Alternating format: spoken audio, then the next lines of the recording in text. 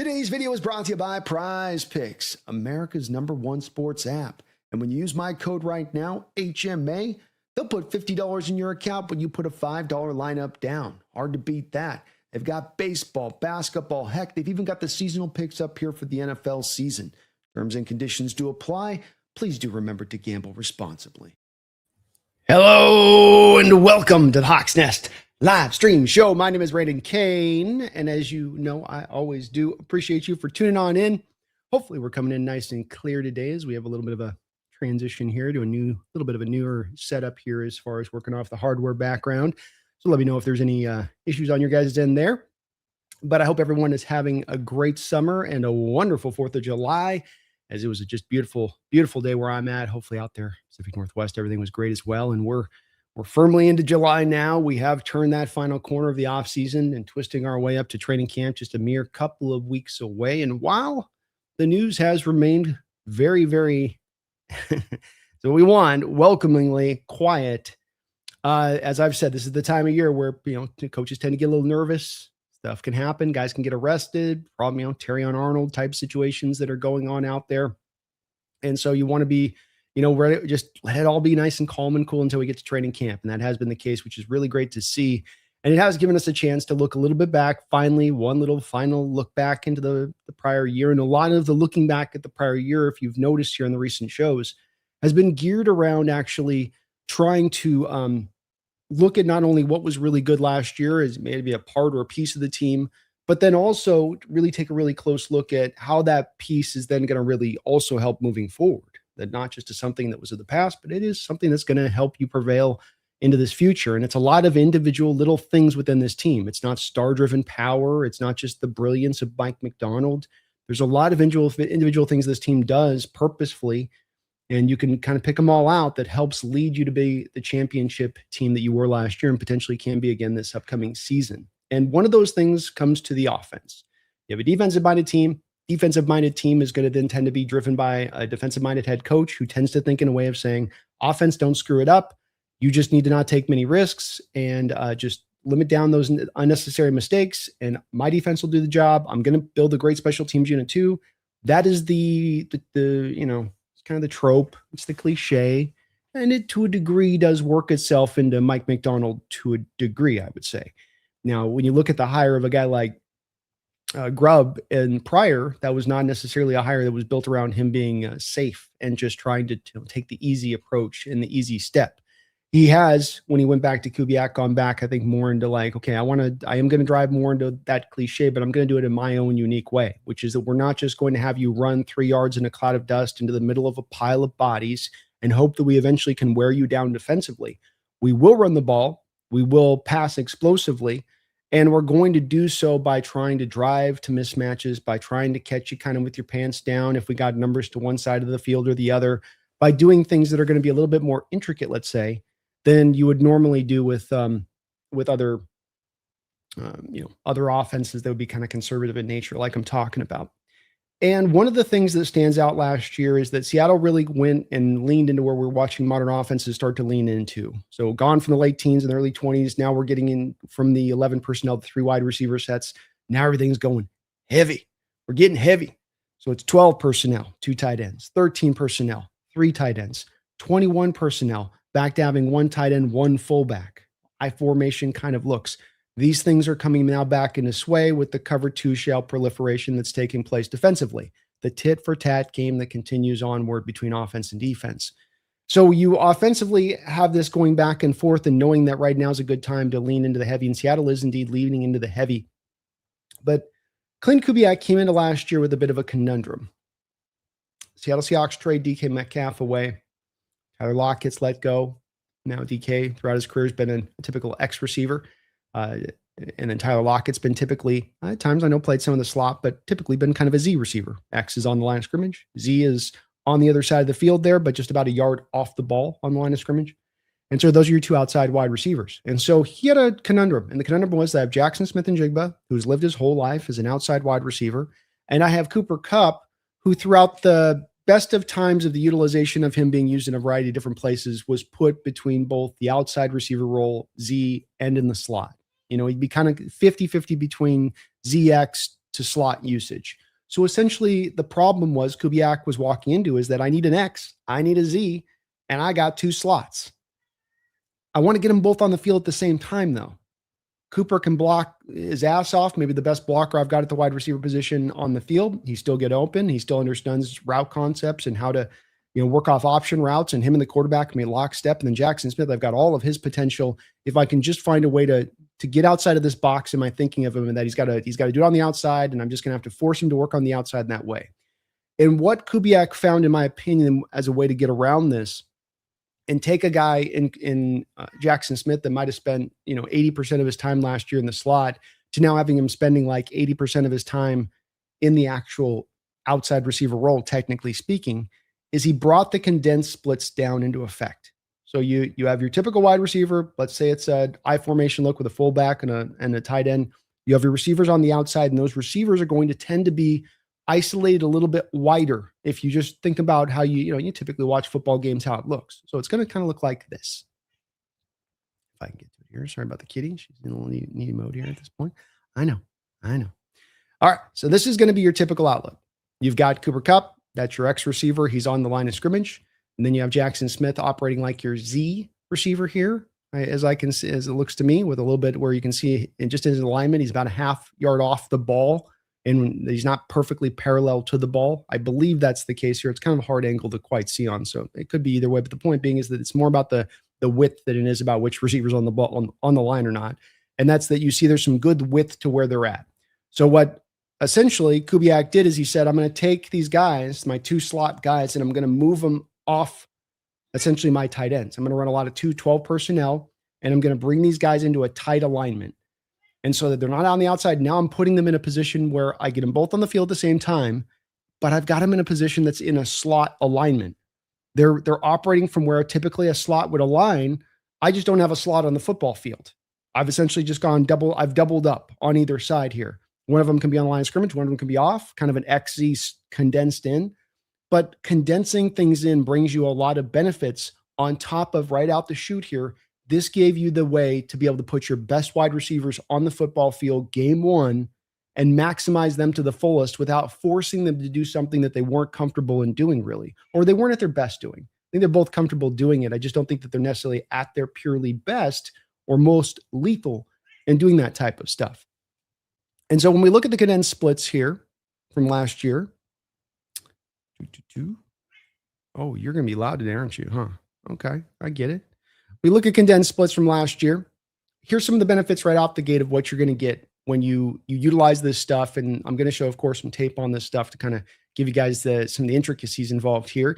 You got super blocking angles, because now I can, in a lot of ways, I can pin block my way around some things here. I can set up to where I can catch a guy on his shoulder. It's not about now necessarily pushing straight forward. Think about it as if I've got that Cooper Kupp up on that line of scrimmage and I want to pull my left tackle out in front and I want to have Kupp pin block in on that edge. He doesn't have to block that edge and push him back 3 yards. He's just got to put his hands on that edge for a couple seconds for the play to flow past the edge. And then you've got your hopefully highly mobile left tackle like we have in Charles Cross out in front and leading the way for your running back. So you get some really nice blocking angles built out of this. You're able to utilize the wide receivers to block on players that they wouldn't typically be able to block on if they're aligned out wide and would be forced out to either go to a cornerback, the corner in front of them on the outside, or move over to the safety position and try to go down block over onto a safety. You also get open field, naturally creates leverage. This is where when you stack all those pile of bodies down in around the ball, now those wide receivers have a lot of open two-way kind of space to go from. And this is what that gives you, is just some natural leverage. It forces the defense to kind of play it one way or the other. And then we work off the leverage of what we're seeing in the secondary. You're going to the middle of the field. My receiver cuts it out. You're playing a little bit outside to the numbers. My receiver can cut it in, especially if you have a really smart receiver like a Cooper Kupp and Jackson that can read things on the fly, and you have a quarterback who's in lockstep sync like Sam Darnold could be with those two guys. Defensive confusion. You create a lot of issues and problematic spots around this when you look at this, as far as it really kind of puts the defense a bit on their toes. They're not really sure whether or not to attack. They're not really sure whether or not to kind of stay a little bit longer in the read and react mode. You kind of catch them between two worlds at times. I think this is why when you look at last year in Seattle trotting this out at a high usage rate last season early on, you saw, as I've said, the one size fits all approach of defenses, where their counter to that was then going to be, we're going to stack you up on the box with a stacked box, extra bodies, and then we're going to bring blitzes on the back of it. Now, what that created was one-on-one opportunities and explosive plays down the field for the Seahawks, but that was kind of the counter defensively for trying to get over the confusion. I don't want my defense confused, so it's better that I have them going downhill and in attack mode than kind of caught between those two worlds a little bit. Coverage indicators. You get the pre-snap motion stuff, which I'll talk about in a second, and some of those pre-snap shifts. And there's going to give you some easy coverage indicators because the defense starts to get a little bit more simplistic than it can be if it's able to just kind of spread out the bodies and drop them and sort of have a man on every spot of the field and be able to rotate those coverages off of that. Shifts and pre-snap motion. This is where, again, if you think about this from a standpoint of, I've got 12 personnel, one tight end on this side, one tight end on that side. I got one wide receiver over here, one wide receiver over there. I've got perfect balance, right? Perfect balance. So the defense comes out and they match that balance up. They make sure that they've got enough bodies for each side of the football field to take care of that. So what happens with it if I have an offense can find a way with some of that pre-snap motion or pre-snap shifts and changes where you just shift and change a guy over? If I can shift and change over before that defense can get those bodies over to that side, now I've got a numbers advantage. And if I build in some complexity into the blocking, like some of those pin blocks, I can really emphasize that numbers advantage, especially to the edge. And what are we? An outside zone team. So this works really well for us to be able to lean into this a little bit in this way. You get post-snap motion as well. So not just pre-snap motion. I'm going to show you guys on the cut-ups that I put together for this show today that there's also the post-snap motion. Difference being pre-snap motion, guys rolling along, ball not snapped. Post-snap motion, ball is snapped, and a man's not running a route. A man's not moving out into the flat. The man is moving in motion like he would be if it was like a pre-snap. You tend to see them doing this pre-snap, but he's actually doing it post-snap. In my opinion, Josh McDaniel, of course, Kyle Shanahan has been one of the forerunners of really being able to maximize this. It all used to be, if you go back about 15 years ago, folks, barely any motion at all prior to the snap. It was a very low usage rate. Then it became kind of industry standard by the late 2000 teens. Then you start to see now added as the offense adds even more complexity. Okay, you had your pre-snap motion, but now let's start to really do pre-snap and post-snap motion. So you just have bodies going this way and then bodies going that way post-snap. You're creating misdirection. You're creating confusion. And when you do it out of the condensed box system, it just kind of, again, further emphasize that a little bit because there's so many bodies around each other. Not everything is spread out and just easy and clear to read for a defense. You're really trying to kind of pick through the traffic a little bit to see what's going on. And then another thing on this, and you will see this again on the cut-ups that I provide today, the play action becomes far more effective with condensed looks. You get teams really biting into the run game. And it really comes down to, we can get into the weeds on the terminology and stuff and the stuff that could probably lose some of the people. But if just in layman terms, if you're just looking at this as a football fan going, well, I don't understand 12 personnel, 13, I did. Get to the layman aspect of this, to the simplicity aspect of this. If I as a team am taking these 11 men on this side of the football field and I'm taking all of these bodies and moving them into almost like a mob, just down into just a pile of pure bodies, what do you think conceptually, defensively, as a coach, as a player, you're going to think in your reaction to that? Well, I think that they're going to try to run. Again, all those bodies down there to block because they want to run the ball. Even if I'm thinking I got to be protected against the pass, I got to have my indicators, but that's where you're going to want to be. And especially with the offense last year's, it'll carry over to this year because Fleury's going to come from Shanahan, which is that you don't show any pre-snap tells. You don't give the defense anything to go off of, so they're guessing. You make them guess because you make everything look the same. So the defense starts to just understand, I have to guess. This offense doesn't give me tells. I've got a pile of bodies condensed down. My reaction to that is going to be, I got to get down in that run game and fill my gap. I got to make sure I'm not the guy missing my gap on that. And so what that will then, of course, lead to is the play action lives and dies. It absolutely will flourish at its best on the back of getting those secondary players to take 1, 2, 3 false steps forward before they click it and realize it's not a run, it's a pass, and you better get on your horse because you're just about to get beat deep or beat to the spot deep that now you can't get to because you took the 3 or 4 false steps into the wrong spot. So it works absolutely wonderfully. All of these things together, not just a run game thing, but a thing in the passing game that works great. And of course, with Sam Darnold, you had a guy that was absolutely brilliant when it came to him in his play action and how he rolled off with that. When here we go back to last year, why play action especially is deadly out of condensed. You get expanded outside space. We come back to those two-way go routes, the variety of different kind of routes you can run.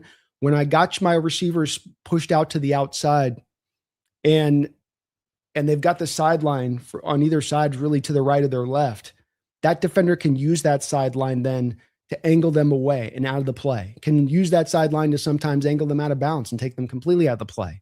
But the defender gets the sideline. And if you listen to any outside corner, they'll tell you, I would not want to be a slot corner. That's a hard job. That's a very specialized skill set. And so when you go inside and you're bringing these outside corners into this, which is what you're doing now with the condensed splits, is taking that outside corner and going, okay, I'm going to have to try to do this now out of a slot. I really like being on the outside. I really like being in that off coverage zone stuff. That's where I'm happiest. This up on the line of scrimmage, 3 yards off this guy who's got a two-way go and he's quick as a cat. I'm not a fan of this. This doesn't work for me. So you draw defenders naturally with the condensed outside corners into turning into slot corners. And what do we know about outside corners sometimes, even in this day and age? Not all of them like to tackle. Some of them are like, you pay me, I'm here to cover. You pay me, I'm here to get you picks. The tackling thing, I'll do it begrudgingly. And you bring a slot guy in, and what do we say about slot corners? You better play it like a Sam linebacker. You better be in there willing to tackle. You better be willing to rip off blocks. It's a mandate. It's not an option like it can sometimes be on the outside where you can sometimes, you can go run and hide from time to time. As I said, two-way goes. Another great route concept there where you've got the option without the sideline there where you can go to the out route or you can work off the leverage, cut it in.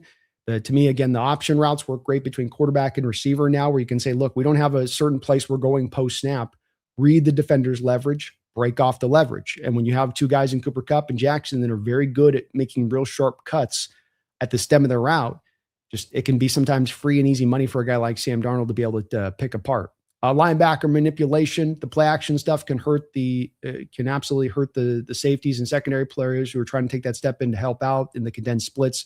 But the linebackers, it's even worse because if you've got a lighter box, if you are in a 3-4 and you're trying to run your little nickel out there to counter what we're doing instead, and teams didn't do this as the year went along, but if you did that, then you as a linebacker are going to have to get your head in there on that run game. You're going to have to take the 2 steps forward. You're going to have to play it like it's a run. And that now makes you so susceptible now to that unicorn Elijah Arroyo tight end that can get over the top, or even a Barner that can now get over the top, where it's not simply now about the tight end just beating the man. This isn't simply just about a Barner outrunning a linebacker, let's say up the seam. It now is, I'm going to be able to outrun you because you're going to have to start a second and a half later than me to try to get step for step with me because you first have to do this one thing, which is pay attention to the run. And Barner can do little things like come off the line of scrimmage and start to look like he's run blocking, but then go deep. You can add some real subtleties in this that make it even harder. But the condensed splits, coming back again, just layman terms on this, simplicity on this, heavy amount of pile of bodies all pulled in together, all on the ball, is going to drive me defensively to want to match that, to get my guys down in on that ball. So it's a mentality thing you got to think about with this that just has a kind of a compounding impact. Analytic data indicates more explosive plays, 34% more explosive plays versus non-play action. Generalized stat, give me some room on this one. But something that really does stand out in looking at these condensed splits and their impact and how they've come into form over the last about 6 years and more. I thought that was pretty cool with that. We got a couple other aspects of this. Seattle was last year one of the teams that was, I'm out of the frame, I know. Sorry about that, guys. One of the teams that was essentially top 5 in the league in their usage of condensed splits at 26.8%. There's a lot of utilization of, 21, 13, even some 11. Seattle really kind of delved it up and clipped it up nicely. But you can see within this that, you've got a lot of the success on this comes on the back, not only of it was successful, but it was also used at a very high rate. And the guy that was maybe the most beneficiary of this, as I talked about with this, was Jackson Smith-Njigba. You're able to get him into the condensed split. And this was the damage he was able to do just simply from the condensed split. 61 receptions on 81 targets, 914 yards, 14 explosive plays. That'd be 20 yards or more a play, 14 of them. This is not out of all of the snaps he played. This is just simply out of his condensed split looks. So a guy that really found the benefit from this. Kubiak, so smart in order to, how can I think outside the box on this one? Got an outside guy, got another guy that can play some outside, but these guys are at their best slot. And he found really the perfect kind of way to get around this a little bit, in my opinion, to be able to maximize this. And it also works as well, I would say, from the condensed split aspect of not just when you have the 2 wide receivers, but when you go 13 personnel, you'd oftentimes have that receiver in a condensed, like he's brought down tight. You just don't have the second receiver because you got the 3 tight ends on the line of scrimmage. So even in that kind of 13 personnel look, you were still using this condensed split at a very, very high rate, high usage. So we're going to get to a couple of things I want to show you on tape with this, as far as kind of unpacking a little bit of what this looks like actually on the field and how this actually plays out in games. The one thing that I wanted to show as well with this was a little bit of what happened last year is how this sort of met out for Seattle offensively throughout the course of the season and the way that the defenses reacted to this. Because you start out in the first game, of course, 17-13, first game with Kubiak, first game with Sam Darnold, a lot of feeling out going on in that game. And at San Francisco at their full strength and the height of their powers. And they were a pretty good, they were a good team at that point as far as what they could field out there up against you. Then you can see here against Pitt, you're starting to get up to about 9 yards, 9 yard per attempt. You got almost 300 yards passing in that game. The New Orleans Saints game, again, that was this. And then we got the Saints game, only needed 18 passes in that game because you absolutely dominated. But on just 18 passing attempts, you had 218 yards, 12 yards per attempt. These are very high numbers, by the way. Arizona, you were up at 9.3. Tampa Bay, 10.0 yards per attempt. Jacksonville, you're at almost 11 yards per attempt, a little bit of a dip down against Houston. And then you get right back on top with Washington at 13, Arizona at 14. And then there's the dip LA kind of onwards. And if you look from the LA onwards, even into the postseason play for the most part, the yard per attempts start to dip down at that time. And so what happened? Why are these numbers, why are they so significantly different? Kind of what occurred?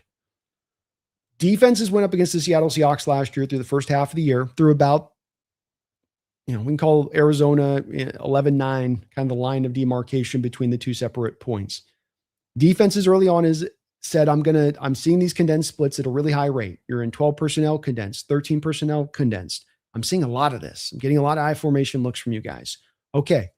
The one size fits all approach that seemed to be every defensive coordinator's, here's what I'm going to do against you to counter that now, was we're just going to blitz the ever-loving piss out of you. And so stack boxes, blitzes, what does that leave you susceptible to? One-on-one opportunities on the outside, or on the outside as we'd call it, out of a condensed look. And so Jackson was getting one-on-ones all over the place. And this is why he was feasting so heartily, is that Sam's dropping back to pass. Yeah, he's got the condensed splits, but a lot of times they're going max protect out of the condensed splits. He gets a play action with false bite, and then he's got a one-on-one with Jackson. Easy money, baby. Let her rip. And this was really simplistically almost what they were able to apply through a majority of their schedule throughout the course of the season, because every defense was doing the same thing every week. You looked at Seattle and they were the number one most blitzed team through, I think it was at least week 10 or 11. And then defenses started to go, holy hell, Jackson's pretty good. We probably should put an extra. Let's stick something a little bit more. Let's put one over here. Maybe that's what we should do. And so now they go a little more conservative. They stay a little bit more into the cover 2 shells, a little bit less of what cover 3s and blitzes and all that other stuff. But then what happens for Seattle? Now the run game starts to come forward. Now you're starting to be more effective at that. So yeah, while the passing attempts explosiveness went down, the offense as a whole didn't necessarily become less productive. What was also cut out was, of course, the turnovers at this point. I mean, this Rams game notwithstanding into week, whatever it was week 11 or whatever, onwards, Sam started to play very clean. The offense started to play cleaner.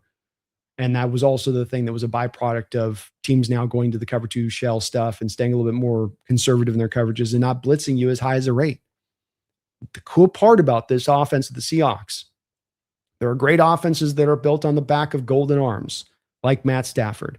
There have been great offenses built on the back of having a bunch of playmakers on the outside you're throwing to, or a great offensive line, or they're on the back of having a brilliant offensive-minded head coach. There's so many different varieties of what can build about a great offense. For my money, the best offenses are the offenses that can counter everyone and everything. Defenses operate off of two different places and two different planes. And then there's everything in between. One plane over here is the conservative kind of Coach Carroll type defenses. We're going to rush our front four. We're going to drop 7 into coverage. We're going to limit the deep passing attack. We're going to be read and reactive. Bam. We're going to stay kind of conservative in our approach. The other side of it is going to be, hey, we're stacking the box. We're blitzing you. We're going to play some man coverage on the outside. These are kind of your two ends of the spectrum, and then you have a lot all in between. Give me the offense that can take care of everything, that has an answer for everything.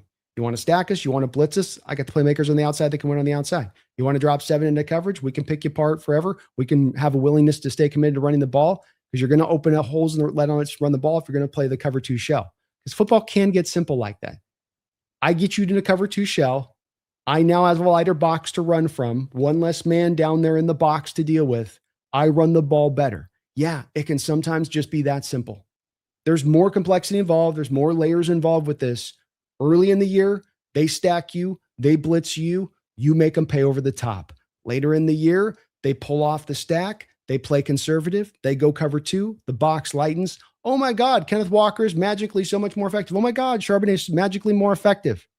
Was it them learning the offense a little bit better at that time? Sure. Yeah, absolutely. But was it also you were able to now counter how the defenses were attacking you?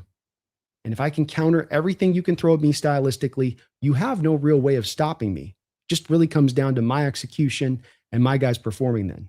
You're not going to out X's and O me. You don't have a way to really do so. And we are in many ways dictating the terms to you, not you dictating the terms to us. And isn't this what Mike McDonald's defense is trying to do to offenses right now every single week?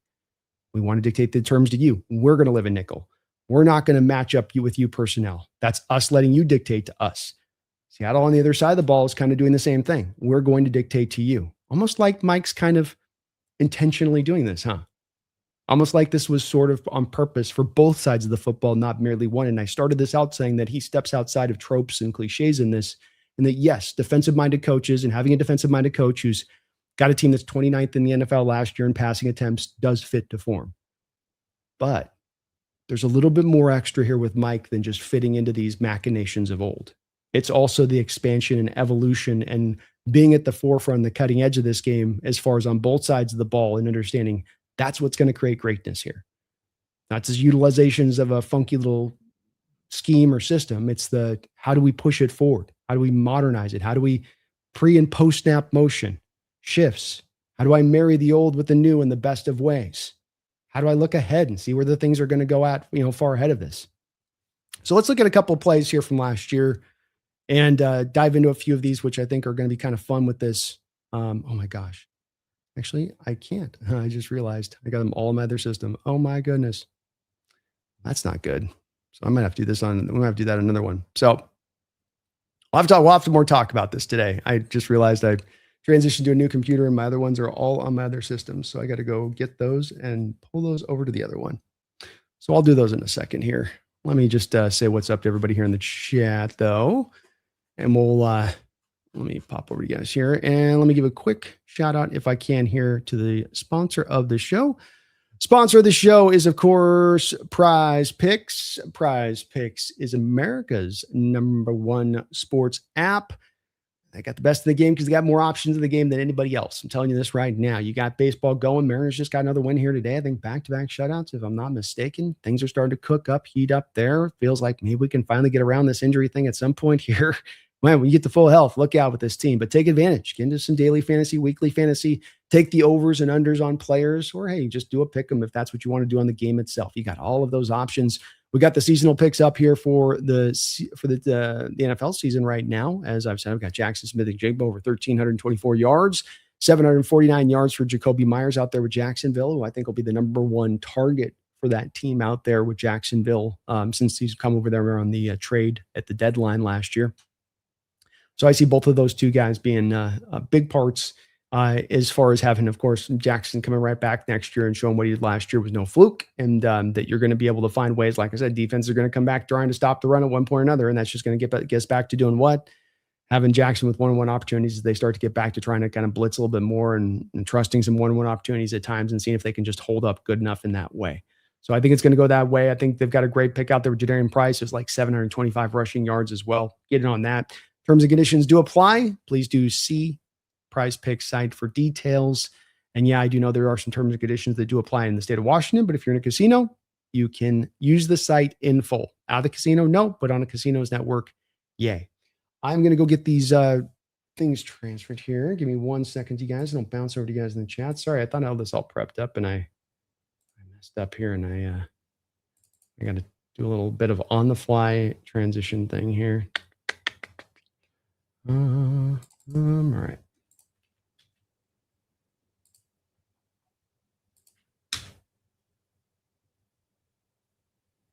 There we go.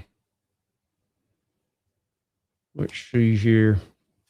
How you doing, Megan? It's good to see you. Little Dallas Cowboy. What's up? What's up? Brian, hope you're doing well. Crazy about the Brand Ayuk situation. We're going to need to talk about that at some point here too as well. 1 sec.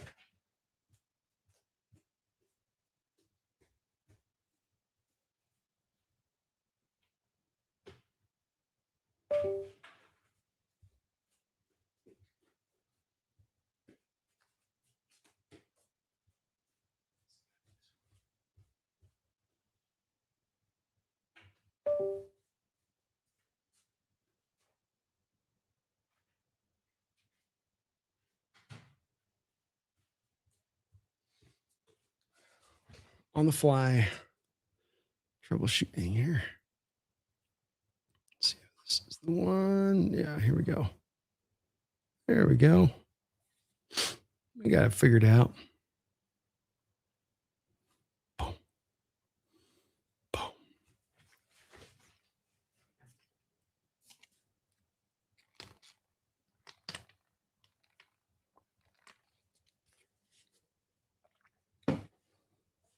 Okay. Thank you for bearing with me here.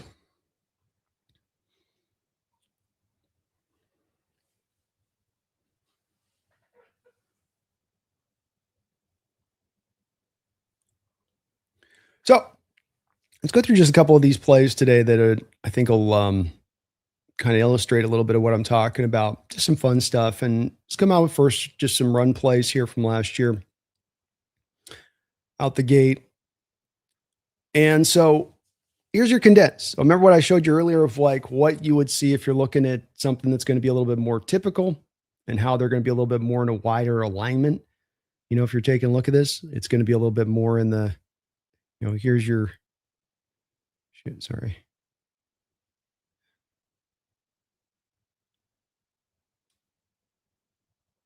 So here's your wide alignment, right? See yours widened out a little bit more there. You can see that there. And then we get with this.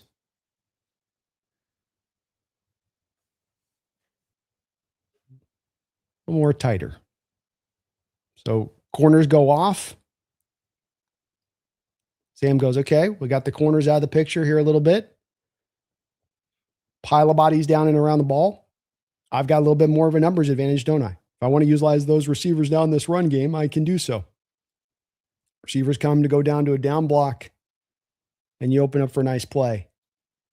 But look at how Kupp, for instance, here is able to zone block, get to a spot, and then carries up the field from there. He doesn't run at the guy and let the guy juke him. He goes to the spot and makes the guy come to him for the leverage. Part of what makes him Cooper Kupp such a good blocker is he's just technically so sound. How many receivers here would just run this straight? See how he runs it inside and then he gets the angle? You run it straight, you don't have the angle there. Cool little things you can kind of do in this, though. Bradford just goes down the double team. Lucas takes care of the second level. And you've taken those guys out of the play almost from the jump, and they're off coverage just because they're not in on the action.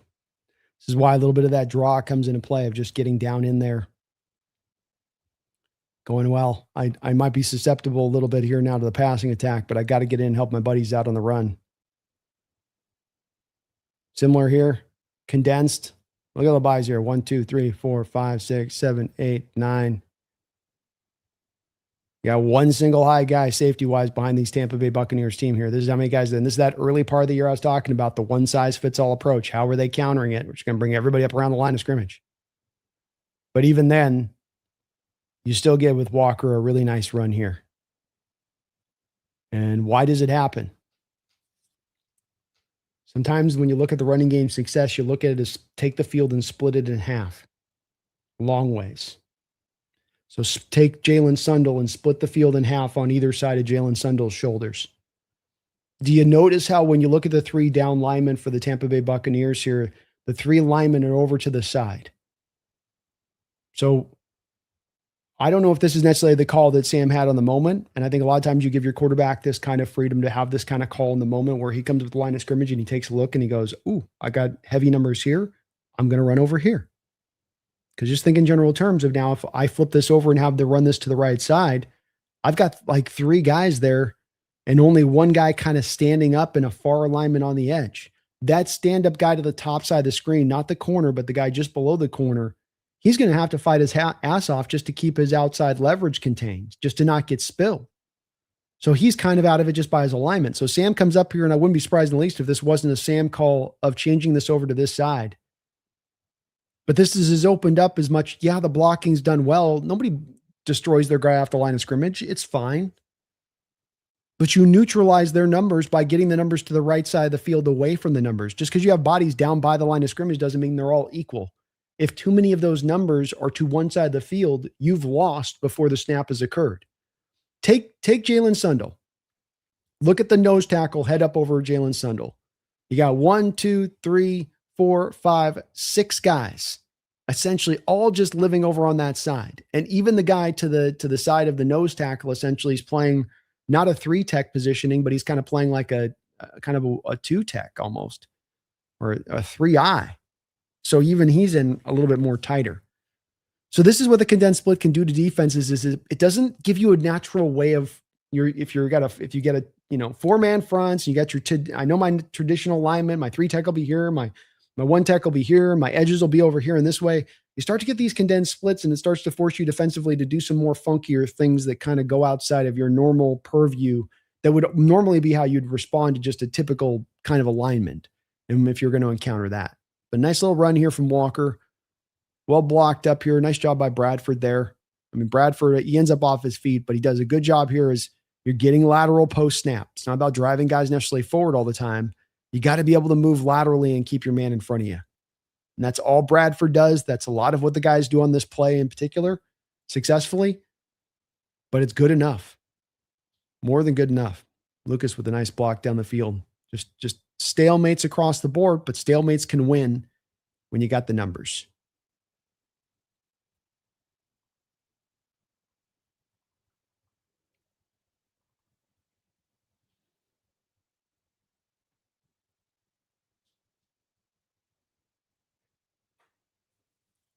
Walker special with some dance out in the open field here.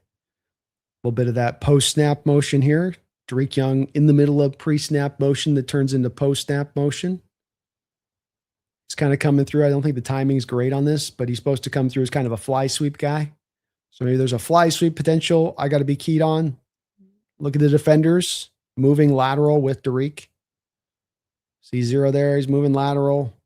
The off-cover corner falls back to the top side of the screen. So just off this, there's movement off just the motion. You're manipulating the defense off just the motion. Look at the two high side defensive backs. Their motion is completely right now built upon what Derrick's doing.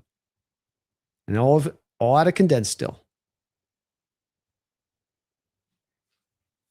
Walker, I think, reads this cutback right from the jump because we have the similar situation to what we just saw a second ago. Numbers on the defensive line too heartily to one side of the field. This isn't a balanced front, folks. So from the Seahawks perspective on this, the strength of this formation is going to be to the left.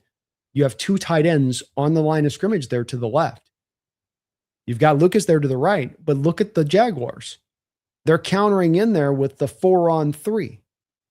So they've got to that side with Lucas and Bradford and Sundell. They're manning up four guys down in there to deal with that. So naturally, whether the run play's fit to go here or the Walker winds it here, again, natural hole setup that I can kind of predict before the play even starts just by the poor alignment of the Jaguars defensively because they're trying to be a little exotic here. You can be exotic as you want, and sometimes straightforward will just work nice and simple against it.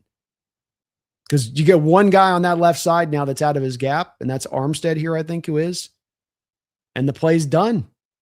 You don't have enough bodies there if you run out of your gap like Armstead does to here with his little swim move. You don't get the guy in the backfield now, and there's only one other guy back there to that left side to deal with all of the extra Seahawks guys you have there to block. You get the double team right there too. So Armstead's trying to TFL this with a double team.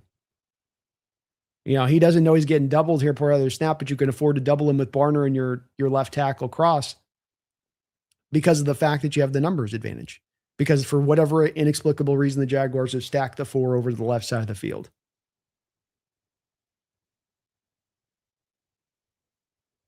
Cross eventually gets down the second level, but he's there helping out with Barner a little bit there just to give Barner a little bit of help to make sure he's okay. Part of it you don't care, though, is you're like, oh, he's going to run himself upfield. He's not two gapping. Okay. Thank you. Free money. Look at the hole Walker's running through right there. Everything gets widened out. And they're 47 down on the bottom side of this is trying to penetrate this into the backfield before the running game can get to that side of the field. But even untouched, Walker's too quick for him. And that's a tough angle, man. You got to try to get back there 5 yards as a guy coming downhill who's really laterally quick and just cut right around you with one sidestep. But that's the only thing that saves this play for the Jaguars potentially is if 47 can penetrate and put this as put the play down the backfield. But that's that blitz thing I was talking to you as well, is what I said the teams were doing over and over again, constantly stacking and constantly blitzing. And you just saw it there. Doesn't matter whether they're anticipating pass or run. It's like the one size fits all just kept being implemented over and over and over again. And it really stood out. A couple more of these because I like these. I like going through these here. Pre-snap motion. What's the pre-snap motion do? Well, if you do it right before you snap the ball and the defense doesn't have a chance to shift or change, you can force the number advantage that you're trying to draw to that I'm talking about. So the Niners here off the rip, you have your two tight ends stacked balanced, one to each side of the football field. So the Niners are in a pretty good position with that when it stands as far as that goes. But then you're going to bring your tight end back around. I think that's either Saubert or Callerup. I can't remember here. So you're going to bring that Saubert. You're going to bring that back around. Saubert sort of turns into a fullback here. But look at the Niners as he goes in motion. They get one step to that left, but it's not enough. There's one step in reaction to the left, but they're still shifting back to that right. And this is like the prior play. That's why I kind of put these back to back. It's a wind play. So you're making it look like it's all going here, but the whole time you're intending to wind it back over to the left. You're trying to take advantage of a defense being too aggressive. They're getting out of discipline in their gap integrity. And so you can see the Niner linebackers especially start to step artificially into that gap, and then Walker takes it to the backside. And it's well blocked up. Cooper gets in here and lays a nice little block on the safety here. But Cooper's blocking almost kind of illustrates this whole thing was meant to be wound in. So does Barner here. Looking at them, it's all meant to be wound back left. That's where I say there's a point of view, you can look at the running and saying there's a simplicity, there's a conservativeness to it. But if you make your running game really diverse and you put a lot of moving parts into it, you can make it every bit as complicated as any passing attack in the NFL. It's just whether or not you are fundamentally really, truly buying into that spirit, or whether it just is something that you want to say that you want to do. So it affected as far as the run game highly last year. That is for sure. A couple of other parts in here. You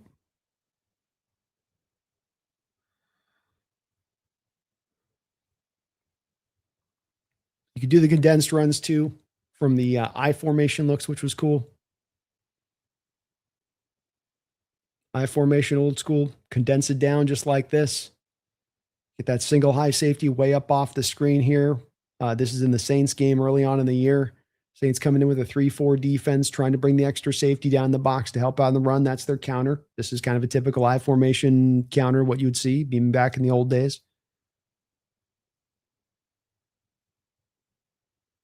7-yard run, not a major run. Boots gets a great block. Cooper Kupp gets a great block. The line does its job up front.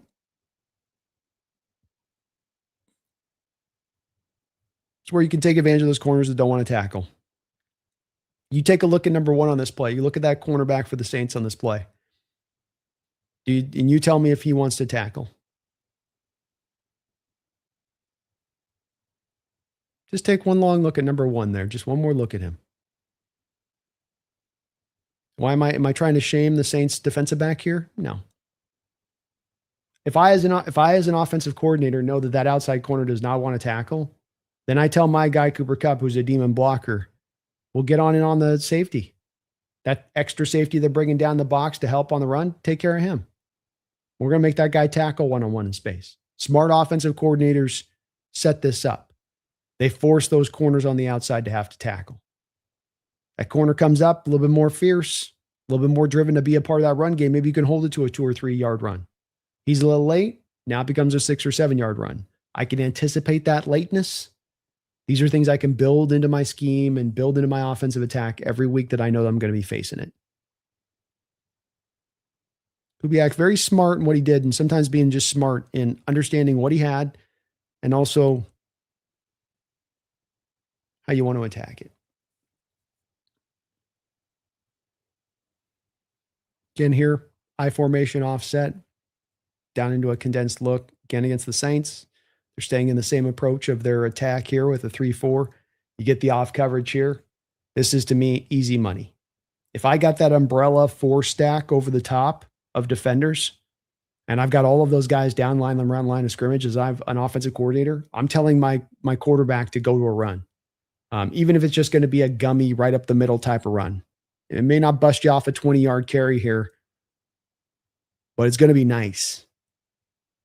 And it just gets reemphasized when I can bring extra bodies to one side of the field. Here, post snap, you're getting the puller. You're getting your Gray Zabel here, who's very athletic, being able to pull in space as an extra kind of fullback there. So those guys on that backside, those corners, I already told you number 1 doesn't want to tackle, right? Watch number 1 on this. Wow, it's weird how he's always just finds a way to be right in there at the end of the play as the guy's on the ground. Isn't that wild? It's 2 random plays I find he's doing that. I wonder if he does that all the time. Wonder if I could scout that. Look at the shell. Look at the umbrella dudes. Look at my umbrella. Ella. Look at my umbrella and tell me what happens with those 4 guys. They're all out of the play, aren't they? You end up not even really needing to get your blockers with a hat on them. It's just simply the pre-snap alignment being too far off the ball opens my door up now to be able to get this blocked up right and make it a successful run game. I get a little bit of a puller to one side. Everybody now on the right side of the line for the Saints is now kind of, doesn't matter. Like Sundell gets out there on the tackle. Look at Sundell. I don't have to push you down the field.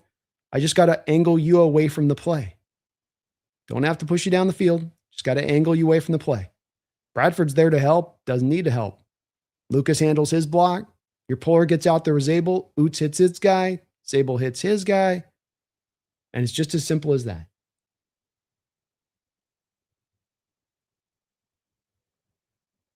Coop does just enough to get his guy pulled off to where he can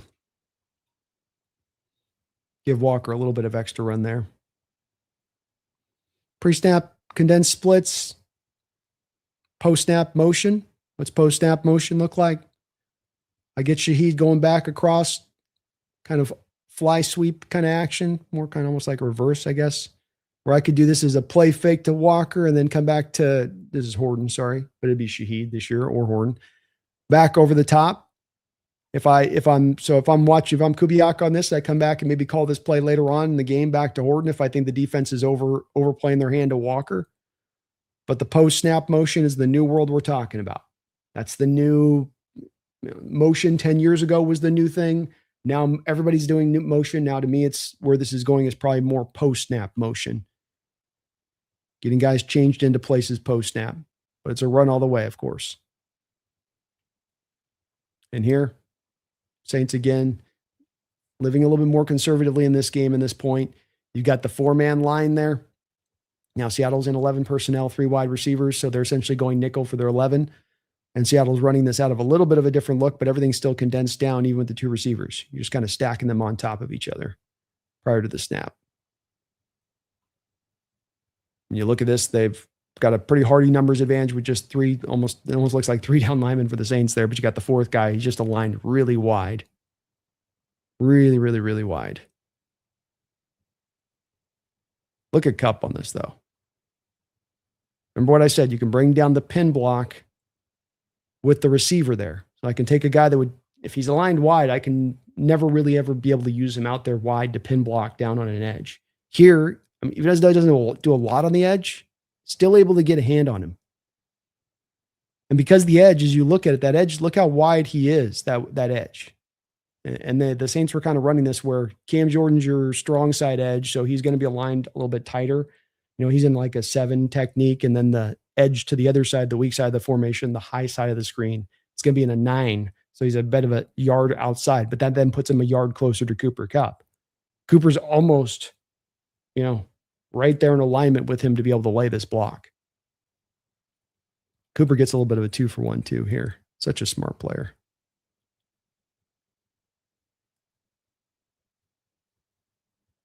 Technically gets almost 3 there. I think we're going to give him credit for 3 on that one. I'm giving him credit for 3.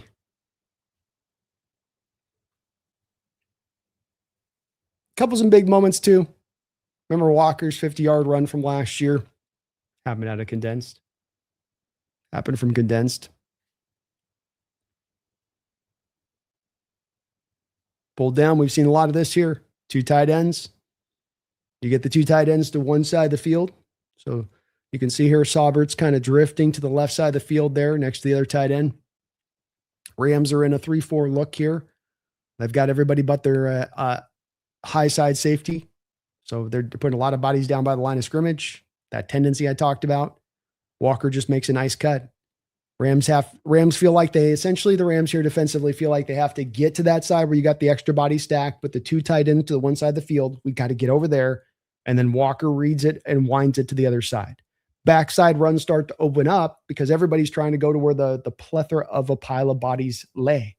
I got all these extra guys here. That's probably where the play's going. I better get over there. Oh, I overran my gap. My discipline got blown. And if you have the kind of running back like Walker, I can expose that. Shout out to Josh Jones there. A little backside block there, nicely. Oh, Bradford with a great block. Big run there, big moment in this game. You needed that run. Condensed come through. Condensed come through when you need it.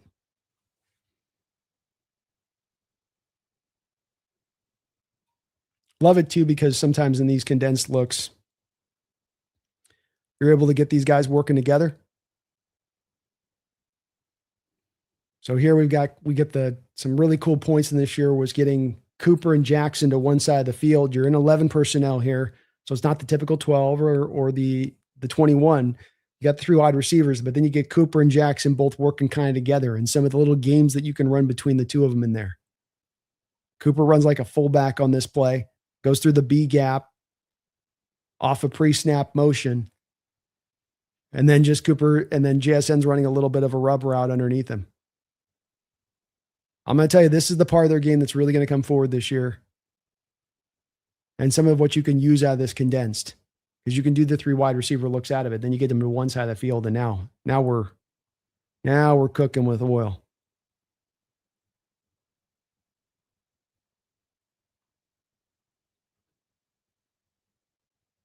About play action. Yes, sir. That play action, that explosive play action. And up here with Arroyo, just out in space, nobody's there. This is one of those just stealing plays that's always there anytime you want. Tight end comes in pre-snap motion, looks like he's blocking, peels off. He gets kind of lost in the traffic because everybody's like, well, he's blocking on this play. Cardinals are late to react, turns into 11-yard gain. You don't have to have the guy even win the route. You didn't win this route. You won this on the clipboard. And again, out of condensed. Everybody's worried about that run play. Everybody's got to be kind of keen on the run first, and first make sure, wait, run, is it run? Is it run? Is it run? Is it run? Is run? Like even look at Wilson here, Mac Wilson too, the middle linebacker. Like Sam is 2 yards away from the play action, and Mac Wilson's still buying in like he thinks it's a run play. In 27, the safety completely takes a second. Look, he doesn't get pulled back a step until Sam's almost flipped his head around. The power of the play action. It's a powerful force.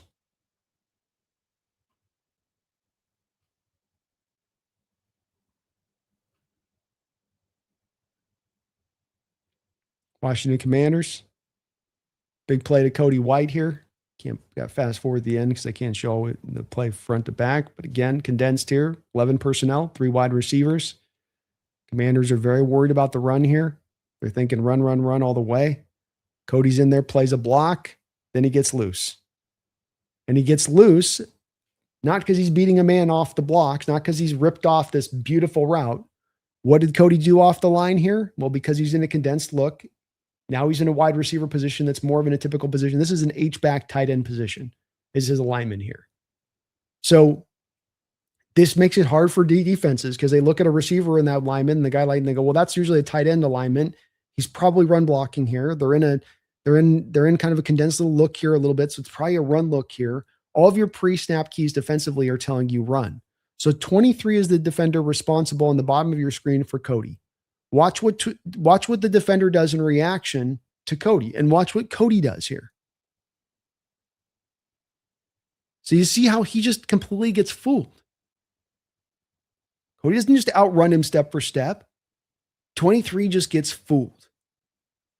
Because Cody, as we can see right here, plays like he's going to block the safety. Block. Nope, I'm going on a route. So look at 23's head. It's looking at Cody White, not the run play. See that? Look at his head. Run play. Now he looks at it. See, if you watch, there's sort of a thing where he's looking at Cody and trying to take the keys off Cody. And then his eyes start to transition here to the quarterback to recognize it's not run. And then Cody's blowing past him. So there's kind of a 1, 2, 3 thing going on here. Watch it again. Because his head isn't turning far. It's just like a little tilt thing where it tilts over there. But this is one off of, again, the clipboard. This is you winning off of Washington's worry of the run game. And a defender, instead of watching ball, instead of like trying to pay attention to the action with the quarterback, is more paying attention to you and what you're doing. If you and they'll take that snapshot off what you do for the first second half of the play and say, that's what you do. That's what you're going to do. And now I got you flat-footed. It's a great play call here. And well executed by Cody to do just enough there to sell that little subtlety there to allow him to be so freed up on this play and go house it. Condensed looks, man. Big explosive plays coming off the back of this stuff. It can be fun.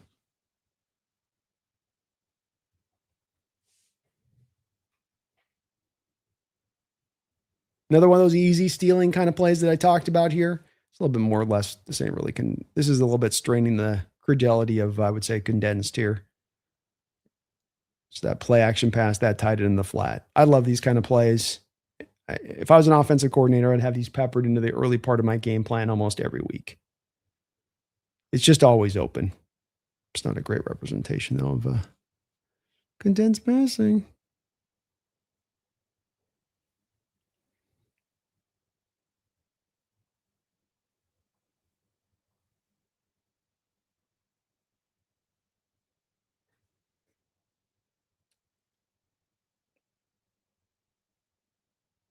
Nice. Walker with the patience here on the run. 3-4 defensive look here from the Rams. This is kind of what they're going to throw at you this year. It's kind of cool about this is I think you can anticipate some of this with the Rams this upcoming season as well, where I don't know that they're just going to transition to 4-3 fronts. Some people have said since Garrett's going to come there, now they're going to become a 4-3 defense.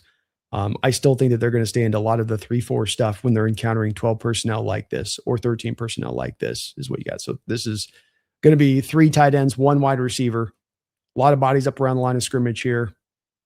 You're worried as the Rams prior to the snap here to the right side because you have the 2 tight ends to one side of the field and your bodies aren't great over there. Then you get Rashid's pre-snap motion going to the right side. So the indicators for the Rams here are it's going to the right, it's going to the right, it's going to the right.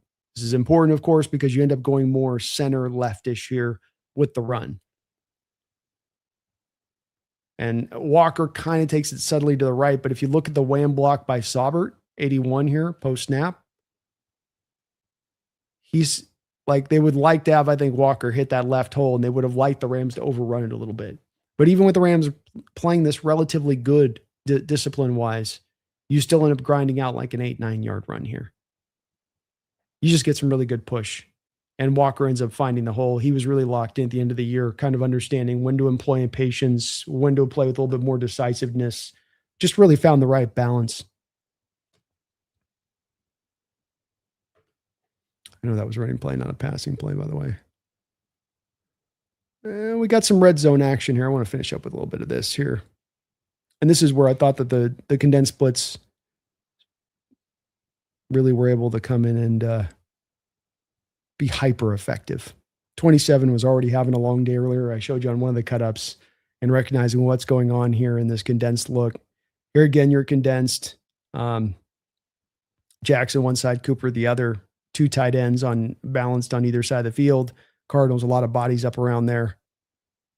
And Barner just runs a beautiful route here. And again, 27's really slow to feel whether this is run or pass. And this is a straight drop back. So this isn't play action. This is just straight drop back by Sam, but 27's thinking maybe this is going to be a delay, like a draw. So he just holds, and then just one cut and he's gone. Look at that flat foot. Miserably played by 27 there. But that's what you try to do is target bad defenders, guys that are bad in certain parts of their game, and go after it and isolate it. But this is what's funny about this to me is that you got the guy thrown off on play action without even play acting. You know, it's like you're so committed to running the ball and you run at such a high rate. This is the outcome of that is now defenses start to think every play is run. And now it really starts to bring more into bloom your passing attack and sets up more of these explosive plays where you're not just dinking and dunking, but you're actually able to go out there and try to go get a chunk play. Go make it happen. Couple of touchdowns in the Steelers game. Came on crossers out of, well, not crossers, but out of condensed looks. This is the one with Horton last year. I showed this a couple of weeks ago. We were doing the Horton breakdown. We're in a condensed look here with them. Horton in a condensed look. Nice part about this is that long crossers like this across the field. Look at how Horton's got to go all the way across that field. He's at the top side of the screen there.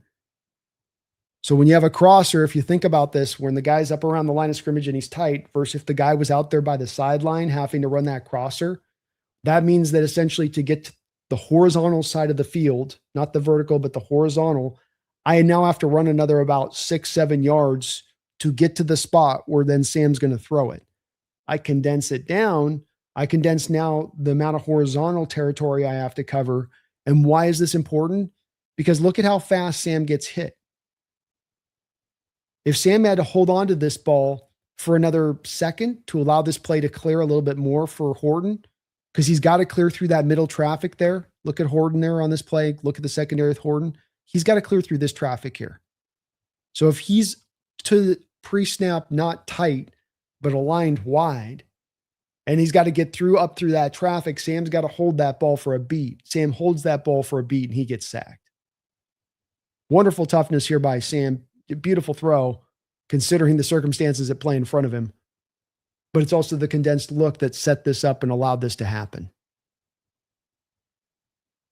Red zone effectiveness, one of the places that definitely rose up with this last year. Let's see here. I got another one here. Got a couple more here I want to show. Again, against the Steelers.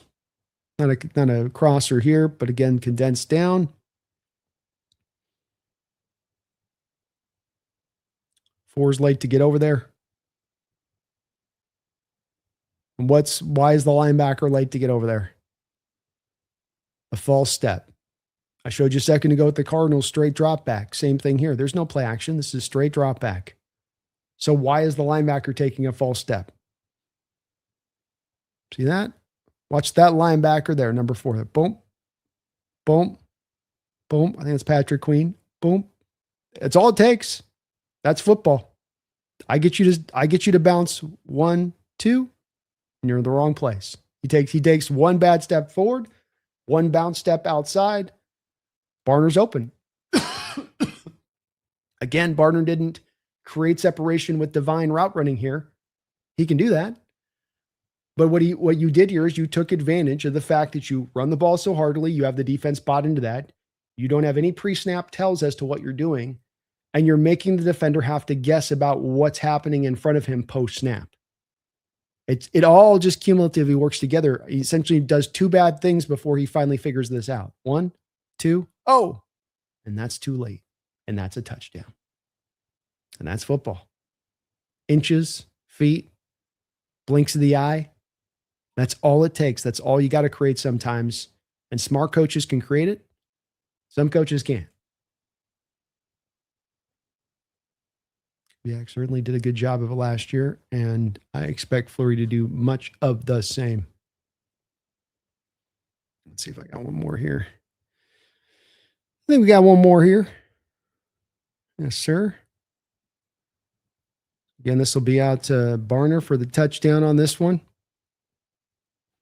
I formation offset. I formation fullback, running back, or alignment. Offset, fullback's a little bit not in alignment with the running back behind him. You got a 3-4 look here from the Carolina Panthers. You got 3 guys behind that. Think about this as you're late into the season. What has been the impact of Seahawks running the ball so effectively at this point? Look what it's forcing defenses to do as far as collective attention to the running game prior to the snap. That tells me instantly as an offensive coordinator, if I'm looking at that from the booth, that, oh my gosh, they're loading up against the run right now. You run play action off of it. It does turn out to be that. And look at Barner, wide open touchdown. Another play, as I've said over and over again, where Barner's not doing anything amazing here. Barner's not, it's well executed by him. Love the run after the catch. Great block there by Cooper. Okay. But it's smart coordinating. It's the troubles of the condensed splits. You're creating kind of a freebie touchdown because they don't know what's coming and they're so bought in on the run. And your tight end does a little bit of that Cody White fake I showed a second ago where he's kind of just playing like he's running blocking here, right? He sets up that I'm just here to run block. I'm just here to help on a double team. No, I'm not. I'm just here to give a little chip. No, I'm not. And defenses want to know what's coming prior to the snap. I want to have some intuition about what's happening prior to what is actually going to happen. You're not going to get that with this offense you're going to play this week. That makes me uncomfortable. I don't like that. Well, that's the way this offense works. We're just not going to be able to tell what it is prior to the snap. Okay, well, I'm already a little nervous here.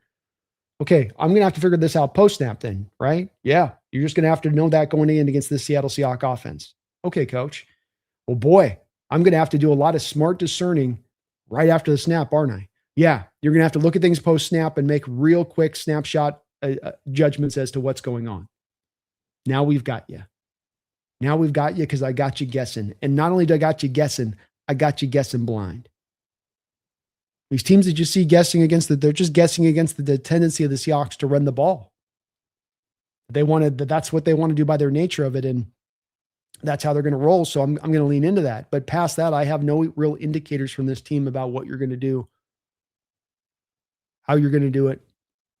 So I start guessing, and then if I can catch you guessing wrong and Sam can see when they're guessing wrong, now I got you. And now I probably got you for a big play at that. Because even in the Super Bowl, these condensed splits, we worked it in there a little bit too as well. One of the big runs by Walker on the day. In fact, I think this was the biggest run for Walker on the day, if I'm not mistaken. Came out of that condensed look. And you see the problem right out the gate here, can't you? You see the issue for the Patriots right here is you can't afford to run 3 high over the top prior to the snap. You can't have 3 guys 14 yards off the line of scrimmage. You can't. You've just now given us we've got the 2 tight ends up there. 2 tight ends that can block their ass off. You're cooked. Another play that's cooked prior to the snap, and the Patriots didn't even know it.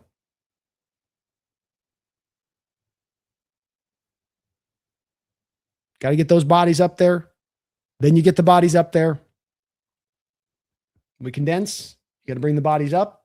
You're going to blitz. You're going to try to play conservative. You blitz. We get the one-on-one opportunities. You don't blitz. We're probably still going to be able to run it up on you now because you're going to have guys a little tentative on their back heel. It's a wonderful, wonderful formation that the Seahawks brought out last year. It brought an answer to the Cooper Kupp JSN dilemma of things, how to get my best 2 wide receivers on the field at the same time as much as humanly possible, despite the fact that both are best set to be put up into the slot. He found a way around that.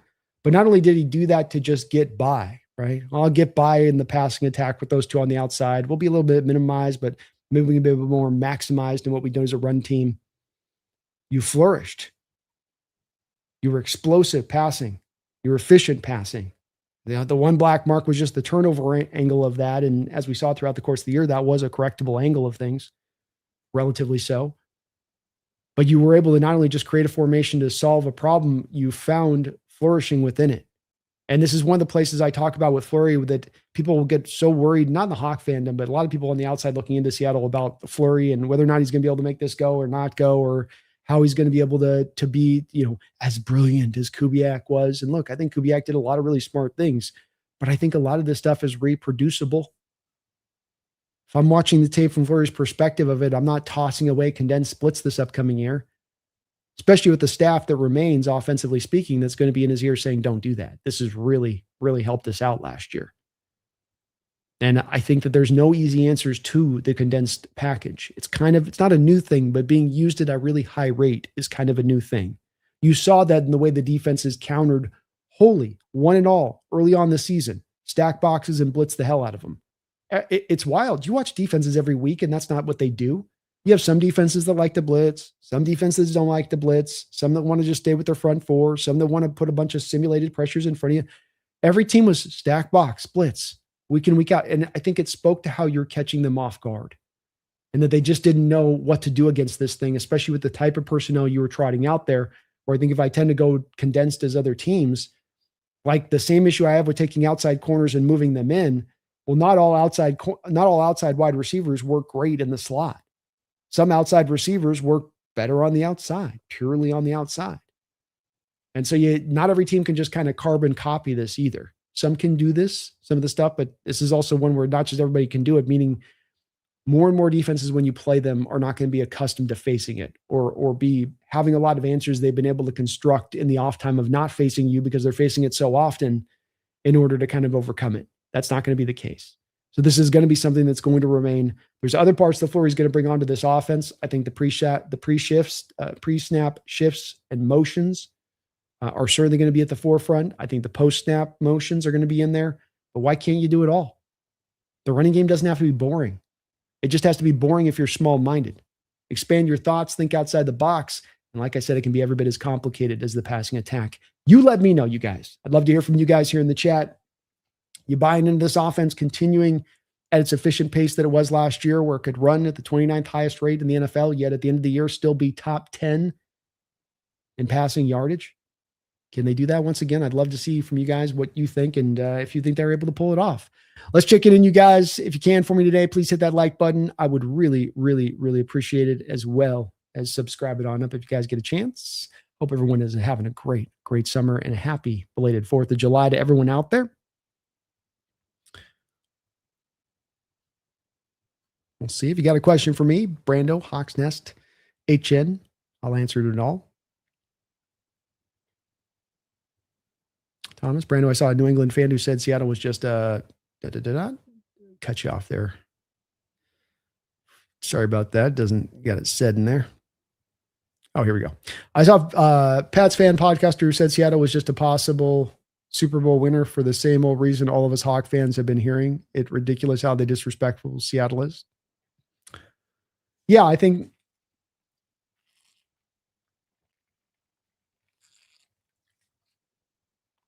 Thomas, you have two different things coming together at once that have really kind of made this more just more than just a casual opinion that you see out there.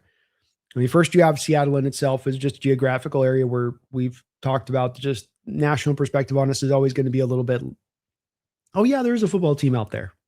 That's just going to kind of always be out there a little bit. This has been the one difference here is that in the past, when you have had championship caliber teams, you've gotten your respect. I think what's changed this is that prior years, when we look at championship caliber teams, there was a building process to those championship caliber teams, i.e. there was a chance for the media and the average fan to kind of slowly wrap their head around the fact that Seattle has a really good football team. You know, you got to the 05 Super Bowl with Holmgren and you had a couple year lead up to that point, Thomas, to where people could kind of like recognize, oh, wow, Sean Alexander's really good. No, wow, Matt Hasselbeck actually is really can play in this league and he's a good quarterback and bump it. Likewise with Carroll. I mean, he had, didn't just start in 12 or 13. He had been here for a couple of years. They had churned through the roster. They had earned their stripes to kind of get to the place where people were finally like, oh yeah, Seattle's, coming in. They're due to like be in my, thing. We were so fast and kind of came out of nowhere for so many people that I think that they just kind of still haven't caught up and still can't wrap their head around a team coming up that fast.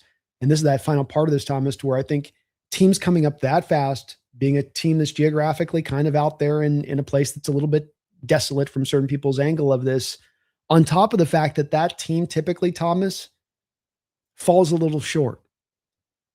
A couple of years ago, we had the Washington Commanders with Jaden Daniels. And Jaden's playing out of his mind. And you're like, how is he playing this good? And oh my God, the air raid offense with him and it's perfect. And they're cooking it up. And my gosh, and Dan Quinn's like making it work in Washington. And they're going to get to the conference championship. This team's going to go win a Super Bowl right now. And then no. They smack headlong into reality.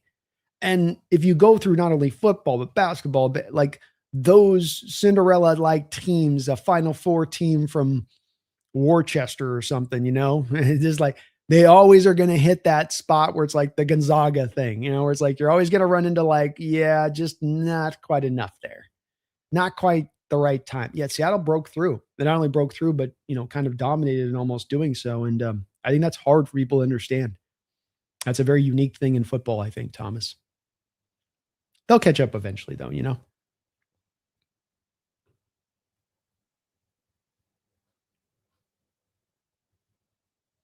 Our time's going to be 1:15 this Wednesday, dang it.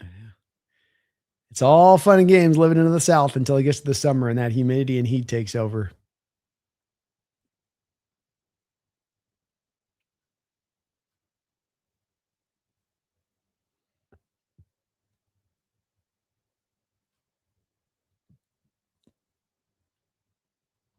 I hear embarrassment to my alma mater at ASU.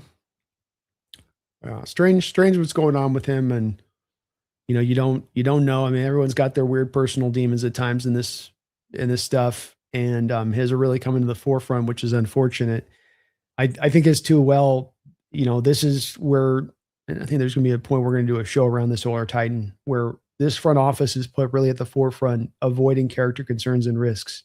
We had a situation with Malik McDowell a couple of years ago that your second round pick never played a snap for you because an ATV rolled over the top of him, and there was already some character stuff there with him before the ATV thing, and it kind of culminated in that. And I think that there's been some guys that have come out in recent league history here that have had some of those other concerns that I think have kind of played out. I think Jalen Carter, for instance, the Eagles are wanting to get off Jalen Carter. It's kind of an open secret out in the NFL right now that they're willing to move him either in a package or if somebody's going to make the right offer for him. And that doesn't make a lot of sense when you think about this guy and how good he's been for them. Part of a Super Bowl championship winning roster and a very key player on that winning roster. But yet there seems to be something not enough. There seems to be something that just comes up just a little bit short now as they're getting closer and closer to a place of having to pay him. And when you get to Ayuk, there were situations with Ayuk that went back to him in Arizona and Herm Edwards. And Herm was on it at that time and understanding this is one of those kind of players that you're going to have to really kind of get creative and work through the different ways you got to work through to get through to him. And I think that the one nice part about this is that the NIL is more exposing these guys earlier on than it would later on when they have to wait to get paid and then you get more of kind of who they are. It goes back to the old Ryan Clark quote that he talked about with Antonio Brown, where he warned the Steelers that if you pay Antonio Brown, he's going to become more of this. And not the high productive player. I'm talking about the off-field stuff, the practice player stuff that they could kind of run into here and there with him. Some of the stuff that we saw really come into effect with the Raiders when he went there and then into Tampa Bay as well. So you have a lot of fans, they're tied into me. I get in a lot of discussions about draft day and Seattle avoiding certain guys in recent memory that have been, troublesome as far as character concerns. And they sort of guffaw at that and they say, you got to take your risk at no, these risks play out in real tangible ways. And maybe you get a guy to toe the line for a while, like Ayuk, maybe you get him to toe the line for a year or two. And if you can maximize that in a year or two or what, but it's like the ticking time bomb is eventually going to blow. You got Percy Harvin, same situation here 10 years ago, gave up a first and a third round pick for him. And that was a guy in Minnesota that had his rich share of problems that they had to work through. Going back to, Florida, probably some issues there on coaching and all that. And then, you ran headlong into it yourself. So I think that this is why when we get into draft time and guys fall and, you see John avoiding certain guys for certain reasons like this, he's smart to do so. I don't think you want to take risks on these guys. I think there was maybe a time and place in this league that the squeeze was worth the juice. I don't know if we're in that era anymore, especially as you're trying to create locker rooms that have full buy-in and that everybody is aligned in the same and that everybody's striving for the same kind of thing. I think that it gets hard to do that when you bring in these kind of personalities, no matter how talented they are.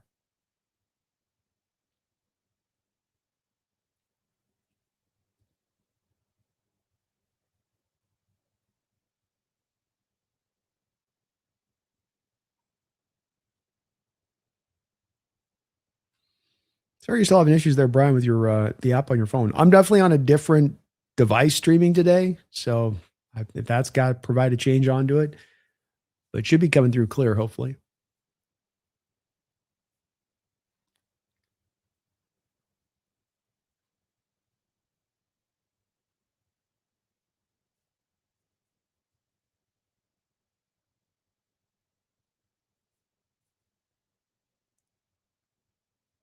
I'm just here waiting for the ports of Black Ops to drop. Let's go.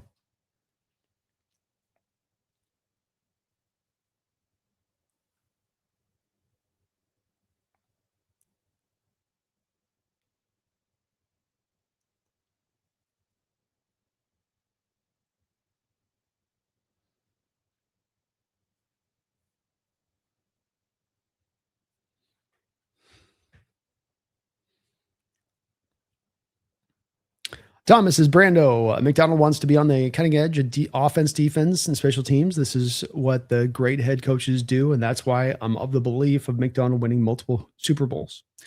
Yeah, you've got to be aware of your history as a head coach to me, and this is where I think McDonald is very much a student of the game. And I think understanding that is with all coaches, you have a style, and that style is one that can bring you a lot of success. But it's also one that you got to be aware of. What are the down ends? What are the detractions of this style? What are the pitfalls? And that's what a lot of this is it's that certain coaching styles of this have pitfalls for this to occur. And like I've talked about offensive coaches have a tendency to kind of neglect special teams. I don't know why. I don't know if it's something genetically hardwired into him. If you're an offensive coach, that's the way that plays out. But it's just a thing. It is a thing.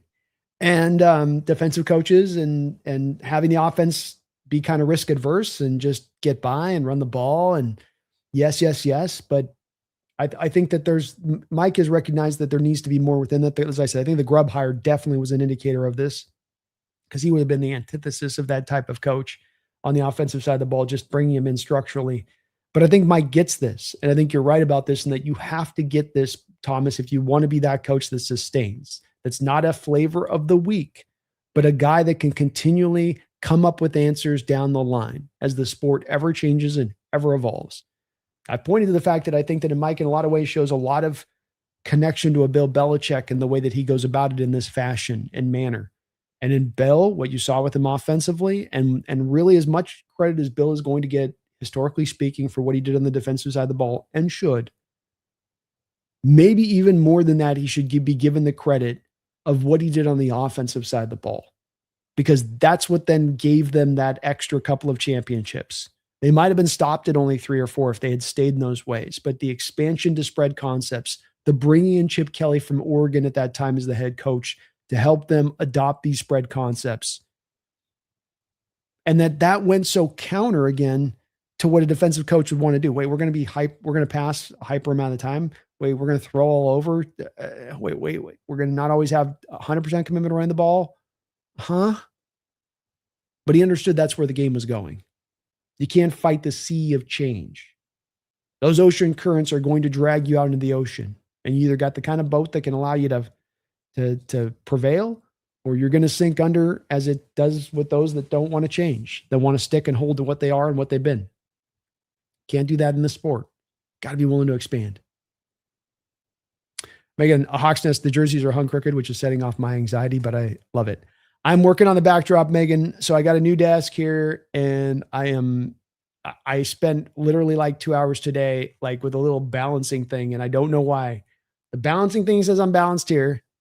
The balancing thing says I'm balanced back here, but it does look a little bit like turned. And if I tilt it like this, then the sign looks off. So I got to figure it out. I even went and got a new tripod, and then the new tripod still doesn't work. So I don't know what the hell is going on, Megan. I don't know what is going on here. I can't get it. I was driving me crazy today, though. So you're not seeing things. It is a little bit wonky and off. I'm sorry about that. I'm trying to figure it out. I think I just got to put up some of the stuff in the backdrop. Been working on some stuff here this off season, trying to update it here. Might have broke something. Ricky Ricardo. Thank you for the $10 donation, Ricky. It's good to see you in the house, my man. Like McDonald's DF, new OC is expected to emphasize deception and versatility. Which personnel package and formation are you most excited to see? Give one for passing and one for running situations. Oh. Well, I think actually this is fairly easy for me to answer because these are the two I am definitely thinking of. When it comes to first, the passing, the 12 personnel to me is the one that stands out, is the one that 12 and 13 personnel, if you want to kind of put them both on this, where last year at the end of the year, opponents want to live in nickel, but they got forced when playing the Seattle Seahawks that when they faced 12 and 13 personnel, they then had to go into base. So it was typically a 3-4 look you're facing. And then on the back of that 3-4 look, you're getting the safety down in the box. So you're not getting the split safety look even. You're getting that safety up into the box. And now I can drive into more the mismatches of Arroyo on a linebacker or on a safety that doesn't cover particularly well or just can't run with Arroyo. How about that? You know, you're a 4-7 strong safety, box safety guy. I'm a guy that can go 4-5-5. You know, I'm going to outrun you up the seam. You just can't run with me. And I'm going to outrun you up the seam off the play action. So you bring up smartly so on this, Ricky, the deception angle of it. So Arroyo, Barner, 12 personnel. Okay, we get a mismatch driven. They get to single high. There's a safety over here. The safety would be technically the guy lined up on Arroyo if it's a passing situation, but that safety's also got to be key down the run game. You've been running at a high rate throughout the game. You come in with a play action. That safety knows he's got to come up there and handle his gap integrity. He takes that one false step, just like I showed on a lot of those cut-ups. He takes that one false step forward. Arroyo is burning out of the gates on the seam route. He's running that straight line right up the numbers there, up that seam. And you've got the guy taking the false step, and he's also responsible for covering Arroyo up on that seam. And there is no zone protection on the backside because you only have the one safety on the backside to cover up that whole back end. And you might actually be having that safety angling over to like the real big threat, which is going to be JSN, which is what was happening throughout the course of the year as well. As we got to the end of the year, is now that safety is kind of angling over to hit JSN. And so now it really becomes that strong safety kind of on that island with Arroyo. And you got all that field behind them for Arroyo to go find some space for Sam to throw to. And so that's, for me, with the passing attack, 12 personnel, condensed splits. That's where, to me, you can free up some of this stuff for Arroyo to be able to be the player that every NFL team is kind of chasing right now, which is the unicorn tight end. That is the position take both sides of the ball. What is the position right now that is a new thing that everybody's chasing? We all have old things that teams chase. The twitchy edge, yeah, everyone's chasing the twitchy edge. The lockdown corner, yes, everyone's to it. The number one wide receiver that can be the freak show and do it, yes, everyone's chasing it. But the unicorn tight end, the H-back tight end, the guy that can be real big, but really fast with ball skills and route running and maybe even some yak. That's the guy that NFL teams are really chasing after right now. The Rams went back-to-back years in the draft in the second round. They essentially did what we did with running backs with Walker and Charbonnet in back-to-back years. They did the tight end position, and not just for tight ends, not for inline tight ends, not for guys on the ball, not for A.J. Barner types. They went in the second round in back-to-back years for kind of Arroyo types. Claire's more of a route running, really good hands guy. Ferguson was more of your really explosive yak guy, but they both are H-back types as de factos. That's the position they play. So I think Arroyo can be that Ricky as far as in the passing attack and getting mismatches there. Running, I think it's the I formation, because I think that losing Robbie Oots throughout the second half of the season, really, we didn't have an answer there as a backup to go to. You could do the tight end position. Saubert goes down, you had a Nick Caller up there. Arroyo goes down, you had Caller up and Saubert. You had some answers to the tight end position if you lost those guys to be able to, fit in and be able to be okay. Once you lost Oots, you really didn't have the same kind of caliber of blocker back there at fullback in any other way. And you really can't just take a tight end and put him in at fullback. You have to have those guys built a certain kind of manner. They can't be real tall. They got to win the leverage in the hole.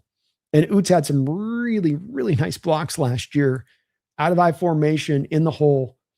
I don't think defenses are really well suited anymore to be able to deal with fullbacks in the hole. I think so many teams don't even use a fullback, so defenses don't even practice against it week in and week out. So few teams that do have a fullback are really maximally committed to it. And so it really has more of that devastating impact than when teams have to face it, because it's a whole different beast. You think about it as a middle linebacker, I got to deal with big offensive linemen scraping down to me at the second level. And that's not easy. Those guys are big and strong and they're a lot to deal with. But if I'm a quick linebacker, I can dance around that guy. I can jump around and kind of, bend and dip around him, and he's got to run out in space. And those guys aren't the most fluid athletes. But now if I get a fullback coming downhill on me here as a linebacker, I've got a guy that can kind of dance with me up in that hole. I can't just get around him. And the thing with this is that in a guy like Oots, that's a guy's 255, 260.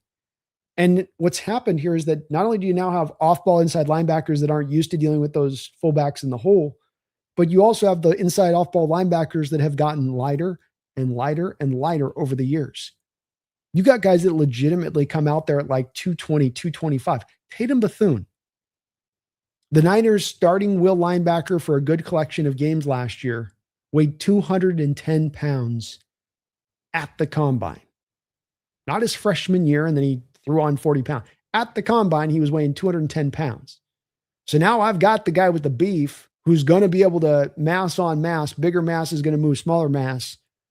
And I just think that that's one where Flory, coming with his background with San Francisco as well here, Ricky, they run a lot of I formation. Shanahan doesn't do as much of the 12 personnel stuff, and it's because they want to run it with the fullback and use check. I think with Oots, though, he could be a real problem as a blocker up front in the run game. And I just think you weren't able to really maximize that as much as other elements in this offense because of the injury to Oots, halfway into the season. Great question, Ricky. And thank you, man. Appreciate the donation and support. Nia, thank you for the $10 donation as well. Very kind of you. Biggest chicanery in sports: Knicks, NBA champs, or Rams, Niners thinking they have the Super Bowl one. If you know the chicanery reference from a certain TV show. That one's pulling back pretty far from me on it. It does sound vaguely familiar, but my old brain is spacing the second part there, Nia, on that. And the Knicks were due to eventually crack through. There wasn't really a dominating NBA team this year, right? There really wasn't one team that was looked like they were bulletproof and that they should just win it. It kind of seemed like it was kind of anybody's game a little bit.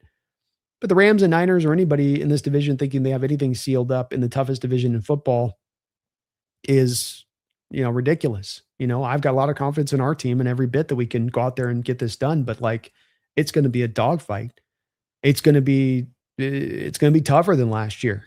And I just think that you never know what's going to happen year in, year out in football. And it's one that it will break your heart. It's one sport where you can do things absolutely smart from a front office standpoint. You can spend your money perfectly almost. You can have the motivation of the players at the forefront and do so many things absolutely smart. And then something like injuries comes up and you get an injury epidemic and it sinks your whole ship. And it's like, how are we to know? Last year we were super healthy. This year we weren't super healthy.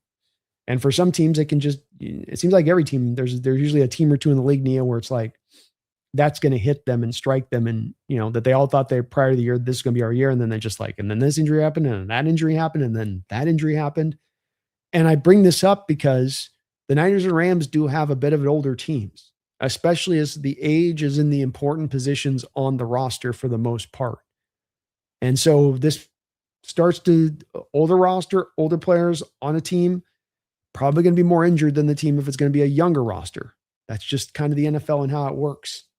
So we'll see how this goes with both of those two teams, if they can both sustain. Rams did a good job of it last year, to give them credit. They were able to really minimize down the amount of injuries throughout the course of the year. But can they do that twice in a row with all the games they played in recent years, especially spanning in the playoffs? We'll see. We'll see. Sorry, I don't get the chicanery reference.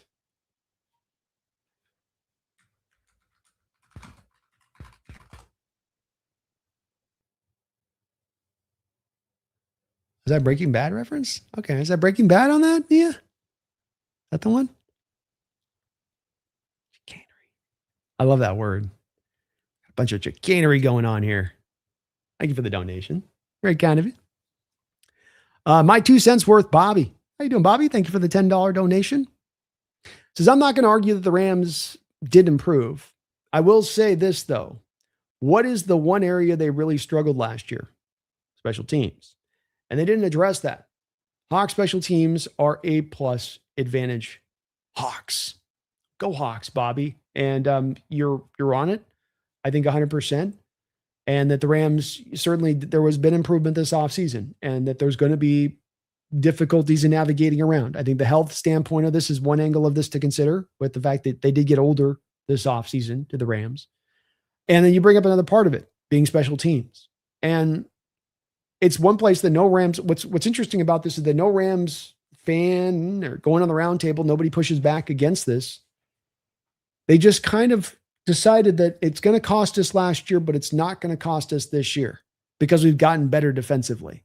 It's almost like, Bobby, to me, like the fans of the Rams in the front office have said, special teams is going to be shit. Then we could really do about that. Or we could do something about that, but instead of doing something about that, we're just going to soup up the defense. I mean, you're not overstating it, Bobby. I've said that I can't even understand this one. Xavier Smith is still their punt returner right now. The guy that stood there in the championship conference game, in a game that was tight, in a game that came down to the wire, in a game that every turnover matters like a life alert and an old person laying on the floor. And you got this guy back there receiving the punt doing this move.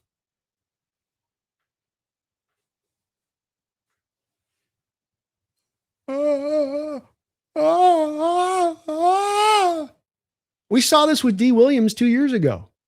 Anybody watching the channel saw me in preseason with D. Williams going, wait, hold on. Wait. You guys are all seeing this, right? Everyone here is seeing this. He does not want, he's not comfortable returning. He can't catch the ball.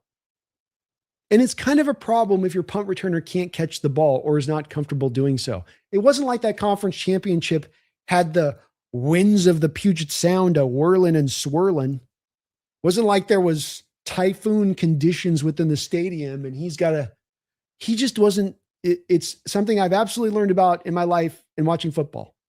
There are those that are comfortable and can track a football in the air and are good punt returners because they are able to simply do the base thing you need to first do in being a good punt returner, which is see the ball, catch the ball. And then there are those guys who might be really athletic and really twitchy and super good after returning the punt, but who just are not comfortable catching it. They just can't track it. They lose it. They kind of get their feet, don't talk to their hands. It's just ugly. And that's what you saw last year on that botched punt return that it ricocheted off of his face. And I think they're going to run to it again this year. And I don't know why you wouldn't do anything. Like not even any, like you'd think, Bobby, you think that they would at least do a kind of a gesture, but nothing, zero, zip, zilch, nada, no moves done by them on the special teams front of it. And we'll see if that doesn't come back and rear its ugly head at some point again this year. And I think it does. I think especially to your point of this, when you treat your special teams like that, and then the opposition you're going up against treats the special teams like we do. Because consider this on the other end of this, Bobby, where number one special teams unit arguably in the NFL last year, and then you go out and you trade a future 7th round pick for a gunner that you really didn't necessarily absolutely need, might not even make the roster, just for the opportunity to improve it even that much more, to make something great even better. And that's to me where I think there will be a key difference of this coming down the line. And I think that last year taught us this week in and week out, and watching the teams that paid attention to it and those that didn't. And that those that we saw a significant difference between, a la like us in the Falcons game, for instance, or the Saints game, when there was that much of a measure of difference between those two teams, we were able to really go out there and take advantage. Bobby, thank you though, man. Appreciate the donation. I agree with you completely on this. The defense has gotten better a little bit. I think that there are 3 or 4 major points within the Rams that I think remain question marks about their team that are still issues on this team and do not make them no brainer, no doubt about it. There's absolutely nothing that can stop them, like the national media is trying to sell us on. And you touch on one of them being special teams. I think the commitment to running, and if that's truly going to be in place with McVay, or if he's going to fall back to trying to make Stafford throw at a top 6 rate again this year, I don't know if that Stafford can pull that off again without getting injured. Depth across the board, I think that that's still a major question. The Alaric Jackson potential suspension is going to really put a spotlight on this, where you don't have the depth across the board. If you lose this guy and lose that guy, you're really going to be hit hard by that in a manner we're not in the same place of. We've got the depth in place. Again, it's been a point of emphasis for us. It's not been for the Rams. Rams are more about the star-driven starter power, and that can work too. But it also means that you do leave yourself vulnerable in a very, very significant light at this point from a Rams standpoint. And there's not a lot they can do about that depth at this point too, Bobby. I'd add that on top as well. Good point though, man. Nia says, better call Sal. Sí, habla español. Uno poquito. Uno poquito. Better Call Saul, great show. Breaking Bad, great show.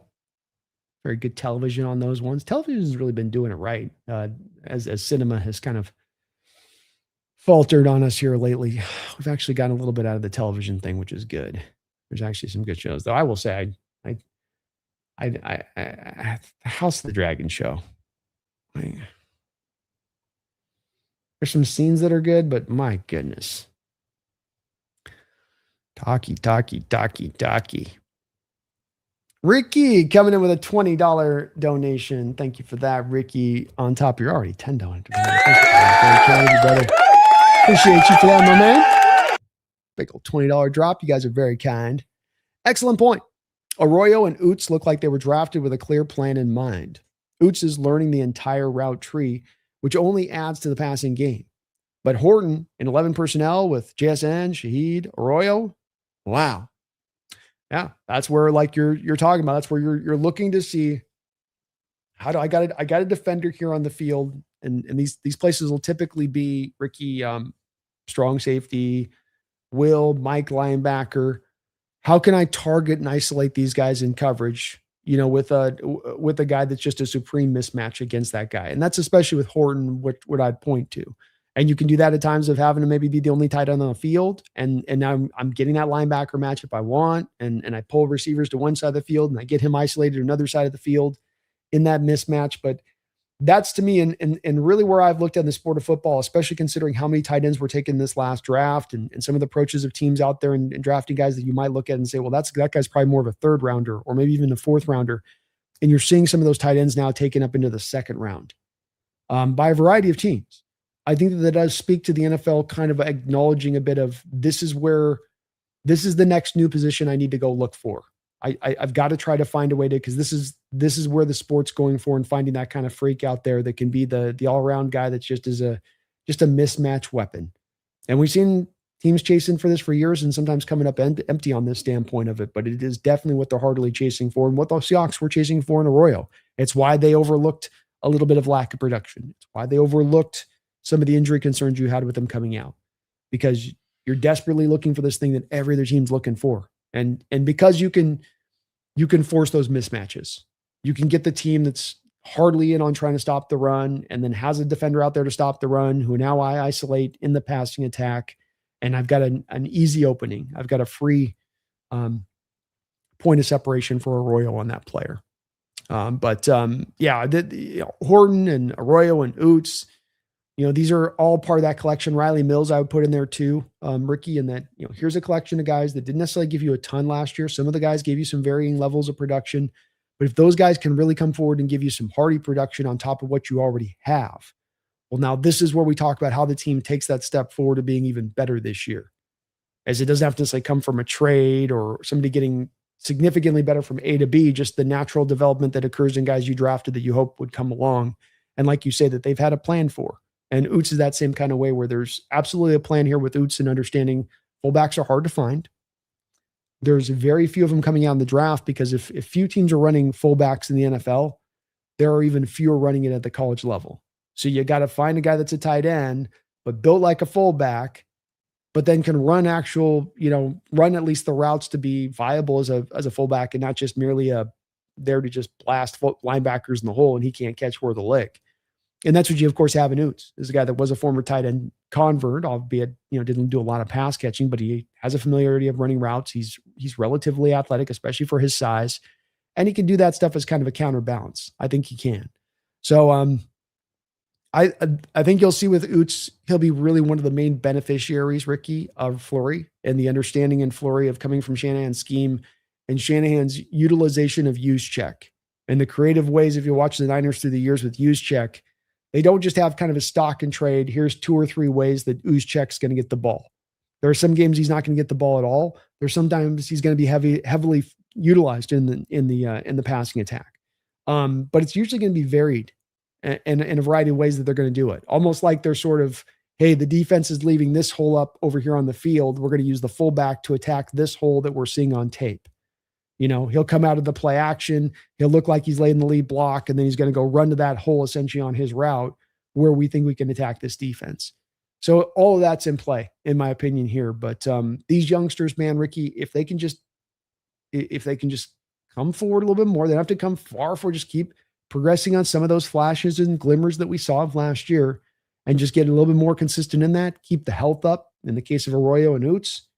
Well, now, like I said, you can have a team that could be even better. And maybe a fundamental part, if we talk about what's this going to take for us to get to being a Super Bowl championship and repeating, like if we looked forward into what that reality would look like, it's probably going to take a Riley Mills, an Oots, an Arroyo, a Horton.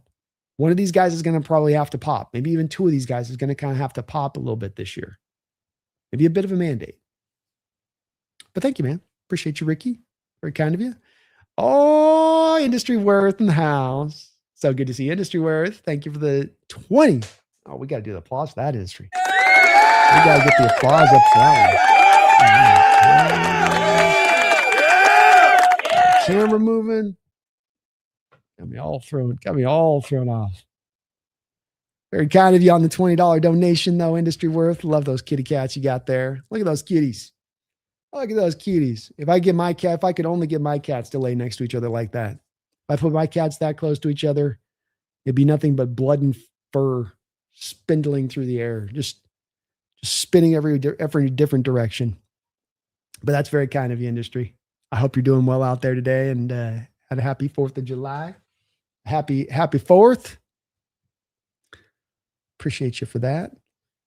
I gotta get my camera right. It's all functified. The camera's all funky. All funky. Appreciate you. I hope you're doing well, Cal. Hope you're doing well. So very kind of you.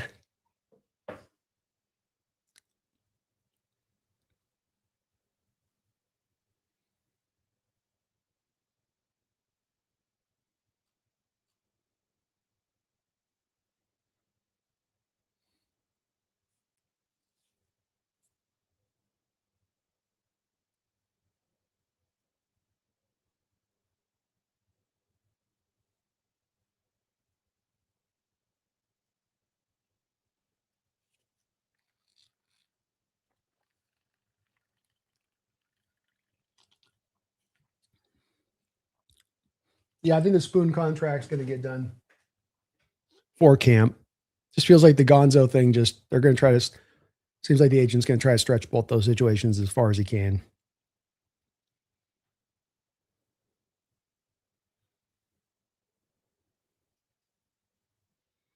Wonder what the market value is for Spoon. I think it's just really hard to move him. I really do. I think he's such a fundamental part to what you do, and he's such a foundational piece. I can understand the thinking about just the considerations. Everything's got to be considered. Like there is no go considerate points. And when you ask, is he going to get 2 first like sauce? I think absolutely he's going to get 2 first like sauce. Yeah. I mean, he's 3-time Pro Bowl or an All Pro. I mean, like he's a guy that even with having to pay him the money you're going to have to pay him. I mean, if McDuffie gets a 1st round pick this off season, then I absolutely think that Witherspoon would get you 2. Now, is he going to get you 2 prime 1st round picks, King? Or is it more like you're going to have to trade him to like a Kansas City Chiefs team, and the Chiefs team is going to give you, a 1st this year and a future 1st, So you're talking back into the 1st round at that. And that's a player you're taking off the Super Bowl roster at this point. And do you have another move from the cornerback room that you're going to make that you're going to be able to offset that with and bring in a player that's anywhere near the caliber? No, not at all. So I think it's something that you'd understand if he's going to push the cost. You've got the 2 years of club control. HHG mentions that. I think that's a little bit of the deal here is that, look, you went to Jackson Smith and you were willing to pay Jackson Smith the high mark for the receiver position. You're making him one of the highest paid players average per year. But Jackson had to come to the table on that, be willing to put that deal on top of the 2 years that existed on his current deal. So he had to extend this thing out to like a 6-year contract, essentially. And so he got his money, but he had to play ball with Seattle to do that. If Witherspoon's coming into the story, he says, I want my money, but I'm not also playing ball with you really to make this affordable for you to make this work. From a Seattle standpoint of it, it comes down to like I would have been with Jackson of like, well, why don't I just wait a year to pay you then? If the price is going to be the same after this year as it would be right now, why don't I just save another year on this rookie deal you have and let another year of your rookie deal's bonus bleed out? And that's the thing about this with Jackson's deal is that, or with Spoon's deal is that he had a good amount of bonus money he got on that contract, and that's still bleeding out, and that there's still 2 years of that left to bleed out. Whatever new money you put on Witherspoon's deal comes in on that new money comes on top of the bonus money that still exists on the final 2 years. And I would just say, like, if that's the case, then you can afford to be patient with it. And if he's going to hardline his end of it, you can kind of hardline your end of it. And I think kick the can down the road on this one to make a decision on it after 27 at that point. Thomas Brando, based off Greg Bell, Ballmer is the whale that submitted the bid for the Hawks, and Dan Viens said that there is stuff being upgraded like Ballmer has already taken over. Well, it's interesting to hear. And I know that the weight room is getting upgraded, Thomas, to your point on that. So did maybe he come right in on that to start getting that going? Maybe so. It's cool to hear. I love to hear that Ballmer's the guy. That's been my favorite on this. Hope that he be the one to do this for a variety of reasons.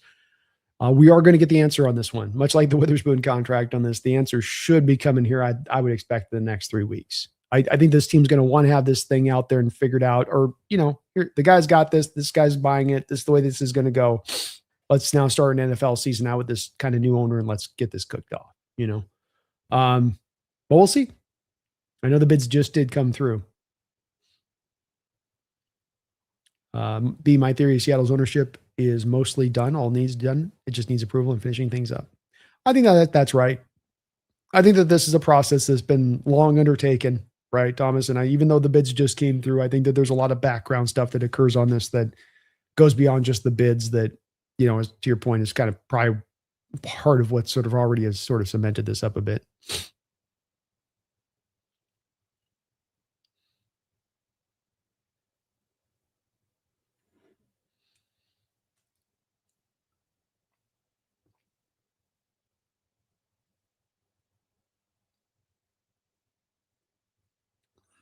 Donnie, how you doing, man?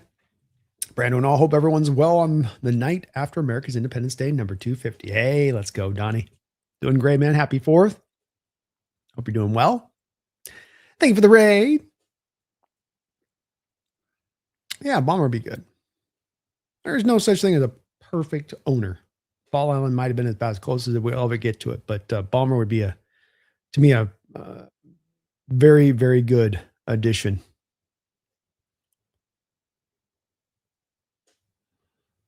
A lot of guys with those billions of dollars can afford it. He's done nothing with the Clippers. You gotta remember though, there, Nicholas. What did he invest? What did he inherit with the Clippers? What did he inherit? That's the right word I wanted to use. Sorry, I was trying to figure out the right word I want to use there, Nicholas. What do you inherit there? They had no talent. They had very little to work off of coming in the door there. A team that not just under Ballmer, but a team that has never done anything in that market ever. So it's also one where it's like, you kind of like saying Ballmer bought the Cleveland Browns, and in the first 5 years, the Cleveland Browns didn't turn them into a winner, right? Like, and you get a little bit, football is different, you don't, but basketball, it's harder to build a winner. It takes longer. And I think the thing that worked against him, Nicholas, is that he came in there and he wanted, the thing that worked against him in basketball that wouldn't work against him in football is that he came into the Clippers and he tried to get the winning going fast. I'm going to go get Paul George. We're going to go get Kawhi Leonard. We're splashy. We're going to get this going. And like, you can pull that off in basketball, but it's not easy. And if you make the wrong decision in basketball, you're set back for years. And you have to just kind of like swim in it and wait it out. In football, you can turn things around fast. And then football, that mentality is rewarded. That let's cook it up mentality, let's be aggressive mentality, look no further than the NFC West, is one that can allow you to be a contender. And why I think in part he'd be such a good owner in the NFL versus, basketball on the other end of it, where there has to be a bit of patience, I think, kind of built in basketball, even if you've got the paycheck and the money to get stuff done. King Bomber's with me on this. NBA is a different beast. The NFL, he's got money. Oftentimes, that's all that matters in the NFL. NBA, you need more than that to win. There we go. One person I proposed, Melinda Gates, she bought into the Kraken, and you never know. New Sonics. That'd be interesting. Percent says, I don't think the Trailblazers won anything with Paul Allen. Did they? No, they did not. Good point. Basketball is just different beast. You know what I mean? Same thing there. Paul, like Ballmer did with the Clippers, Paul was more than willing with the Blazers to open up the paycheck. It just did. It's a little tougher with basketball.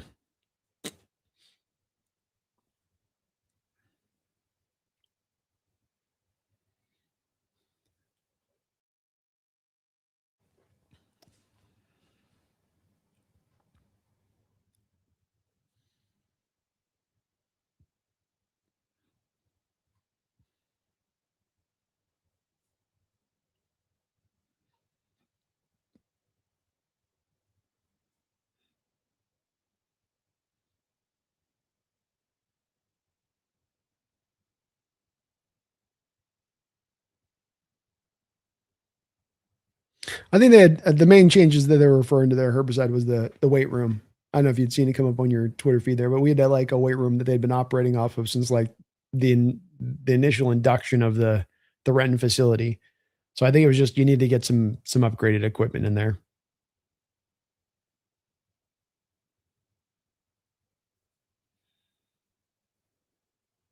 I wonder what the disagreement is with Witherspoon. 31.1 million, 4 years, probably 55 million guaranteed. I think it's the push for both Gonzalez and Witherspoon are probably both pushing into the sort of that territory if we want to be played like the top end receivers. I think they're probably more pushing into the top 30s there, King. It's more about the APY getting up into that area than it is anything else. And then the guarantees off of it. So, you get up to the 38. Now it's more about the guarantee being like 75 to 80. And I think that's probably what's drawing this up a little bit at both Gonzalez, because it's the same agent. This is where, and I'm making a guess, because you have the same agent for both Witherspoon and Gonzalez. He's pushing for both these guys to be up in that upper crust of the upper 30s. No, don't just pay us more than McDuffie. We're far better players than McDuffie, so you need to be paying us significantly more than McDuffie. I can see where he's going to try to make that argument, but I could also see where both the Patriots and the Hawks, with 2 years of club control for both players still remaining, would say, kick rocks. We'll just wait a year and come back around. And that's where you as a player got to figure out what you want to do on this. And I don't think the teams are wrong for saying, look, you have 2 years left on a first round rookie contract where you were the 5th overall pick and now paid a substantial amount of money. I will be willing to do away with that 2 years of club control, but you need to be willing to meet me somewhere. And you saying I need to be paid not only the top of the market at the cornerback position, but I need to be paid 4 or 5 million more than the last guy who paid the top of the market. Well, now you're not meeting me halfway to Jack Diddley Dandy, are you? Now you're just kind of holding me over the barrel. And that's where I think the team's got to be, and has been on this one, I think, smart. I also think it's where eventually this comes down to a common place is found. The timelines on this stuff and training camp coming up and Spoon walking out there without a contract and trying to play in the manner he plays without a new contract on the books. Because that's the part you got to be willing to do for as a player if you're going to really hard line this the way that he would have to hard line this. And I think that's where that becomes like, okay, look, I'll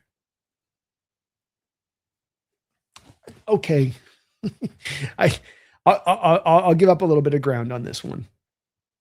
And if not, you go to the 2 year, you go the extra year. And pay him whatever next year, Or Titan, who gives JSN more fits, Stingley or Gonzalez?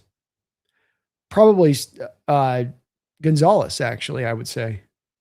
But there was also a couple of throws in there from, remember, Oiler Titan, there's a couple of very key throws in that game. There's a touchdown throw on a post route where JSN breaks open and Darnold throws it behind him. And then there's a play where JSN breaks deep, wide open, and Darnold overthrows him by like 3 yards.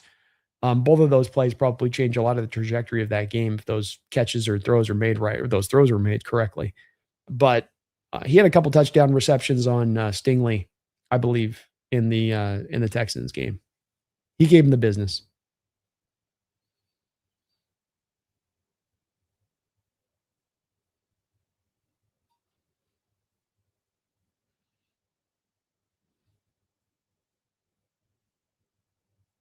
Aloha, War Chief.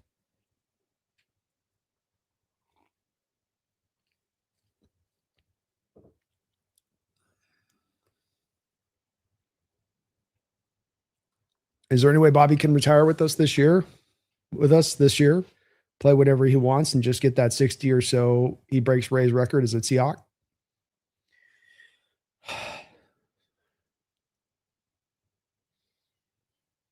It's really tough because if you have Bobby on the field, teams are going to try to target him in pass coverage. He has lost steps in coverage, and he can definitely get targeted in that manner. He still can play the run pretty well. But even that, outside zone runs and getting out laterally into space like you once could, being a sideline to sideline kind of player, you're just not getting that kind of player. It'd be great if they could. I'm open to it if there's some creative way. The tough part of this becomes, War Chief, is that you just don't have a roster that's really freed up to kind of carry a extra on it. You want to carry an extra fullback who's going to be there for basically you to be a special teams guy. I'm trying to hold on to 3 quarterbacks on the roster. So you can't just go with the 2 guys there and then throw them over there on that side of it. you kind of go trip by trip through this roster, and it just gets really tough to find the extra. You have to free up the roster spot from somewhere to be able to accommodate him here, and that's where it gets tough to do. And maybe you could hold him on the practice squad, but is Bobby going to want to do it at this point in time? I can't see him want to do that if that was the reality of his situation. But you never know. Maybe they can find some kind of creative way to fit him in here. But I think it'd be hard. I think it would be hard.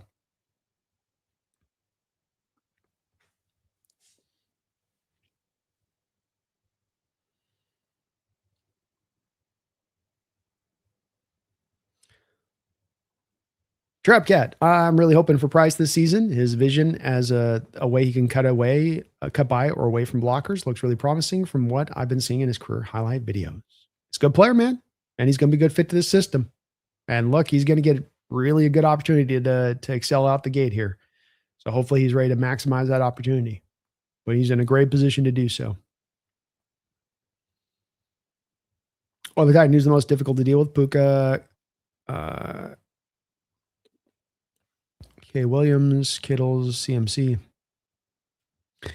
Mike Evans, Marvin Harrison, Trey McBride. I think Puka is probably the toughest to deal with because I think with Puka, you can have him covered and he can still make the catch. The guy can be plastering him and he's still going to find a way because he's just kind of has it. I think other guys you can find a way to limit and kind of hold them back. I think CMC's definitely lost a step. Mike Evans is still a good player, but I don't know if he's where he was. Marvin Harrison's still very much a question. McBride's a problem, and he always gives us work wherever we play them. But I don't feel like he's ever like tearing us apart. Sometimes it's like he gets a lot of those empty calorie yards that the Cardinals offense gets by just being behind in so many games and being so pass happy. So I would probably give it to Puka. Yeah, Rufus Porter was awesome. It's a great reference there, man. Rufus was a lot of fun. He was so fast on that AstroTurf in the Kingdome, man. That guy out of his stance in the Kingdome on that AstroTurf was just like a blur. Hell of a player.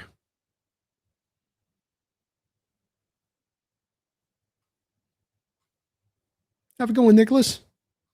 Appreciate you, man.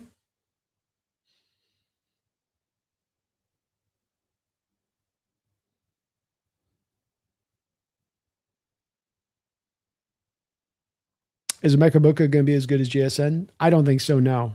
I don't know that Emeka is going to be able to make the transition outside that JSN did. JSN's one of the few I've ever seen that has been a college player that's played on the inside in college and started out his career on the inside and was able to transition to outside. I think Emeka can maybe do a little bit of that, but Emeka is going to be more of a slot maestro kind of guy in there, But I think he'd be a highly productive guy in the slot in that way, and that it's not a black mark on him to say that you're not going to be the guy that led the league in receiving yardage. I don't think Emeka's got that in him. But can Emeka be a 11, 12, 1,300 yard receiver at the height of his powers? Yeah, I think he can absolutely be that.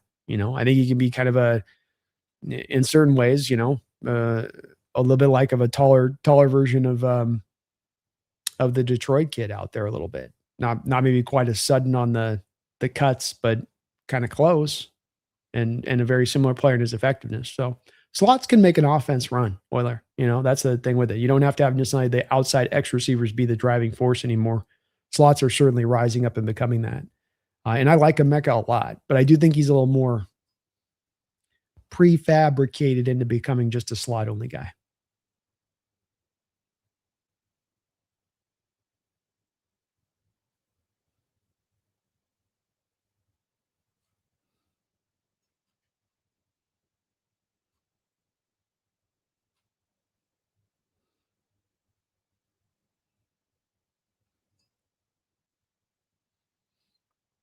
Brian, the Hawks Nest. Fleury is most likely to stick with condensed splits like last season. He'll just add a little more pre-snap motion by players, and they don't expect when they don't expect to motion.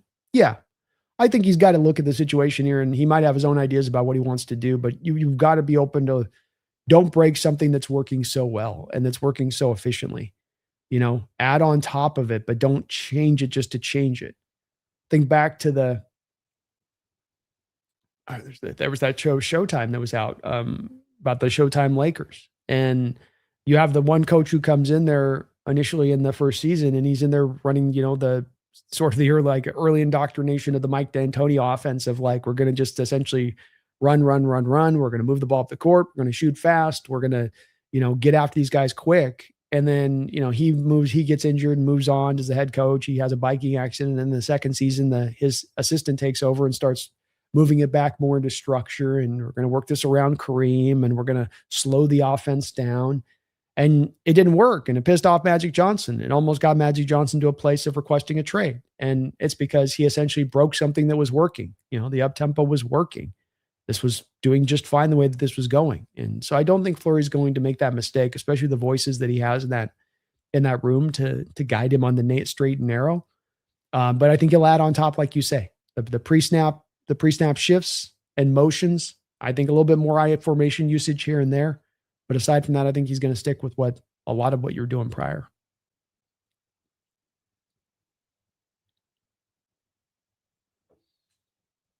Travis, yeah, it happened to Spurs too. Everyone thought Victor and the Spurs were going to win it all, and it was already said and done. That's the way that works at times. Jason Fielder, just found you. Can't wait till the new season begins. I can say I truly feel a repeat. Let's go, Jason. Welcome aboard, man. Thank you for coming aboard over here. Appreciate you for that. We're going to be going hot and heavy this year. We got a lot set up here for the channel. I hope you guys are ready. We've got Sunday. We'll be going live all game long post game. We've got Tuesdays. We'll be doing the hopefully behind enemy lines. And then we've got the NFC West roundtable. Wednesday will be the Seahawks weekly roundup. And then we'll be doing the roundtable on Wednesday night as well. So the NFC West roundtable is coming at you 2 nights a week this upcoming season. Thursday, we got the B&B show and then the Seahawks Syndicate. So a lot lined up, 7 shows a week here, just as it's set up without any extras thrown on top of it this upcoming season here at the Hawks Nest. I hope you guys are locked in. Hope you're ready to go. Let's go. I heard that Mike Dansby ran a 4.25 40-yard dash. Anyone know that it's true? It was a little bit of, that's one of those things where you're at, he's doing one of his little pro days and his coach has got the clock. Yeah, you're just a little early on the trigger clock tick, go, go. Okay, go, Michael. You know what I mean? Like, go, Mike. Well, it's one of those little things. 4.25, 4.37-ish. Rich. You know what I mean? That's what I heard about that one.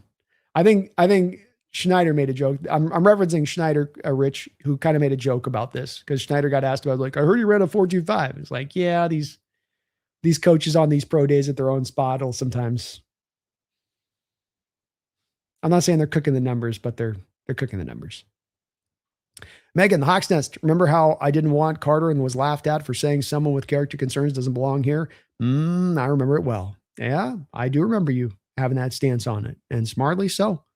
You got to be careful on these players. And I had your back at that time. I had the back of this organization at the time with going with Witherspoon. I love Carter. I love Carter as much as any prospect I've watched in recent years coming out. But like we spoke about that time, there had been no player that had come out in recent memory that had maybe as thick a character concern book as this guy. And that's got to provide some hesitancy when you're picking in the top 5 of an NFL draft. When you're into a second or third round, maybe you start thinking about making those risks. But when you're in the first round, when you have other options on the table that are fine options that can be fantastic players, there's no reason to have to take that kind of risk. Banker Alpre's in the house. What's up, Banker? Afternoon, everyone. And Brando, will be interesting if you live stream tomorrow's USA versus Belgium game, albeit you don't watch soccer. I just have a hard time getting into the soccer thing, man. I really do. I've tried. It's one of those sports. Hockey's been that way with me too, where it's like you're waiting for the hooks to sink in, Banker, and they just keep scratching off the surface of the skin a little bit, But I don't know. Maybe I can figure something out. It's a great suggestion. It is. I wish I got into it a little bit more.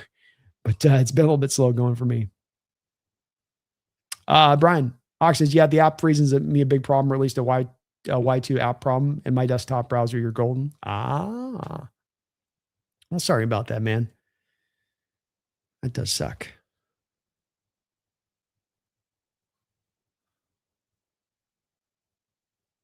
Vinny, Brando, do you think it's possible to have 2,000-yard receivers with this run-first approach team?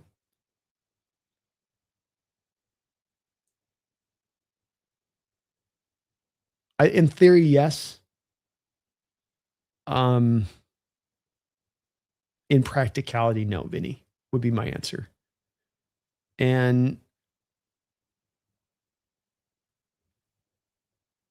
it's a good question, actually. It really is a good question. I mean, on one hand, you certainly could have a guy like Rashid Shaheed out there serving as sort of that, pure number two role. I know Cooper's worked in there as well, but Cooper, you write him down for 50 catches, 750 yards, and you're perfectly happy with that. With Rashid, you'd be like, well, can you get him to like 1,000? I think it's going to be hard. And I think that the only thing that could allow you to do it is if you're in more tighter games, if you have less blowouts, Vinny. So last year, you're 29th in rushing attempts in part because of the commitment to run the ball. Sure.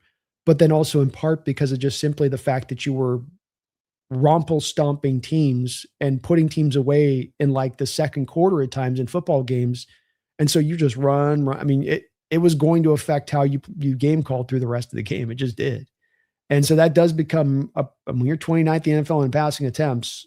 I don't know if we've ever had an NFL team that's 29th in passing attempts and has had 2,000 yard receivers in a season. You're just down to 2 point of a place where I think it gets just a little too hard. But with that said, if you were down into more like 23rd, 22nd in passing attempts, you're a little bit more of some in more even games, and it gets a little bit in the places where now you're having to throw the ball more by necessity, then you certainly could see it happen at that point. I mean, let's face it, you could have, Jackson get a lot more double teams, and then just more of the action is going to then go to that number two guy. And then Jackson still gets up over 1,000, but the number two guy, just by the one-on-one opportunities he's getting now, just gets fed a little bit more because of that. So that's where I go. In theory, it could happen by that manner, but I think in practicality, you once again find yourself in a lot of these games up on teams pretty good as you get into the second half. That finds you leaning into more of the run first centric ideology, and that finds you making it harder to just have the number of attempts that are required for a guy to get to 1,000, two guys to get to 1,000 yards. Herbicide, freaking Jesse lost like 60 pounds. Good job, dude. Yeah, let's go, Jesse. He's been working hard at it too, man. He's had to really grind at it, and I can attest to it. You get old at our age at this point, man. It's tough when you're trying to shed weight or get into shape. I mean, I've been trying to work hard here through this summer myself a bit. Boy, you get older, it's like I don't want to start doing some of that TRT stuff or whatever, but you start to understand the draw for some of these guys getting older. That energy level just recovery time.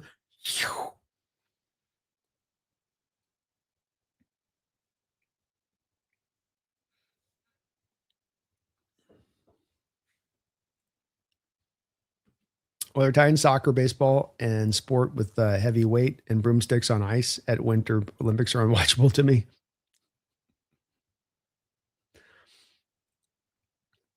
Jason, you know what is cool about the whole soccer thing is how it brings people together and how exciting soccer fans get. But truly, American football is so much more awesome and entertaining.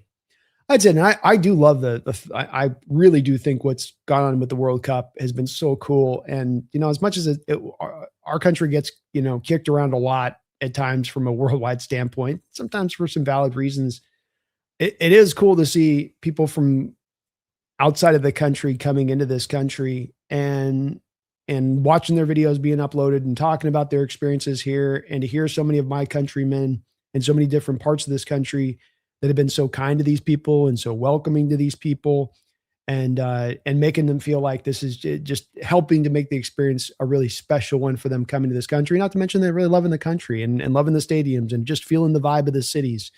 And it was a cool, reminder of like, it ain't all just awful and bad as sometimes stuff gets painted out to be. And really cool. It was just a cool thing to see, and how the soccer did that here with it coming over the US in the way that it has. I do appreciate it. I appreciate soccer. If I can't get into it, I definitely appreciate it. It's a little like Herbicide has me. It's a little bit like soccer. It's a little bit like the watching the paint dry, but I can completely appreciate it.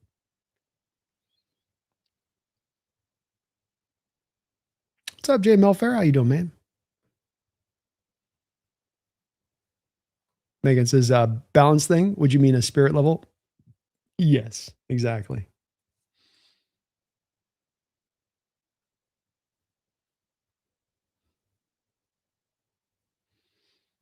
Yeah, I do like it, Jason. It's just that this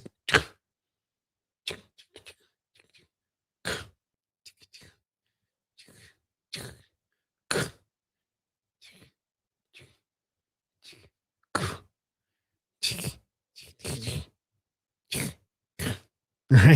start going, nothing's going on.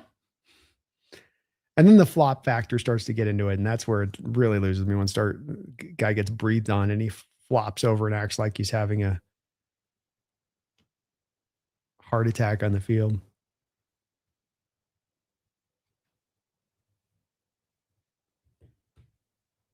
Bobby says, I think Robbie Oots could have a much bigger effect on the offense than people are realizing. 100%.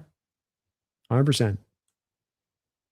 That's it. I was not as aware about getting into this offseason and doing some studying. And that is that I'd always taken it for granted that Shanahan had been as open as any team in the NFL with getting into this 12 personnel stuff and the 2 tight ends. And it was really shocked to hear and talking to even some Niner content creators on this where it's, where they're speaking to the fact that like when he would go to 12 personnel, that he's never going to go to 12 personnel with like a Kittle and Jake Tongas. It's going to be 12 personnel with like Kittle and a run blocking tight end. And that's always how he's going to run it. Like before it's the run blocking tight end they currently have right now, it was Saubert was the guy in there doing it for him. Like that's always how they're going to kind of run that. And they're going to run it very much infrequently compared to how much they might run the 21 personnel with the I formation looks and the fullback. And it really just, it's back to that commitment to like, why did they pay Juszczyk $5-6 million every year? Why are they not only having a fullback, but paying him good money? It's like, because they're going to use him. They're going to use him. And that's where you already had that there inherently within Kubiak's offense and the drive there to take you, like you said, to get Oots and draft him in the first place. And now you even have it kind of doubly down with a guy like Fleury with his background and how Shanahan uses it. Baker Brando, if you were an OC, what concept would you introduce that is either not being used much or a new philosophy entirely?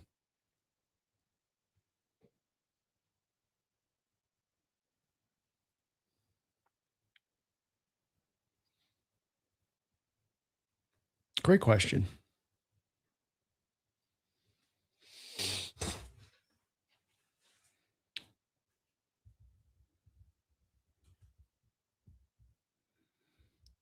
My opinion is there's one particular area that I would have. I don't think that I would have a new philosophy. I think that'd be a much bigger expansion of a question. And I'd get into more of like, how would you kind of construct an offense ground up, Banker, I think that there's really one thing that stands out to me that if I was in Fleury's ear this year or in Sam Darnold's ear this year, that I would say, utilize this to the utmost as much as humanly possible. And that is the double moves and the pump fakes. Think about this, you guys. You guys think about this? How many times do you remember last year, not just with your own Seattle Seahawks, how many times can you guys think about teams throughout the league utilizing pump fakes? Now, think about Drew Brees at the height of his powers. And Drew Brees, when he was running like an MVP, Drew Brees would utilize as a front forward angle to his game, the pump fakes. I drop back, boom, I send that pump fake. And not just the pump fake for the stop and goes or the sluggo routes, but he would do it for pump fakes to get to the backside. So it's like, boom, I take it, I'm looking here to the front side, boom, I hit that pump fake to drive the safety over here. Now I've got on the backside my one-on-one freed up, and I know that safety's already taken the 2 or 3 steps on my pump fake. So now that guy's going to get just a one-on-one opportunity pure. Like he could just he could pull the one-on-one opportunities with just the pump fake alone. And I don't think that it's as utilized as much. Roethlisberger was great with this 2-banker. I feel like it's been a little bit of a lost art in the NFL. And I think that that's one where for this offense, as aggressive as you get teams at times and what they do in coverages to try to, jump on routes, that this is where the door is much more open to take advantage of that. You got to have the pass protection to make it go. But look, our pass protection held up really well last year. I think there's a lot more room to use it. And I think we did it a little bit here and there, but it wasn't one that we really used a lot of. And I felt like this for a while, that it could be put a little bit more at the forefront.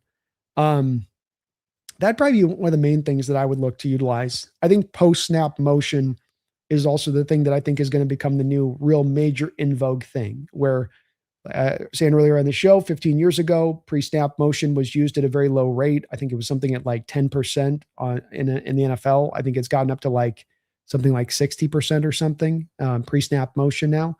I think post-snap motion is going to see a similar trajectory of climb. And so I would have that as well as being an item I would build into my offense too. Great question.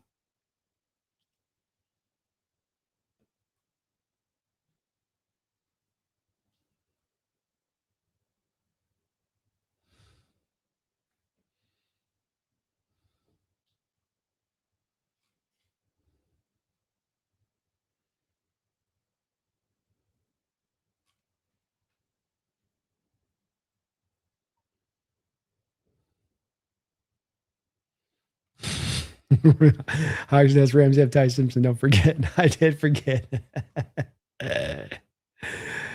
Oh,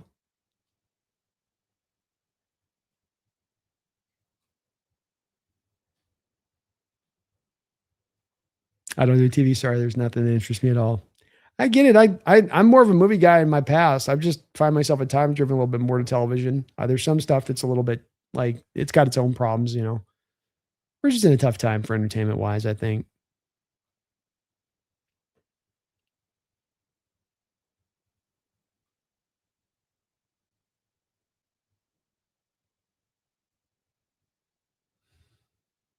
we're tied. The Arizona Cardinals should be on Hard Knocks. Nobody has been knocked harder than the Cardinals over the years. They've been knocked so hard they've got a household of babies. You know what I mean? Butchered that joke.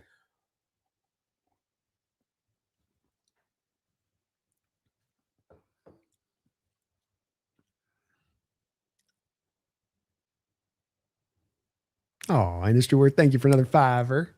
Appreciate you for that, Industry Worth. You're too kind. Too kind. So very nice. Mick K. Brandon, Rio said that Ayuk and Jaden are just playing around with each other on social media and that they're all good. Do you believe that? Or do you think they're actually mad at each other?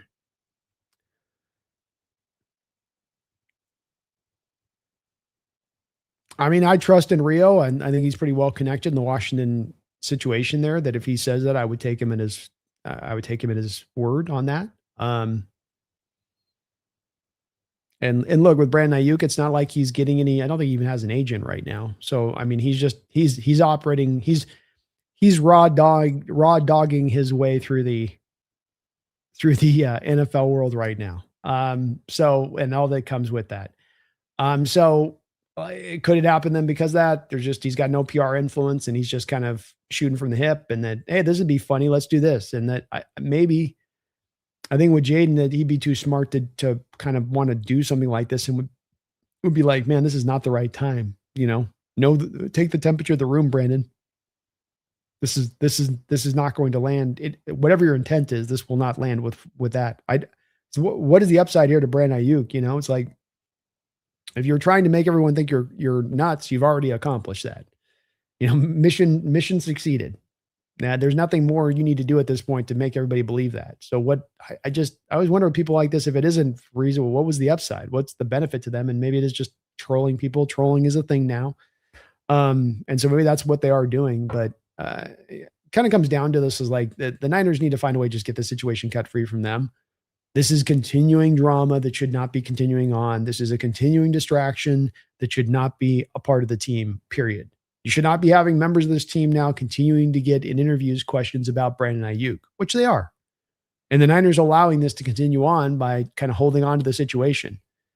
And I said this 3 months ago, just get out and move it on. But they're waiting for this date, but they're seeing if they can get a trade partner, but they're but. Smart teams know when the time's right to move off, and dumb teams sit around there and make excuses for why they can't do it. And I think that the Niners are operating pretty stupidly right now with this whole situation. Not that Brandon's operating smartly, but I don't know if anybody's operating intelligently in this situation.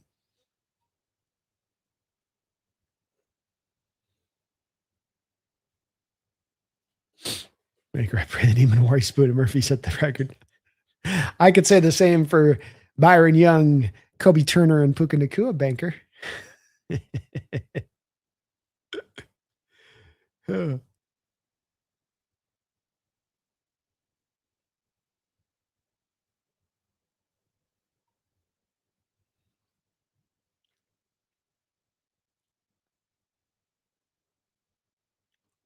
King Vegeta, is the league ignoring how important special teams was last year with the new kicking rules?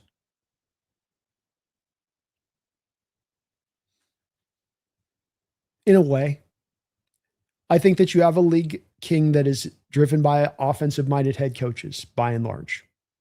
And I think that by and large, offensive coaches fall into the cliche of special teams kind of becoming the redheaded stepchild on the team. And once that occurs and you think about them in that way, you're going to have a little bit of a confirmation bias, right, King?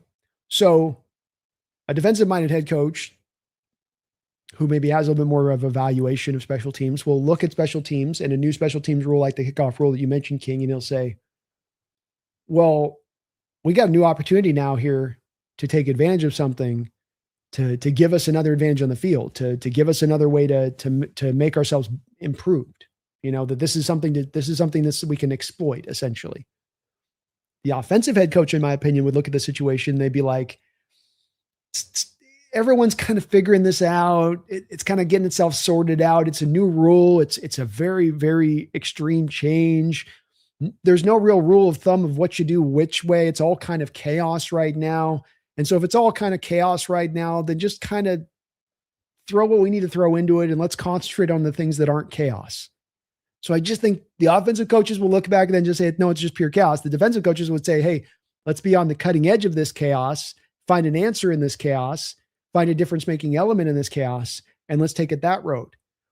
So that's where I do think that we just come back to the offensive-minded coaches and their mentality drives them in a certain direction, and defensive-minded head coaches have a mentality that drives them in a certain direction when it comes to just team building, what you put as far as your preference and your onus upon. You know, it's like offensive-minded coaches have a tendency to run more plays offensively in practice. I want to get more offensive plays off. Does that come at the expense at times of having more special teams reps? Because every practice that I went down to in training camp last year, special teams was at the forefront in you practicing it. The punt returns, the kickoff coverages, all of it. It wasn't something that was like, well, on one of the days I saw them doing some stuff. It was every day it was at the forefront. So I just think that some coaches are a little bit slow to recognize that that if you take advantage of this and you maximize this, you're putting yourself in a position to essentially on two different points of this. Number one, put yourself on offense out really far down the field. I can force you to give me the ball at the 35-yard line because you got to kick the ball into my end zone. That is a huge advantage because, as I've said before, you get a couple first downs and I'm already kicking field goals. Say nothing if I can actually get down in the red zone and actually go down there and score touchdowns. So that's a huge benefit right there if I can force you to do that, or if I've got the kick returner who can just take it past the 35-yard line. But it's all about, to me, this is all about, putting onus on things. And every team would love to put onus on everything and say that everything's important. Everything's maximally important. But the truth of it is, when it gets to the reality of it, King, I think that it comes down to the coaches make their bed in places. And they say, this is what's going to be important to me. That's what's going to be important to me. And you can win in a variety of different ways. Like you can win doing it the McVay way with the Rams in this. You can win being top heavy. You can win being starter heavy. You can win leaning on an old quarterback to be magical for you and to not do much on special teams. You can win this way. I'm not trying to be derogatory that it's only one way to go and get this thing done.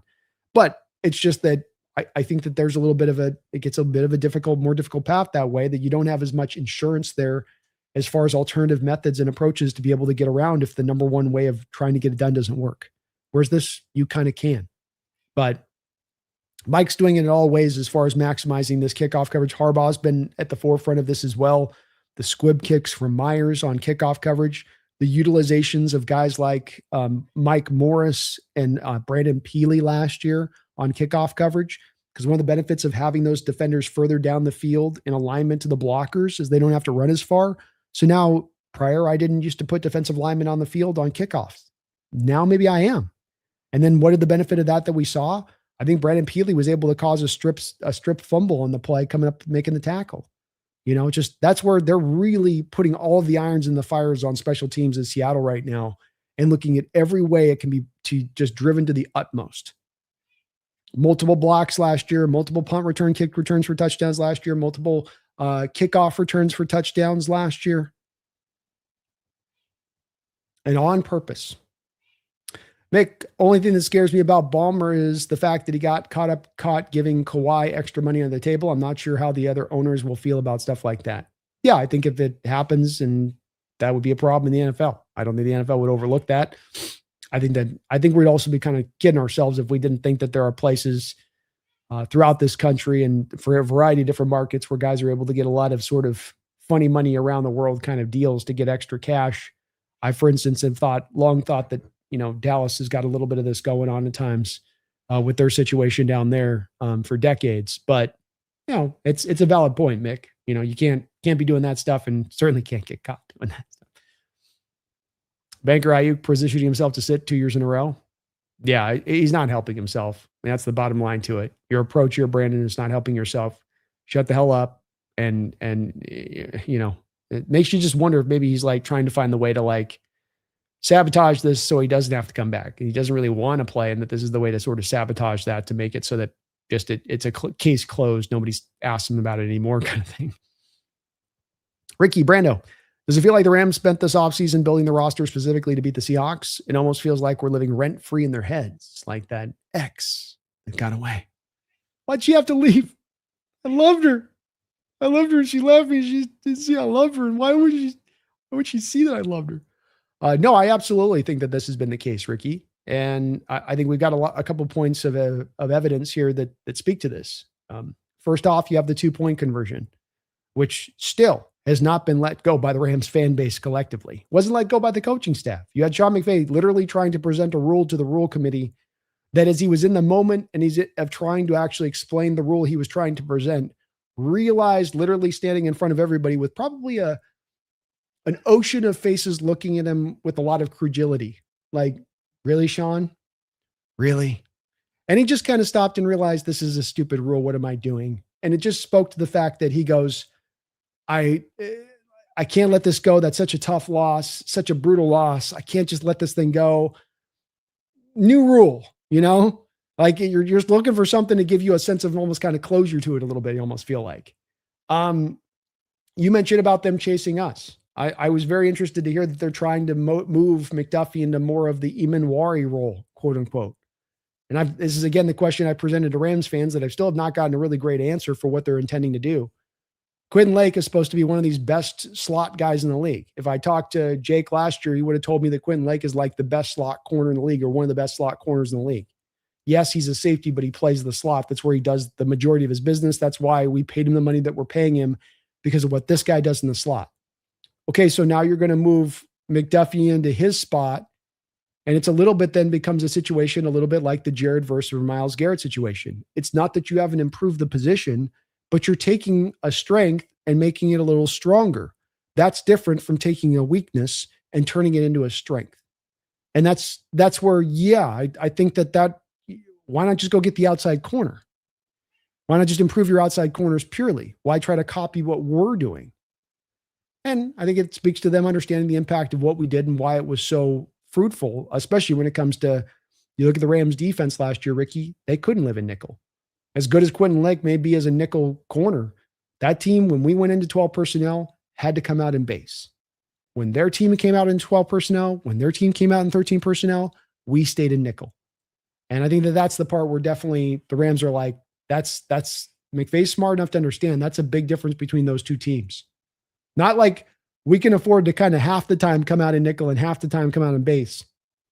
You come out in 12 personnel, we have to match that with our base burst 3-4 personnel. We're going to have to come out with 3 down linemen and 4 linebackers.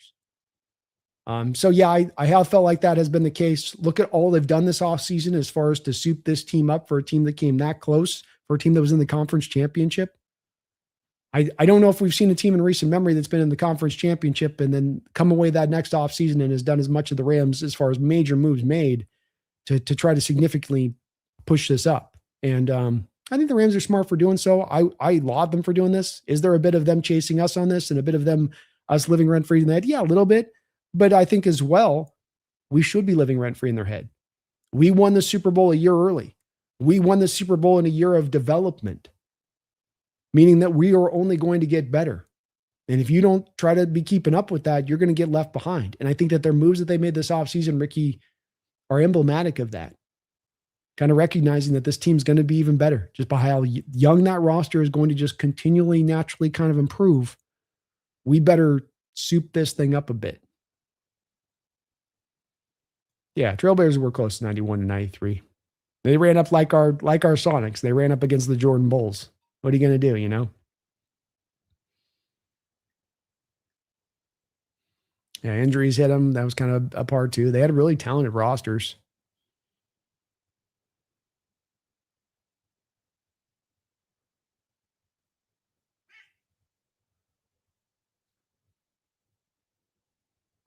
Mick, I've been hearing that Shaheed and Darnold were looking way better in the short intermediate routes together. Look out if they really have good synergy coming off their first training camp together.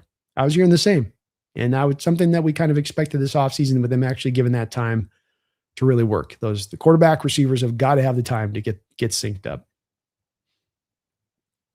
Yeah, well, they're tight, and Trailblazers are picking Bowie over Jordan that's one of those eternal ones that hurts.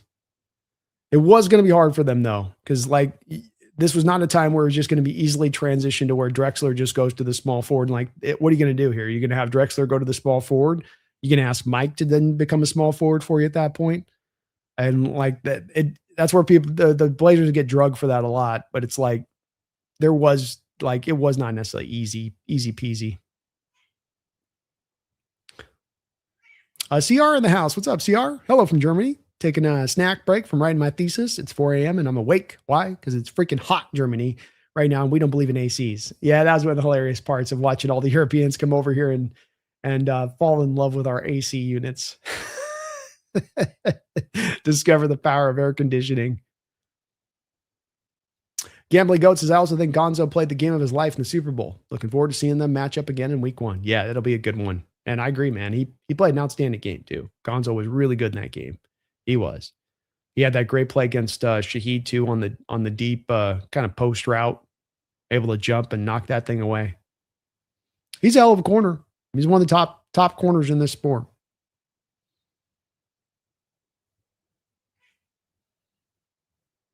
Trap Cat, I keep saying the Rams bring Donald back. We should bring Bobby back. Tit for tat. Tit for tat. I won't say no.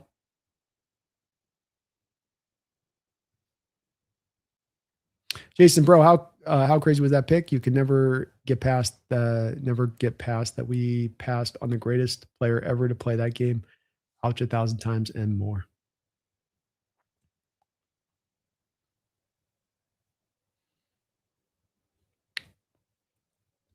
BP, hey Brandon, with Fleury as the OC, is it possible more tight end sets, 13 personnel or 21 personnel with more fullback involvement? I think 21 personnel will be the one you'll see the uptick in. There'll be plenty of personnel usage at 12 and 13 personnel. That will be still mainstay stuff, I think, but I think you'll see a little bit of chunks taken out of specifically probably 13 personnel, a little bit of chunks taken out of 12 personnel to accommodate more 21 personnel reps. Wu-Tang, a little worried about Price's injury history, but he's going to get a lot of early touches. Yeah, I think the plan for me would be Wu-Tang. To your point on this, you're going to balance this throughout the course of the year. You get him early on. You have him running the first couple of games, hopefully where he's kind of the number one back as far as the touches go. You get him worked in there. You get him acclimated. You let Charbonnet kind of take over some of that load as the year goes along. Let him get in as a little more touchy and let him try to kind of keep himself fresh. And then you ideally get to a place that by the end of the year, you got him around kind of 200 touches by the end of the year.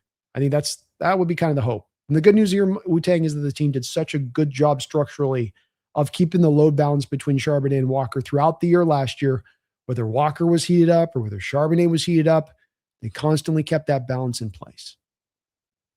Nia, just 2 more months away from Seahawks football and the season in general returning. Let's go. Let's go. Banker says, Adams and the Rams gaslighting Mumfield is causing me to still not believe in him. That's reasonable. I'd be in the same place with that one. Yeah, you guys, it's like the opposite of me doth thinks he protests too much. Me doth thinks your praise is too effusive of the one named Mumfield.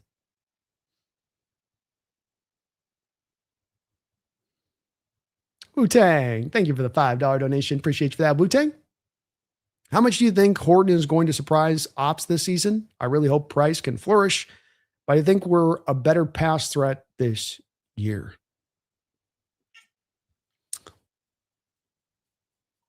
Well, I do think you're right. I think that as a pass threat, you're not just, with a guy like Horton, even last year, I think he was good. He had a rookie receiver at times having to hold down a little bit of the X receiver role.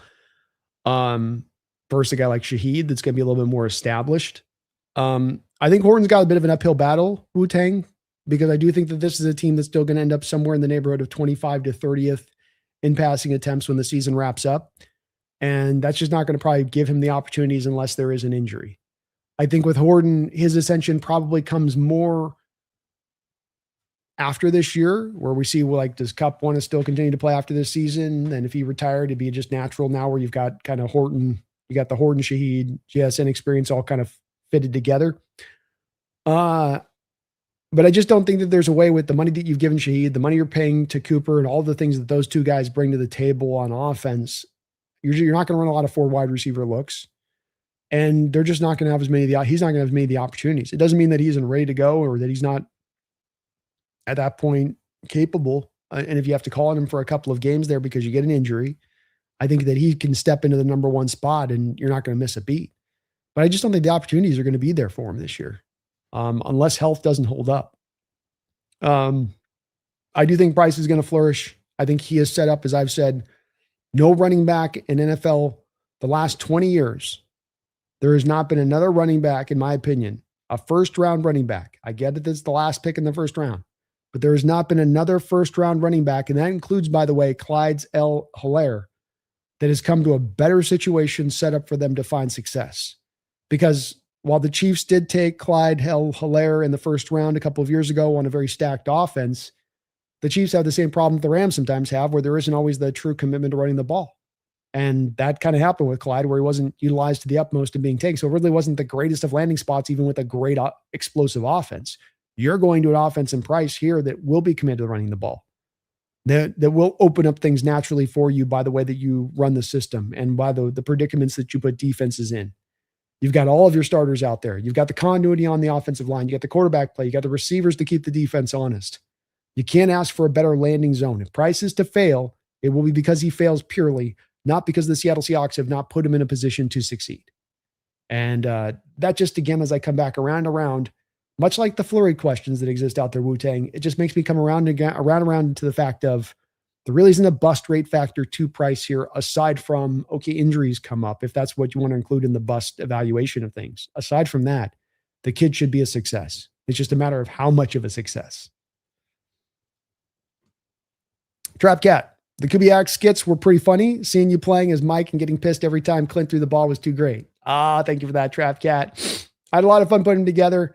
Those that watched it liked it a lot. We didn't have great viewership on those uploads as much as I kind of hoped with it, but everybody that watched it seemed to love it. Just couldn't get as many people to check those out as much as I was hoping we could. But thank you, man.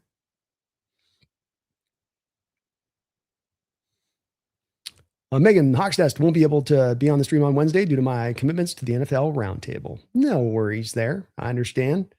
It's going to be an unavoidable here as we continue to expand on the channel at times, Megan. We're eventually going to get up to probably 10, 11 shows a week, I'm sure, at some point. CRB just looked at our 2027 free agents. Only one that needs to be extended is Big Cat and maybe one of our running backs. Everyone else is either restricted or not a necessity. We could basically draft all depth losses.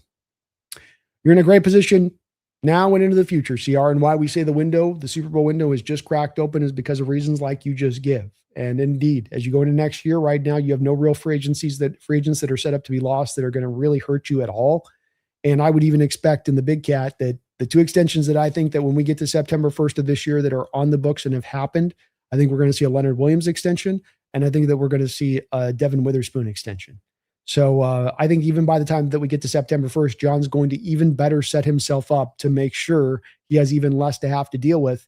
And that just means at that place, you're just in a position to not be held over any kind of barrel. That you can do whatever moves you want to make, that you can spend what money you want to spend, that you can go after what players you want to go after, that you're not held to like, we got to retain all these guys in house, so we can't do anything on the outside. We just have to kind of run it back. Not at all. You can constantly remain flexible and constantly remain in a position to do whatever it takes to get yourself into that place of true contention and not just being a good team that can go in the playoffs, but actually be a contending team for a long successive amount of years, hopefully.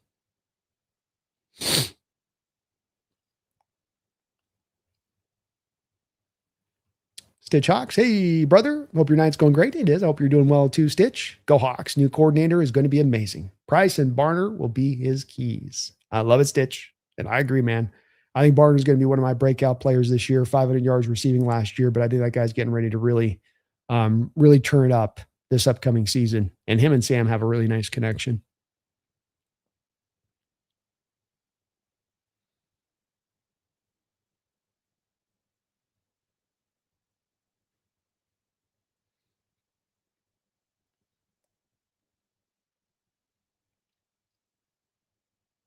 CRB, did you see the football, not soccer fans in Europe? The only thing I miss when watching American sports is proper atmosphere in the stadiums. That's just different levels. It's true, man. It gets intense in our stadiums in that way, you know?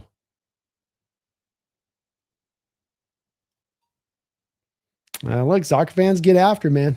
No doubt about that with it. So, they love the sport. I think the thing too is the World Cup, it comes every, 4 years. So it's also a little bit of that, it makes it a little more, the stakes are higher when it's so infrequent like that versus getting it every year a little bit or, it's 16 games a season type thing going on.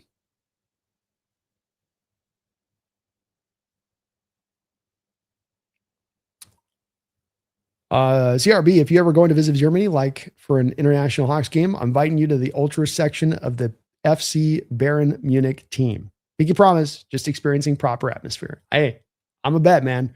It's kind of one of those bucket list things I think I'd like to do at some point is do a little bit of a European run through and check it out over there if I ever get a chance, CR. So if I do, I'll give you guys a heads up and do a little bit of a run through, get up through, get through Britain, get through, check out our people out in Ireland, got to get up through Germany a little bit.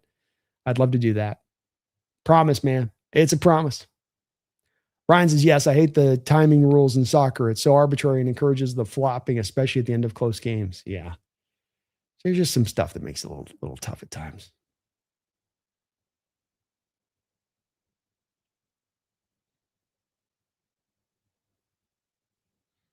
Three Guns Deep says, Matthew Hasbeck said there's no new offensive. They're the same things renamed.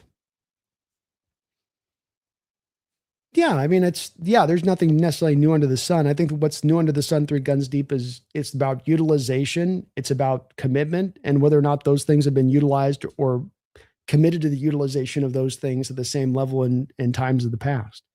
Have teams lived out of a condensed looks in NFL history over the course of NFL season at times?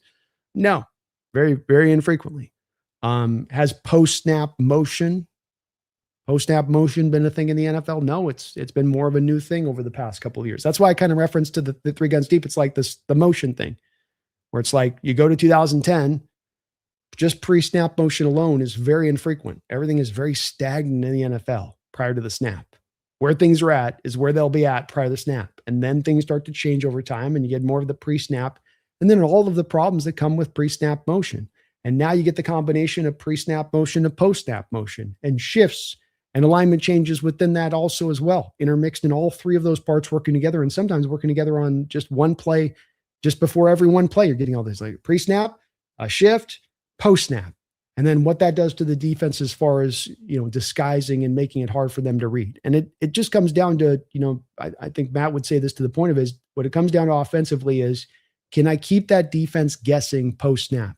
Can I push how long they have to guess even longer than post-snap? Meaning that we don't get a post-snap situation and now immediately they know, okay, it's run or immediately it's pass. Can I get them for a beat post-snap to still be going, wait, I think it's still maybe, wait, is it maybe run? Okay, no, it's pass. And that's where now I can be able to take advantage and not just draw mismatches, but be able to free up my guys in space. Kind of like we showed at the start of the show today, Three Guns Deep, where a smart coordinator can now scheme guys open. It isn't just about now the guy winning the one-on-one matchup, but about actually now I'm smart enough to scheme open because I can force that defense into that said predicament.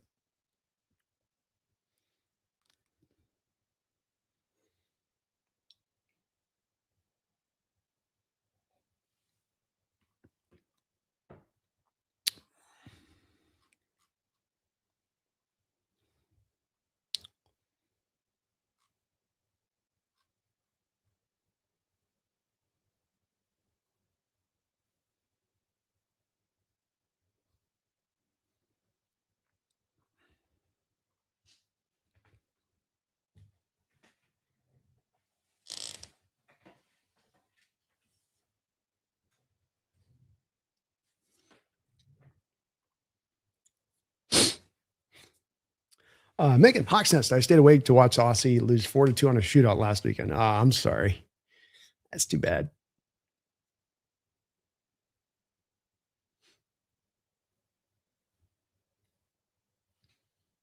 Yeah, Terrell Davis. I don't think he was 4. I think he ran a little bit faster than the 4.72. I think at his pro day, he went a little bit harder than that. I'd have to go and check out where I had that. I had that information somewhere.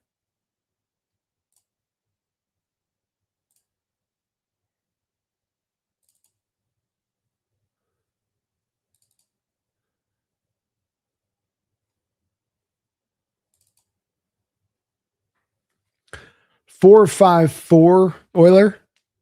4.54 was the 40-yard dash for Terrell at his pro day. And of course, I was making the comparison earlier this year in the draft to Jadarian Price and Terrell Davis, both 5'11". At the pro day, Jadarian Price weighed 203 pounds. Terrell Davis weighed 206 pounds. At the pro day, Jadarian Price ran 4.49. Terrell Davis ran a 4.54. Jadarian had a 35-inch vertical leap, and Terrell had a 34-inch vertical leap. Similarities between those two guys. Not saying it's tit for tat, 1 for 1, but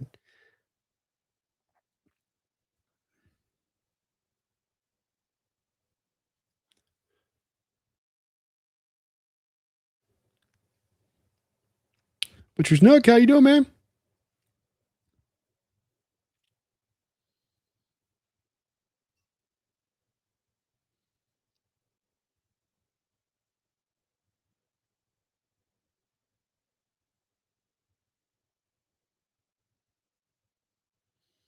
Simmons, sadly, we won't know until August how well the new OC will do. However, I like how everyone is ignoring us just like last year. Let's do our own thing and hopefully have another good run. I like being under the radar, man. You're with me, Simmons. Being on the radar is not the worst place to be. I kind of like it. Butcher's Nook, Brando, if you had to rank JSN, JJ, Puka, and Chase, number 1, how would it be?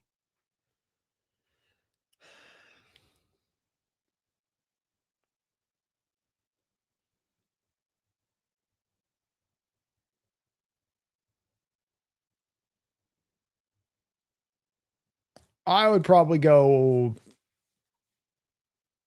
Oof.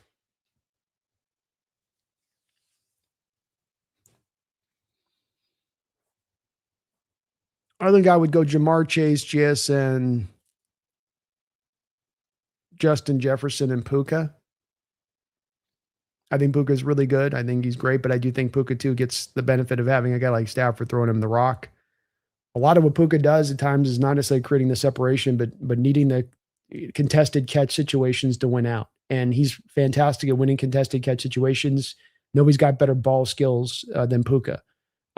There is a bit of that, though, that comes into play where I need a quarterback who's going to throw the ball to the right spot in those contested catch situations. And not all quarterbacks have Stafford's ability to be his pinpoint where he's putting that ball at to give Puka the best opportunity to receive that. I think in JSN, JJ, and Chase, you just have guys that can do a little bit more in generating separation. I would say it would very close between JSN and JJ. So I think that those guys have a lot of similarities between them and what they can kind of do. But I think Jamar Chase is probably the most talented pure wide receiver in the sport, if I just being honest. Good question.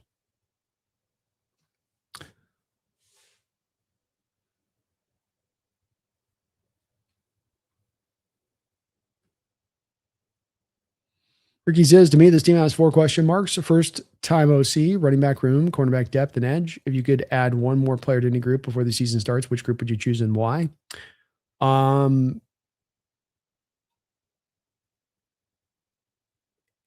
would add Jadeveon Clowney as an edge. That's the move to me that just makes too much sense. Number one, the why reason is before you get to Jadeveon as a player, obviously you're not going to add on to first time OC. You can't add it there. It comes down to running back and cornerback depth. If I'm adding to those 2 positions, who am I adding? And what is out there on the market? Because these choices don't exist in a vacuum. I know what running backs are out there. I know what running backs are available to be traded for. And with signings like Breece Hall and Devon A-Chain, there's no running backs to go and make a move for to reinforce the depth. That's part of why you kind of reached to take a running back at 32 like you did. The same thing is going to be true with the cornerback depth.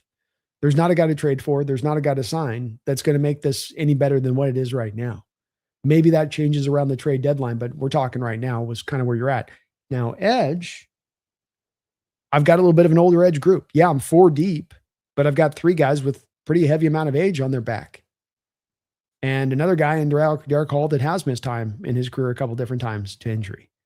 So going out and getting Clowney to reinforce that group, he is available. I don't have to pay anything as far as trade goes. He's only going to cost me about $5-6 million on a 1-year deal, which I've got plenty of cap space to be able to afford that. To me, it just makes it kind of a no-brainer move.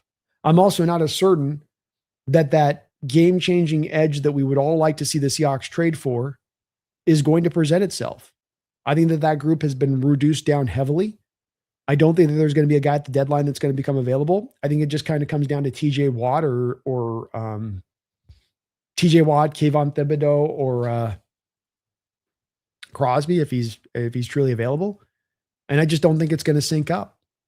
So you're also kind of getting out ahead of something as far as like, we got a readily made item here that just had his best, the number 1 overall pick many years ago, had the best year of what has been a very good career just 2 years ago in the Baltimore Ravens defense, in this Mike McDonald defense, and I get to bring him on as my 5th edge for peanuts.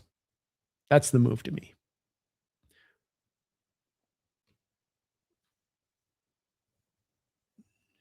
Ben Jetta, never change, Brando.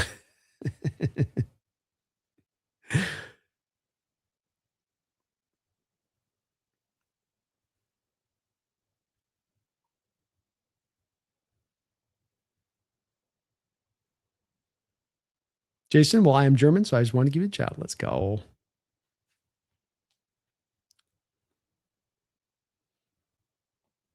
Yeah, Mick, I made the same transition as you. I went from cussing Jay Harbaugh out to hoping he stays with us. I thought he was just a Nepo hire, but that special teams won us the championship last year. He was fantastic, man. And I've never been as reversed on a coach as fast as I did on Jay either.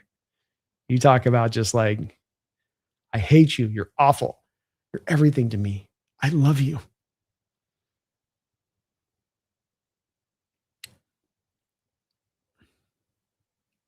A lot of people say Pritchett is not good. I think there's a little bit more to still be proven with him. I think he took steps forward last year. The guy can cover, and the guy could cover at Auburn.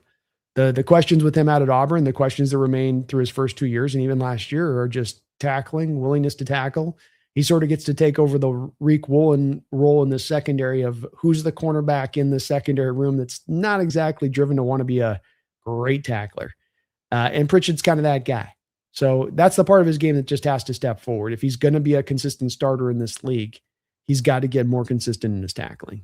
And it's really, for me, a couple different things. It's technique, it's wrap and roll, it's also getting off blocks, it's taking proper paths to the ball carrier. It's just having a spirit that wants to go and get it. And that's why I call him the Woolen a little bit of this team right now, is because it's a spirit thing you feel on tape. You can feel with certain corners that just don't want to tackle. Ow, it hurts. I don't want to. It's going to hurt me. I don't like that. I just want to run. Too bad. It's part of your job. Tackle. We're saying the Rams took psychic damage for that comeback win. I think they did, man. I think they did.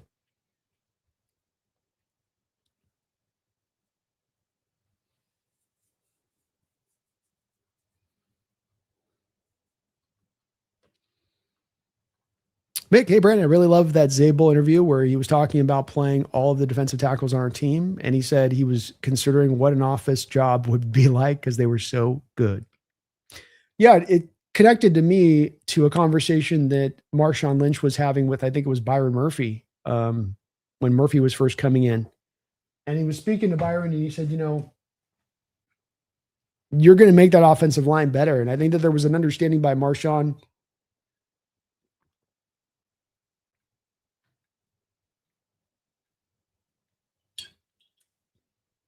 where this was at a time that the offensive line was still kind of a work in progress. And he was really referencing to how, Byron, you're going to make these guys better. And them work going against you every practice, every day in practice will make them better. And it's that iron sharpens iron thing, but it really is true, and that you play these guys every day. It ain't once a Sunday. It's every day you're going up against them. And if you're going up against some of the best, I go up against the lesser on Sundays, it's going to feel like an easier matchup for me. And I think that Sable was kind of referencing a little bit of that inherently. And it was really cool conversation on his part, and cool that he could be so open up in that and be humble enough to kind of admit to that feeling a bit. But it also speaks to that this is kind of a true, like Marshawn was speaking truth at that time. I think it might have been felt by, you watch Byron Murphy's kind of listening to him at that moment. I kind of got the feeling from Murphy that he was kind of like, okay. But like, I think Marshawn was really spitting some facts to him and saying, no, this is going to be the truth of it. You guys will make each other better, but you got to have the challenge on both sides to make each other better. And part of why Marshawn said that, I think, is the understanding of this is what occurred with the teams that I got to see during the Legion of Boom era days.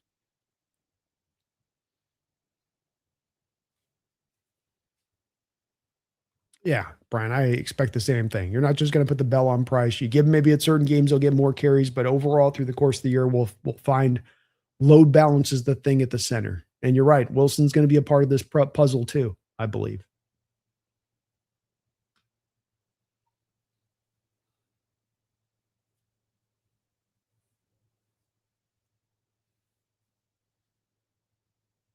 You never know. He might break out fully, Trap Cat. I thought it was eye-opening when you saw it. Scott McLuhan talking about a couple weeks ago when he was speaking to the fact that, he thought that he was going to be a more productive player than Jeremiah Love. And I mean, he was making the Nick Chubb comps out there. And if you didn't look, Scott McLuhan's not a guy you just take lightly. You can take an opinion like mine lightly and be like, well, who have you ever worked for in a front office? Scott McLuhan's worked in multiple front offices. Scott McLuhan has spearheading multiple organizations and setting off great runs of those organizations with both the Niners and the Seahawks. So when he speaks to saying, hey, this guy looks like Nick Chubb to me, he's worth listening to on that, And so you never know. Might be. Megan, you have yourself a great night. Appreciate you. Addicted Brandon, wow. Love the bold comments about Price. Damn, at least two of us must be pumped up for the start of the season. I believe it, man. And I've just been looking back and thinking back to some of these running backs taken in certain spots and what they're set up as far as for success or for failure. And a lot of these guys get put into positions like a Jeremiah Love, for instance, or like Saquon Barkley, for instance, where you're taking the first round, you're a highly talented running back, but you're not really going to a very good team. And you're not going to a team that's going to maximize you to the ultimate. And that is what Jadarian Price is being given right now. A situation to do just that.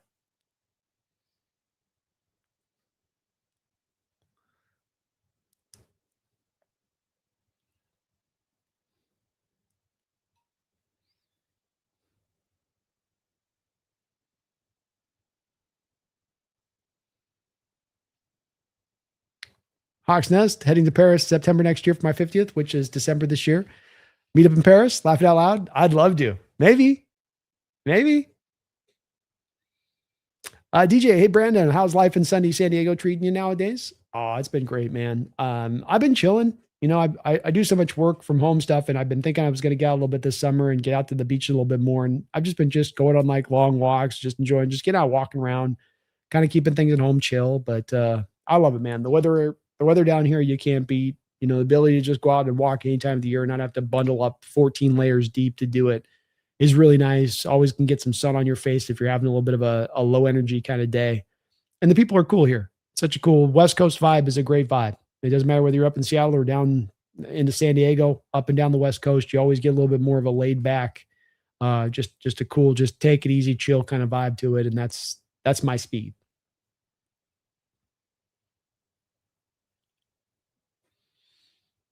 And yeah, there is a little bit of space. The fumble stuff with Price that's on place there. Trap Cat touches on a little bit of this with King Henry.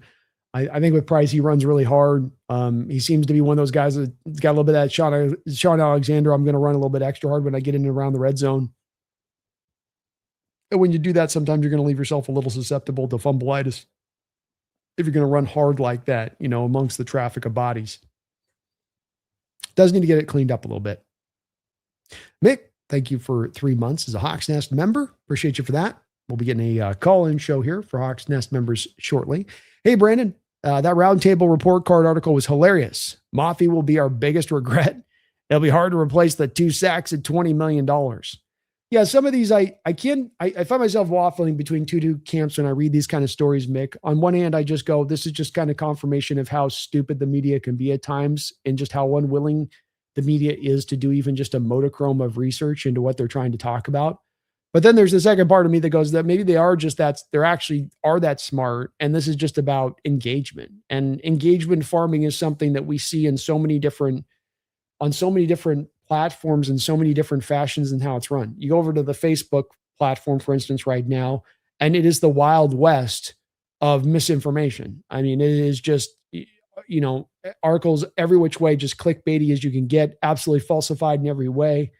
And that this stuff just kind of carries down to varying levels in different platforms. And so I kind of wonder if it's not that this will get clicks. It's the off season. It's hard to get clicks. Nobody's really in on football content. How do I get people on football content? Let me trigger them. Let me trigger people. I kind of feel like that has to be a little bit of what's at play on that article there, Mick. I mean, it just nobody can be that stupid. but but then again, too, the national media, it's not like they aren't without the bad takes over and over again. You know what I mean?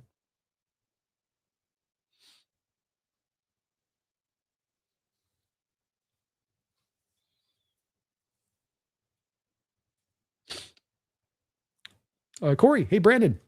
Hope you had a good fourth. I don't know if you saw, there was a top 10 list of hardest places to play in North America sports, and Seattle's Seahawks Sports Stadium was number one. Go Hawks.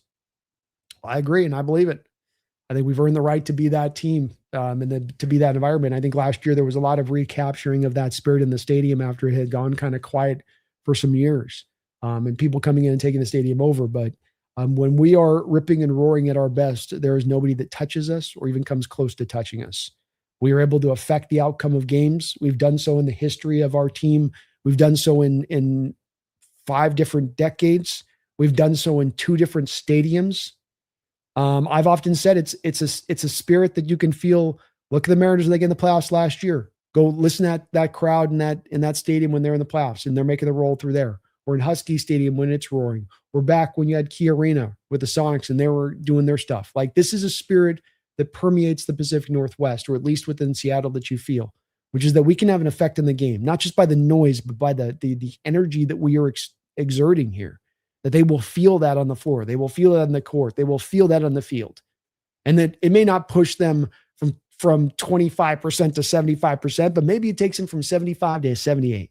Maybe it gives them just a little bit extra, and that's been it is there generationally here, and it is part of what makes this fan base so unique. And it's something that we've embraced fully. And sometimes people want to, kind of roll their eyes at it, but it's the truth of it. We've caused earthquakes and we've set Guinness World Book records as far as volume goes. It's proven out many times over.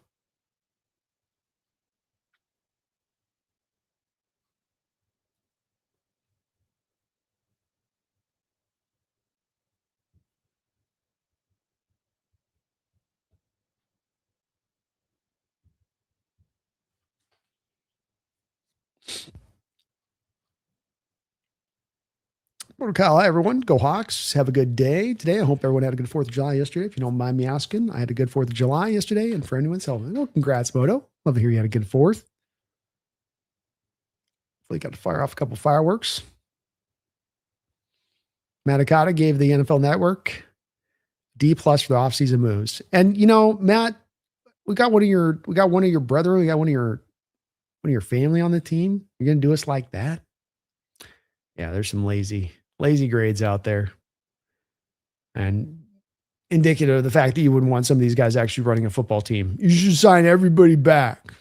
We should just do that for whatever price. Doesn't matter. Just run it all back. Same. Everything. Same. Everybody. If you don't do that, then it's an F, D+.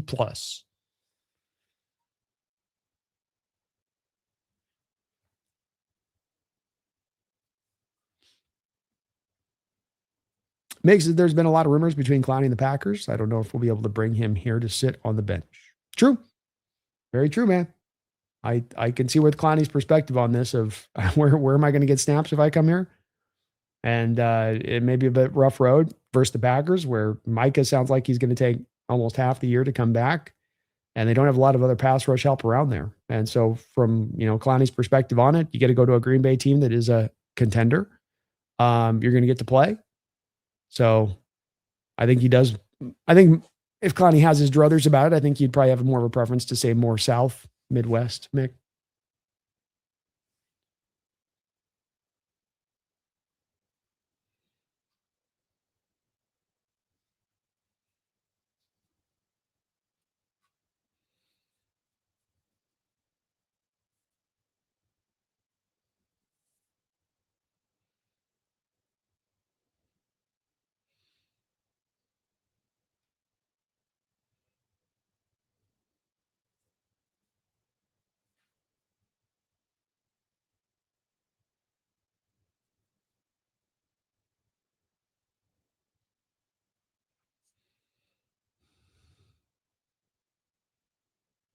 Addicted, I am guilty of watching Price highlights yesterday. I think Healthy Sharps is the only one who can challenge him for starter reps. Let's go, man.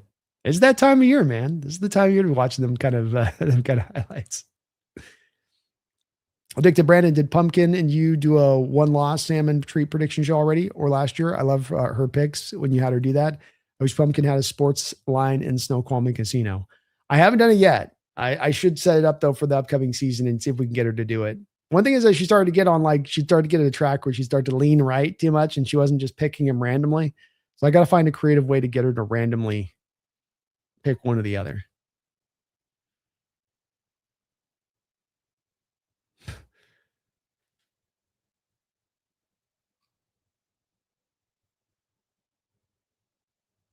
Charlie says, B, why is the Ayuk drama with the Niners so delicious to watch? Because you recognize the fact that the Niners should have gotten out of this thing, and instead they've been catty and they've been petty about the situation. And then Ayuk's been stupid and immature about the situation. And the combination of which does not make the Niners better for 2026. It may not make them worse. This may be a bump in the road that has no effect on the Niners for 2026. But there is no possible or tangible way that it has any benefit whatsoever. There can only be a negative to this. And when you recognize that a rival is dealing with a situation of ongoing strife and drama that just never seems to end,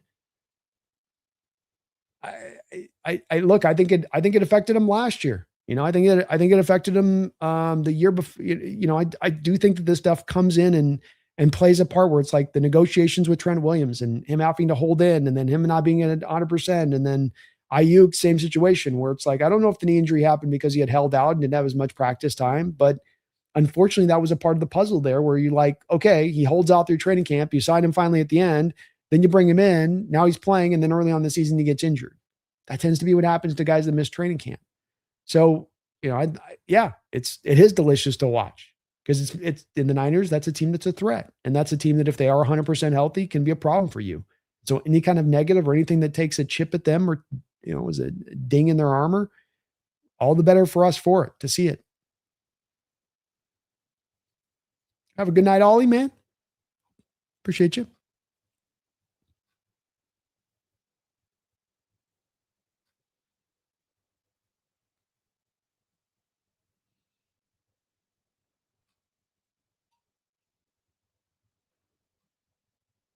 War Chief, thank you for the $2 donation. Appreciate you for that. Wilson, Price, and Holani will be the top 3 running backs in the room. Ooh, no Charbonnet in there, man. Sharp's got to get back in there at some point. Probably to start out, War Chief, for sure.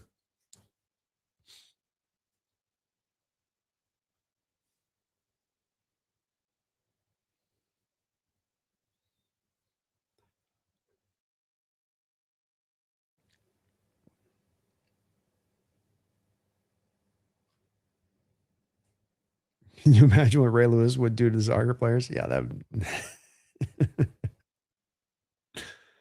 would be pretty. It would not be pretty. That is for sure.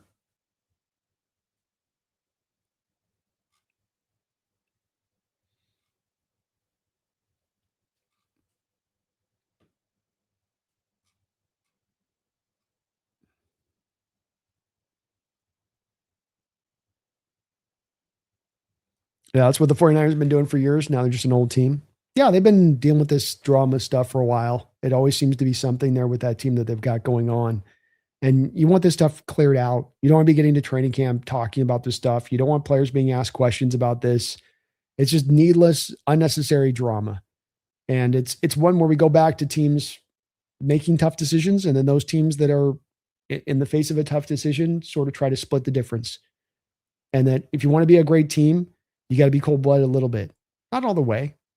You don't have to, lose your soul and just be heartless about it, but you've got to be a little bit cold-blooded. You got to be at times like, hey, Brandon Ayuk, we're not really confident about signing him to a contract extension.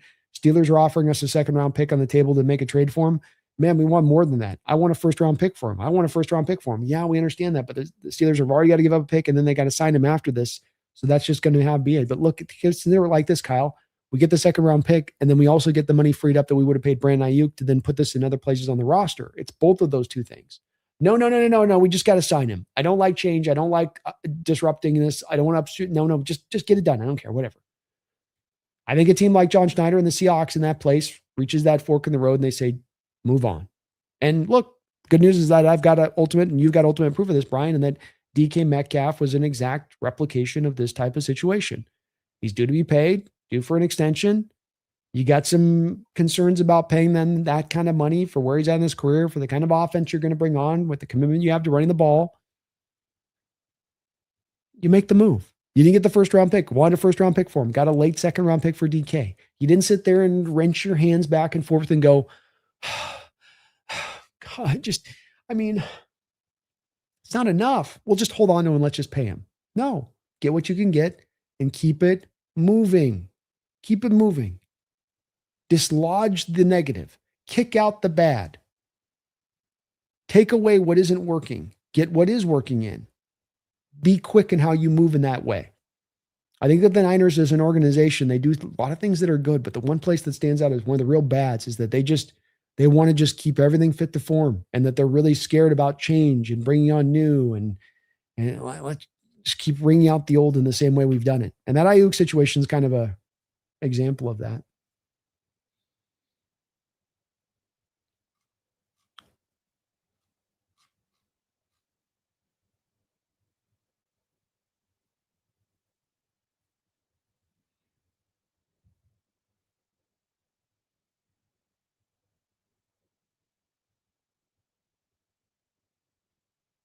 Yeah, soccer will never overtake football in U.S.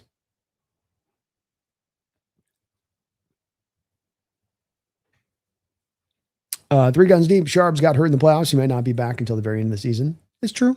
It's hard to say on this. Everything I'm hearing about is that he seems to be ahead of schedule, that he's up and running. But three guns deep, you're right. With these kind of ACL injuries, some can take a little bit longer than others. Some guys bounce back really quick. Some of it might be a little bit dependent upon the severity of things, but hard to say, to your point on that. There's a little bit of a guessing game on this.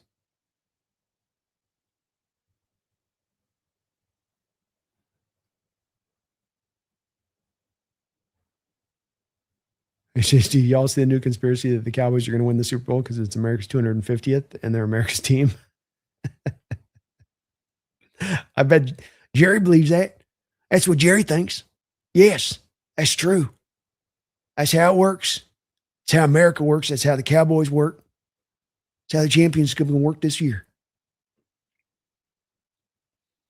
Trap Cat, would Milroe be a possible use for a trade package, for a trade if the Hawks come across something?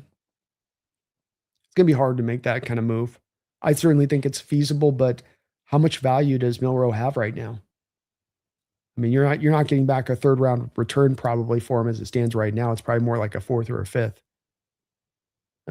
He hasn't done enough to build upon where his pre-draft stock would be. The only way, if you're going to get back like even a third round return on it, would be that it's a team that had like the pre-draft evaluation of where he was at and really is a little bit higher on him than most average teams would be.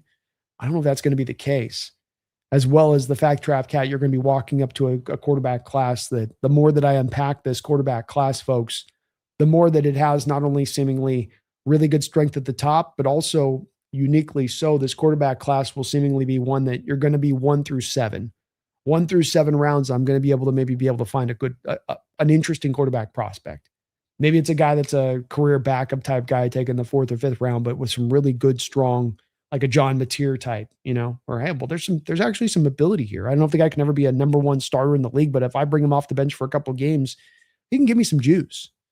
And that's going to make it harder to move a guy like Milroe at this time versus if it was a weaker quarterback class, let's say. So probably the time to have moved him would have been this offseason if there was really a team that was more hot to trot on him. But if he can do more to build his value in training camp, and this is what makes it so vital for the preseason games for Milroe, is that not only for him to further his career and show that he's taking steps forward to give Seattle some of that confidence, but also to maybe get other teams interested in him out there in the long term if you're going to keep Sam, to be like, hey, here's a guy that's going to, kind of foot that bill. So I think there's more work that needs to be done. And unfortunately with this trap cat, the word we're hearing out of OTAs is that we're not necessarily seeing a ton of progress yet. Doesn't mean the progress won't come with Milroe, but it still seems to be a little bit rough around the edges in the way that his game's kind of set up right now.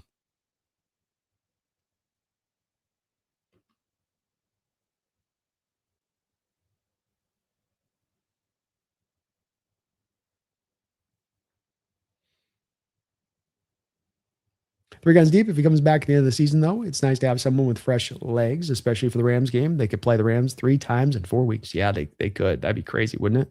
But very possible. Very possible. And yeah, I think that's where one of the things that getting Jadarian Price and then signing a Wilson is that now you're afforded, as Seattle has often done with players coming back from injury, to bring guys at the right speed. You're not going to bring them back fast or too quick. With this team, they let them go through the full measure of what they need to do to get right. So we'll see with Charbonnet. Sometimes guys can come back relatively fast, even for end of the season ACLs. And I don't think his was looked at as one that was like a very severe one, 3 guns deep, where it's like he tore it through fully, and then he has LCL, and they've got to repair this. And I think it's pretty straightforward, but we'll see on that. You're getting it back at some point. I will say that. And like you say, if just an injection midway year to kind of reinforce the running back room, not too bad to get a guy like that reinforcing through in that way.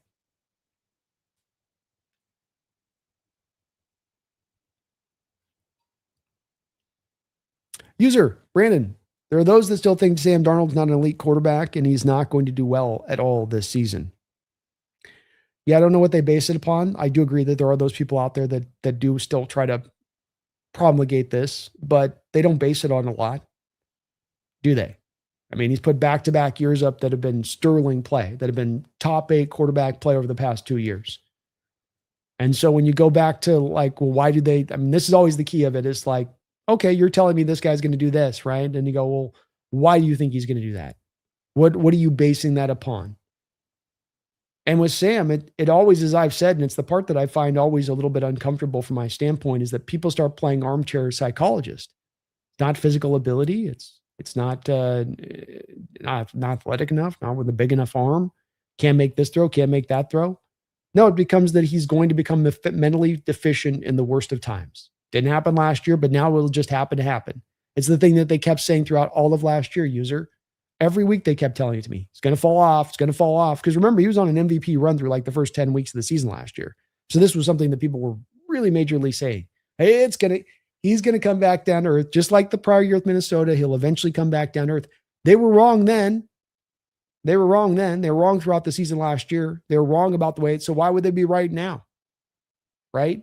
Because I guarantee every single one of those people, user, not 99%, 100%. And I agree with you. Of those people out there that's saying Sam's going to fall on his face now, 100% of those people were the same people that spent all of last season, week in and week out, saying it's just a matter of time, just a matter of time. Sam Darnold will never get you to a Super Bowl. Sam Darnold never. You guys watched me go through it on the round table in my battle with all 3 of those members on the round table every week early on in the year and trying to sell that Sam could be this guy that could go get this done. I was the one saying he can go win you a Super Bowl. And I wasn't saying that in week 12.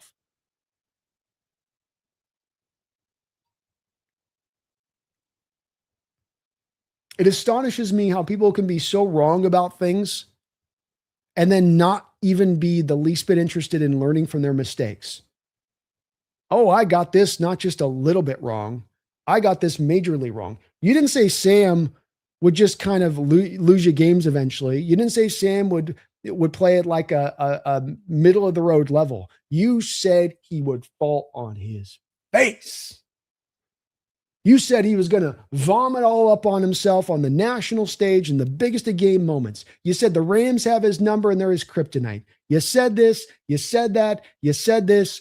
Wrong, wrong, wrong. Does that person learn? Do those people learn? No. In fact, they come back with even more ultimate confidence, despite the fact that they were so wrong. How? How can they have so much pride not to see it? But they do. And that's where you come back to saying, user, you can't take what they say seriously because they're not trying to think. What they're essentially trying to do is, I wasn't wrong. I was just early. Oh, it's a creative way of saying that you got it wrong until eventually, like a broken clock, you got it right. But that's not the same thing of them pinpointing out something that they're seeing on tape and saying, this is going to rear its ugly head at some point or another, versus them having some sort of prejudice against this particular player that they decided long ago was crap, that they decided long ago could never be more than crap. And they're going to forever put him in that box, no matter what he does. And that's a mentality that exists in the NFL. That's a mentality that exists amongst a lot of NFL fans, where they get an opinion and they can't get moved off of that opinion. And the quarterback position remains one, user, that is as broken the evaluation and outlook as you will find in all of the sport. People don't understand what makes good quarterbacks and what makes bad quarterbacks. People don't understand what drives quarterback success and what doesn't drive quarterback success. It is the most misunderstood position by far.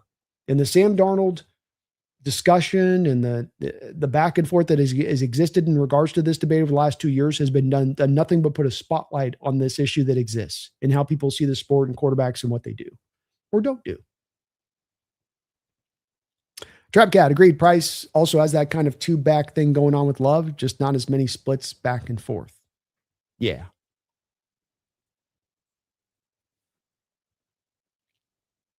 Already used to doing it,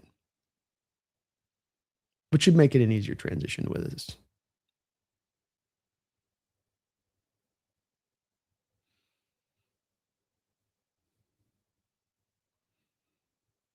Jerry believes that. Come on, people believe. Come on, people believe with the new Pope, Seahawks won Super Bowl again. Laughing out loud. Well, I mean that there's some historical relevance to that one. Jerry's got no historical reference. Jerry's just pulling things out of his butt. Just feels like it's true, so it must be true.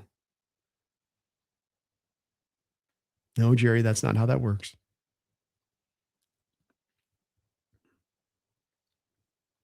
Right, I forgot about the quarterback class for next year's draft. Oof, it's looking good. It's looking really good. And there's excuse me. Got a freaking frog in my throat here.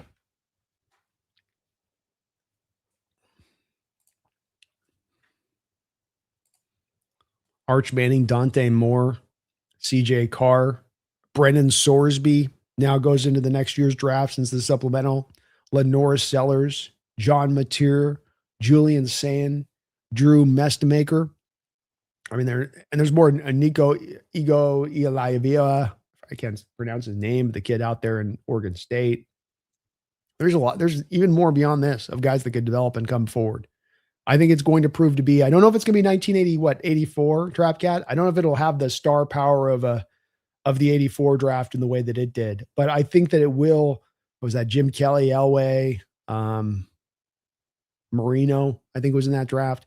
But I do think that it's going to have maybe a little bit more of the pure long lasting power to it, as far as you get a lot of guys in this draft. They're going to end up playing a lot of games in the NFL. You have backup starters, all of it. Ricky, my prediction is we add a cornerback and an edge before the trade deadline with the possible draft cap. With the draft capital we have, it seems very feasible to address any position of need or fill whatever holes emerge during the season. That's it. You've got the flexibility to do whatever you need to do. And to your point on this, Ricky, being that if you get to the trade deadline and you're dealing with Team A, and Team A, let's say, has a really good edge or a really good cornerback that you like, but Team A is not really fully bought into wanting to sell. They kind of want to sell. They tacitly want to sell. But if I can come in and tell them, hey, industry standard trade deadline, you'd get a third round pick for this player, but we're going to knock your socks off and we're going to throw you a second round pick. Now I make the deal too tantalizing not to take. And because I have the cap space in Hawk, I can afford whatever I got to bring on as far as cap contract wise of whatever deal. That doesn't have to be something that can hold me up where you go, oh, this guy's got $20 million of base money left on his deal for the rest of the season and we can't afford that, so we can't make the trade. No. You can afford whatever you need to afford as far as the monetarily side of it goes. And because you have the 12 draft picks for 2027, you can throw whatever draft pick package together you want to make whatever splashy trade you want to make. And like you say, Ricky, to your point, wherever you want to hit it. That's the beautiful part about this, is it might be corner, it might be edge. But if you happen to sustain an injury at a position right now that's a strength, and you now need to reinforce that, you can also address it over there too. You can read the way the season plays out. The 49ers can't really do this, in my opinion. They have a lot more cap space, but I think that they've got some more things going on with it. It doesn't necessarily give them that ability, though they have a little bit of it because they have the cap space. They don't have necessarily the draft picks that we have. I don't think the Rams can do this at all. They're not going to, I think, when we get to the season and they have to get a couple of the extensions done that they're going to get done, I don't think they're going to have the cap space, and I don't think they're going to have the draft capital future to be willing to throw those picks to the wind, because you already have given up your first round for Garrett. As I've said, Rams have kind of shot their shot. It's a good shot. Might prove to be an effective shot. Might prove to be the shot to take them up over the top. But the shot has been shot. There's not now another bullet left in their gun at this point. Seahawks got all 6 chambers loaded for bear. And they got another clip they got sitting in their pocket. Going to do something.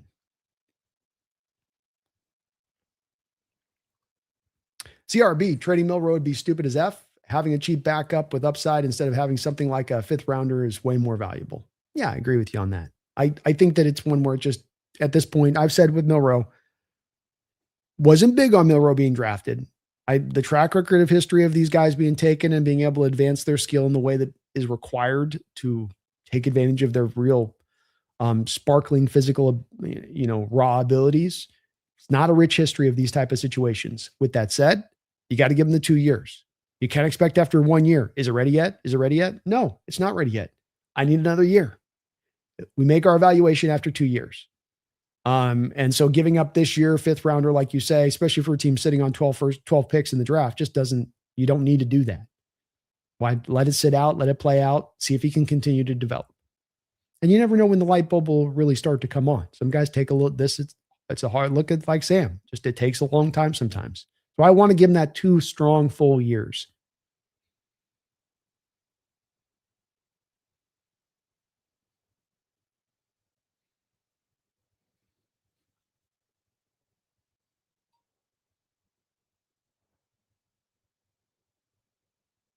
Harper says, is Milroe better do something in the preseason, or I'm down for letting him go?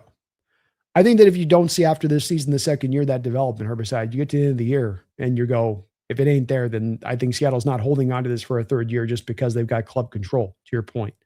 I do think that there's got to be a firm place on this. If things don't advance into year 2 and they just seem stagnant, you got to kind of roll, especially understanding that there are skills of the quarterback that will advance that you go, okay, that's raw coming out, but there's a lot of reason to believe that will advance with time. There are some things that have coming out where it's like, well, I don't like the mechanics. He's going to have to kind of fix things mechanically from the ground up, both footwork to the upper half, both to the footwork talking to the upper half, which is what was happening in Milroe's case as far as on college tape. The problems were a multitude as far as a thrower goes, where it's just, it's the footwork is all over the place. The upper half's all over the place. They're not talking together. It's a little wonky. And there's some other issues on top of it, but yeah, it's when you give them through that full year, Herbicide, then you make your assessment. Charlie B, you think Russell Wilson will be a great commentary guy? I think he might be great if he dishes the cliches. Yeah, I think that I think he could be really good at it. I think he's had a couple moments even on like the Manning cast where he seemed to be kind of a natural at it, dare I say. And I think he could be a lot of fun with it. I do.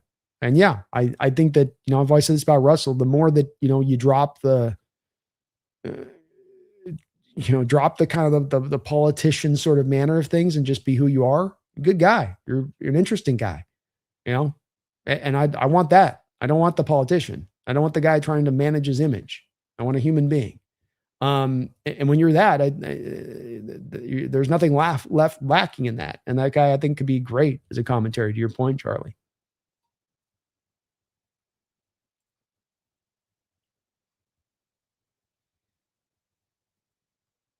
Can we make Milrow tight end? It's a little late. It's too late in the process. If you're making that transition with Milrow, you do from day one after he's drafted. Bing, bang, boom, you go. I think at this point, it's just you're too far down the line a bit.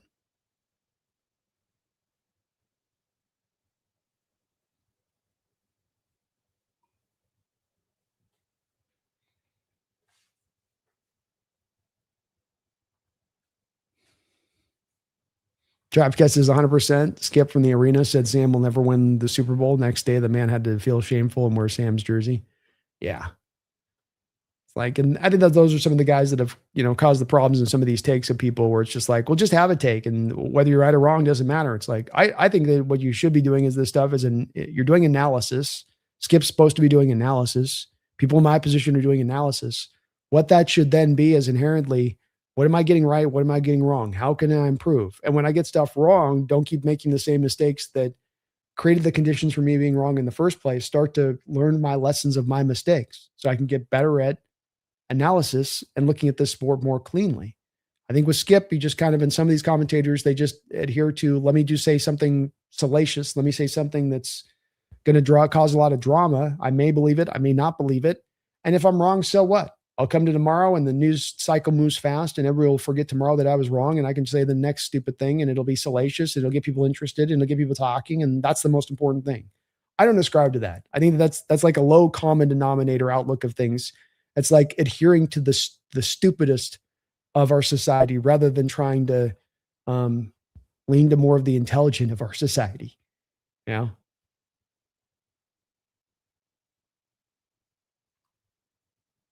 Yeah, you're on it, Brian. Brandon, the pundits analysis get paid whether they're spot on or full of S. So the analysis is pretty shallow. Yeah. There is no kind of held feet to the fire on stuff, That's why it was cool to see Skip have to wear the Sam jersey there, at least when he got wrong. He had to at least eat it that way.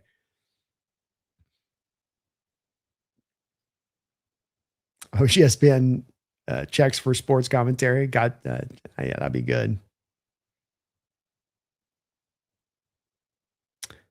Tyler, hey Brandon, hey bro, have you seen that short on YouTube of you hanging from some elastic thing, laughing out loud? No. My Clips guy over on my Clips channel has been going crazy though, so in a good way. So I told him to go nuts over there. I said, I want you to just take the Clips channel over there, and I want you to just have fun with it and post whatever you can kind of post over there. So I'm glad to hear he's having fun with it. But no, I hadn't had a chance to see that. I'll try to look that up. That's awesome.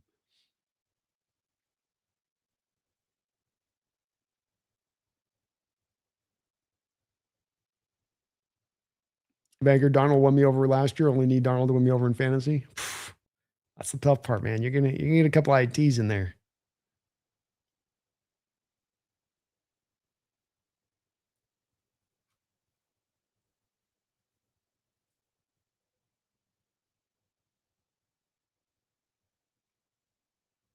Yep. As of now, the slate would be, 3 guns deep. I think from Seahawks standpoint of this, your hope is that, you get to next year, you get the end of this offseason, and now you get to make a call. Darnold goes into the final year of his contract, so he's due at that point for an extension if you're going to give him one. And then you have Drew Lock getting out from his 2-year contract as a free agent. And then you're at the point with Milrow where you still have him for another, 2 years of contractual control if you need. But you're in that point of Milrow to be able to make an assessment. We're 2 years deep. Has he progressed? And if he's progressed, I think there's a lot of reason to believe that he'll continue to progress. If he is stagnated and he's 2 years in and he's not moving forward, probably good reason to believe that he's going to continue to remain stagnated, or less reason to believe that it will improve. So you probably then have to both double back down to Drew Lock and then probably sign Darnold to the contract extension at that point, and maybe then draft another guy as a developmental type dude. So then that probably would mean that Milrow would be a little bit more on the move at that point, in my opinion. Like that would be the conditions that would kind of push that. This is a bit of a guess, of course, but I think it would go that way.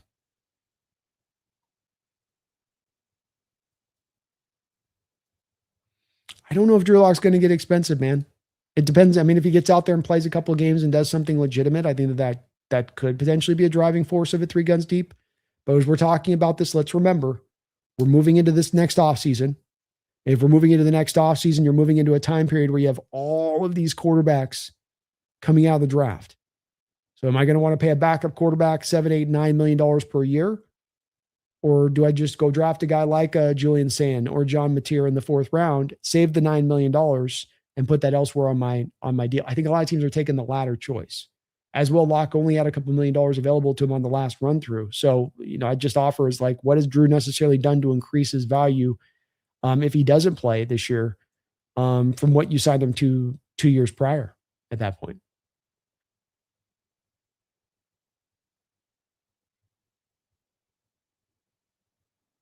Yeah, I think he would be cheap. I don't think he'd be cheap to resign. I think Drew Lock would be cheap to resign. Sam might get expensive. And that's the part that'll be interesting about Seattle's approach to this is where's Sam out? This is why right now is not the time to make this decision. You want to give Jalen Milroe the extra year of development. Give Sam the second season to, again, reinforce what he did last year so you can get a further understanding of what you're willing to pay him, where his true value is on an extension. And then now you can make it more from a position of being educated rather than the guess that it kind of would be right now.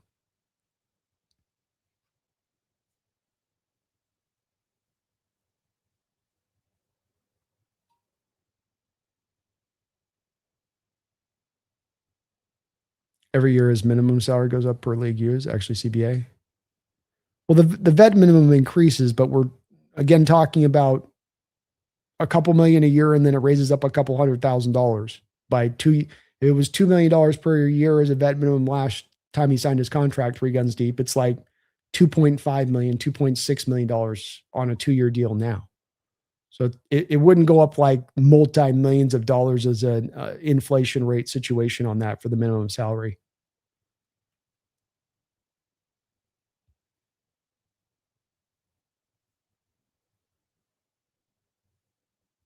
Yeah, you have to pay the base minimum, but again, like the contract's not going to significantly increase off of what it is. So let's look at this. Let's get down to the bottom line on like what are we talking about true cost wise?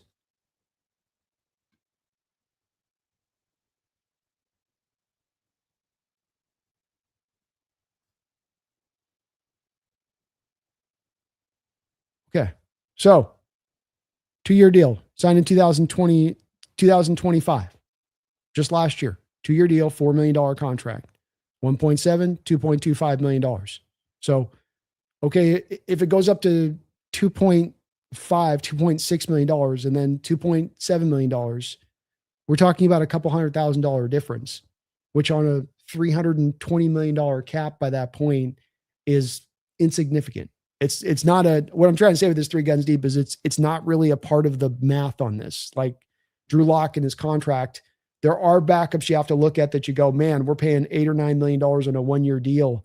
That's a tidy sum. That really does affect, especially when we're paying our number 1 quarterback a significant amount. If I'm getting my guy down to a couple million per year, I'm getting it down as kind of almost as low as I possibly can, save for having a rookie quarterback on a rookie contract.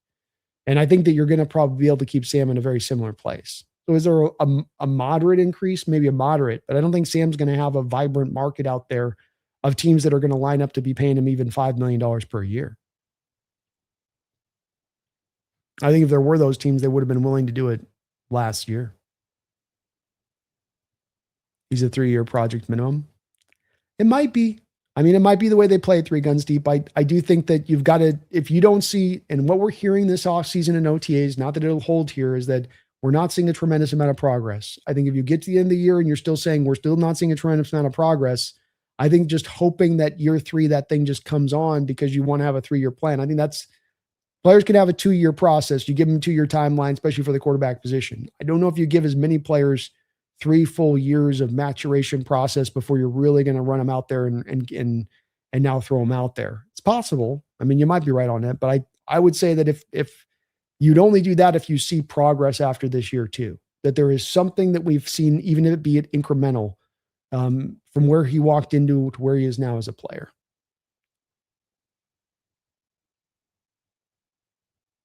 think the part of this that makes it hard on the 3-year front just becomes you got to make a decision on Sam a little bit, and then making a decision on Sam if it is to keep him there long term. Now Jalen becomes less of the long term plan. Now, how does that affect to this and what you do? So I feel like there's a little bit of a tit for tat thing potentially going on with this situation as well.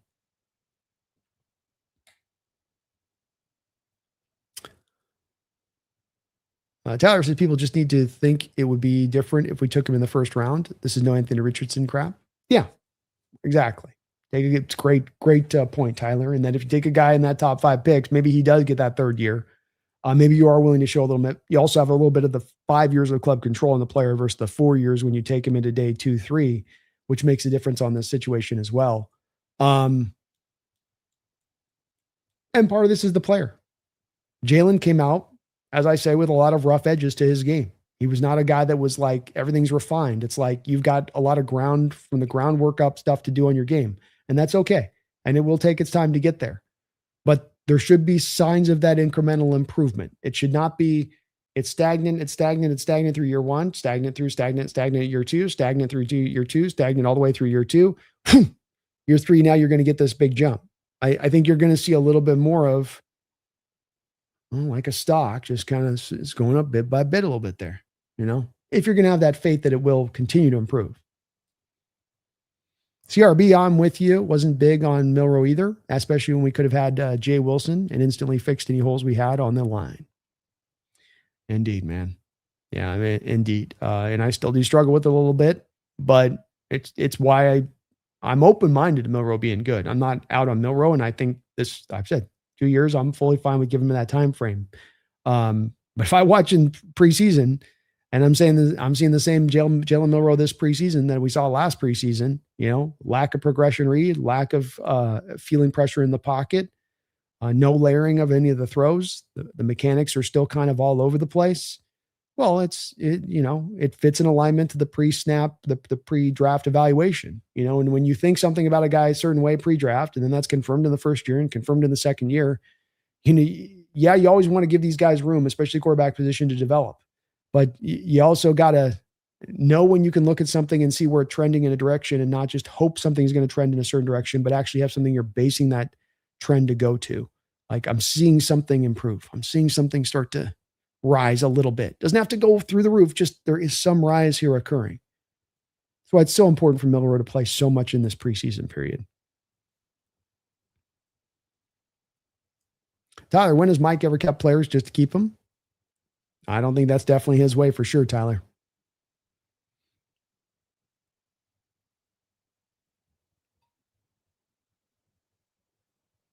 Addicted, the more darts that Brandon's throwing at Milroe, the more I think Locke will be kept 2027 unless someone snags Locke.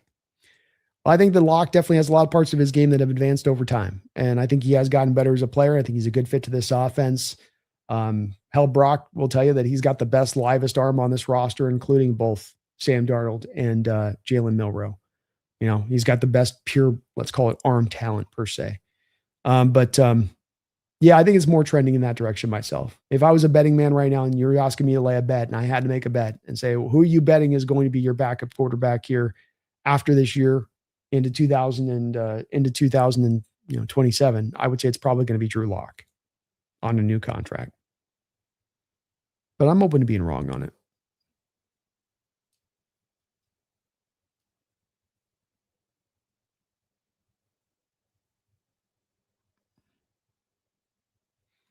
Have yourself a great nap, CR. Appreciate the discussion, my man.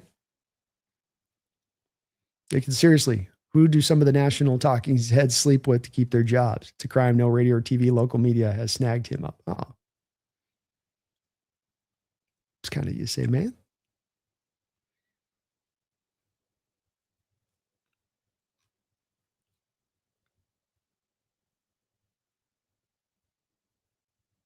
Trapcat, right? If you're doing analysis on and you do your homework, the good and the bad, highs and lows, what can be done to move forward and get better? It may not seem like this, as I'm sure sometimes I can come off like I'm on my little high horse that I've got all the knowledge on everything and I know all my, and that but I am always trying to learn more in the background and always trying to think about past moments that I've been off or have looked at things incorrectly and then, try to learn from them. And I think that makes you better at this in the long term if that can be the spirit that's kind of driving you. Doesn't mean you're always going to get right on stuff, but just it means that you're moving in a place that's going to be more appealing, I think, to people when they want to, try to listen to this kind of content and take it in a little bit versus, just trying to come up with a hot take that'll get people get eyeballs on something for the interim. But I don't think it's always at play. Some people just always constantly just keep pushing forward. Don't look back. Three Guns Deep, I would really like to know your take on divisional games being played overseas. I don't think any regular season games should be played overseas, but divisional games is just plain wrong. Agreed. 100% agreed. I think that there is something to the fact that the 49ers take over SoFi. And I think that that's bothersome to the Los Angeles Rams. I think that's bothersome to the league a little bit. And that then when you have a league that's also driven to want to have overseas games, that they go, and I think Shanahan made some reference to this Three Guns Deep, or at least some Niner players did. That's like, well, let's fix this problem by doing it this way. Oh, no more extra home game for the 49ers. And even if that was a partial driver of the situation, that should mean that shouldn't drive you to do that. But the bottom line, and your bottom line point of it's completely right. No, these games are too important, especially this division. This division where everything comes down to the line, comes down to the end, comes down to that inch, that yard, that fight, that scrap. Look at the Niner-Ram game last year. Niners come in to the Rams' house. Niner fans taking over that stadium. Games at the end, you're getting near the end of the game. Rams have the game in tow. They seem to have it in control. They're going to go down and get the win. Kyron Williams gets a carry. Alfred Collins comes in and makes an amazing play, rips the ball out for a fumble. That play goes a different direction. The Rams win that game instead of losing it. It has an impact. It has a huge impact on the season as a whole. So I don't like any part of it. I don't. I like the fact that our two rivals have to go halfway across the world to start. I like it from a Seahawks fan perspective, but as far as just purely on, is this something that I think is a good thing and is right, and that in the name of competitive balance is the way that the league should do this? No. Not in any way, shape, and form. But I'm also a little bit on the point of like the overseas stuff has gotten a little bit overboard. It's gone from, hey, let's do a little bit of a peppering of a couple games to now like, we're going to get 35 international games every year. And it just, air travel hasn't gone fast enough. The price that these guys' bodies have to pay to do this, I hate it all the way around. 360 degrees. I hate it all the way around. So I'm with you, man. Divisional games should be more held to a certain value.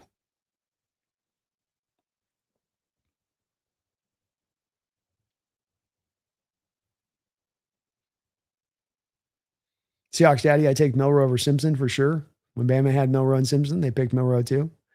Yeah. Pretty telling too, because you had Grubb down there, I think, for the year with Milroe, and was he? Maybe he wasn't. No, he wasn't. They had a different OC there. Take that away. But yeah, they definitely saw more in what they had Milroe and said, we got more this here. Kind of interesting on that. Especially as Simpson wasn't necessarily a pup, you know. He's a guy that was a little bit not advanced age, but just, wasn't a baby as well. Three Guns Deep says Matt Hasselbeck sure had a big jump when he got his third chance.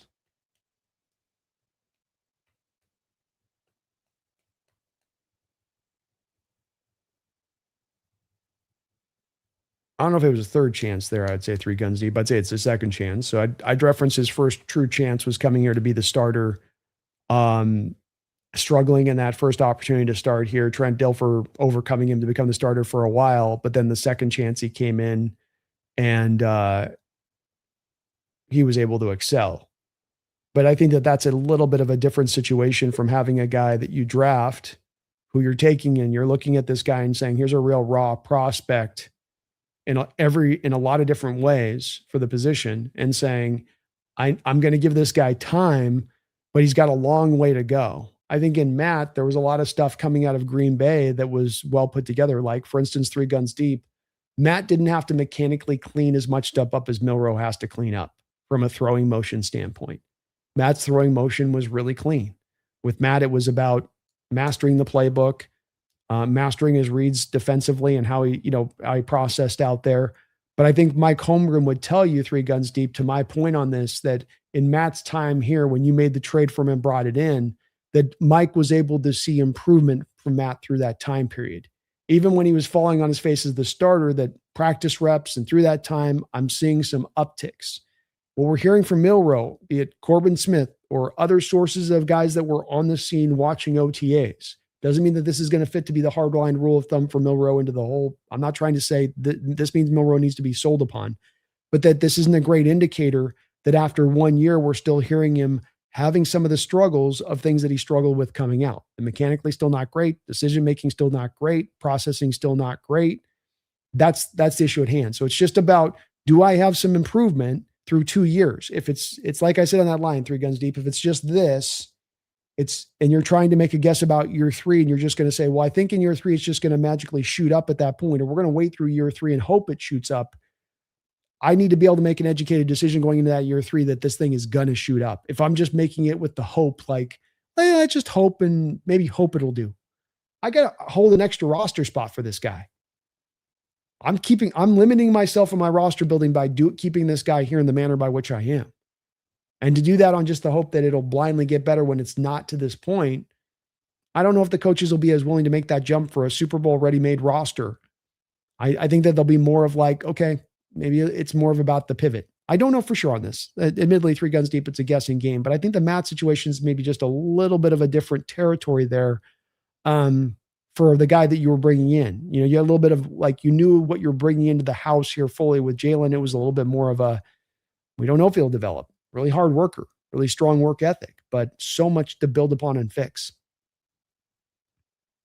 Charlie Unicorn B, do you think Tomlin will coach in 2027? Where? Or will he stay retired? I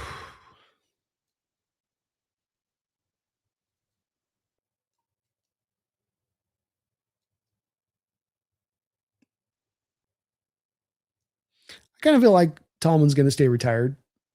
I certainly think there's going to be potentially some offers out there. He kind of strikes me as a guy that maybe has understanding that some of the old ways of motivating guys and the way that guys used to resonate is no longer working. And I don't know if he has as many creative tools in his bag to call upon to work around the new parameters of the new player. I don't know this for sure. This is just kind of a general opinion with Tomlin on this a bit, but it did feel like at times when he first walked in there and the buy-in and spirit and the way that the players resonated with his messaging versus at the end, it was a little bit of the shades of Carroll. And maybe some of this is just Charlie, that whole thing of you're 10 years in as a coach and players just start to check out once you get that long along at one spot. But you do kind of wonder a little bit about that, if maybe that aspect of the game just kind of, lack of a better word here, just kind of passed him by a bit. But I'm sure he'll get some offers. Corey, Milroe doesn't improve at all this year. I could see him getting cut this year. I could. Or at that point, you just do throw him for the 6th round pick to some team. Like, here, at that point.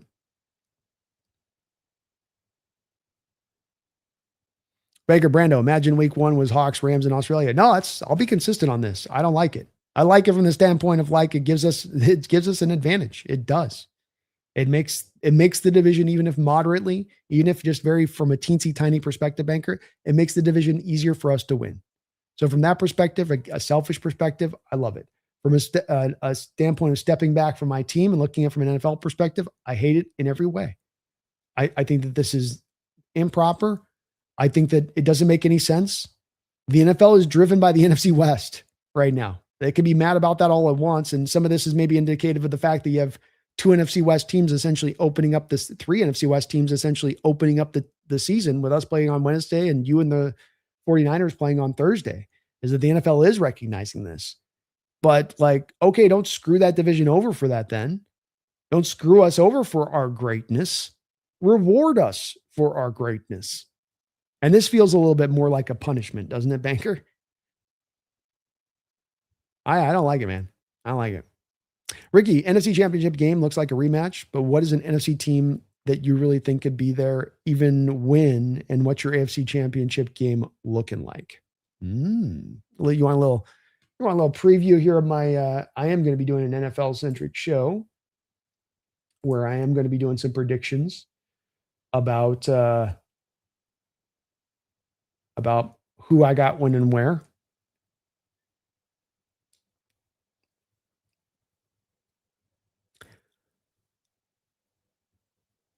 When it comes to the NFC, I think that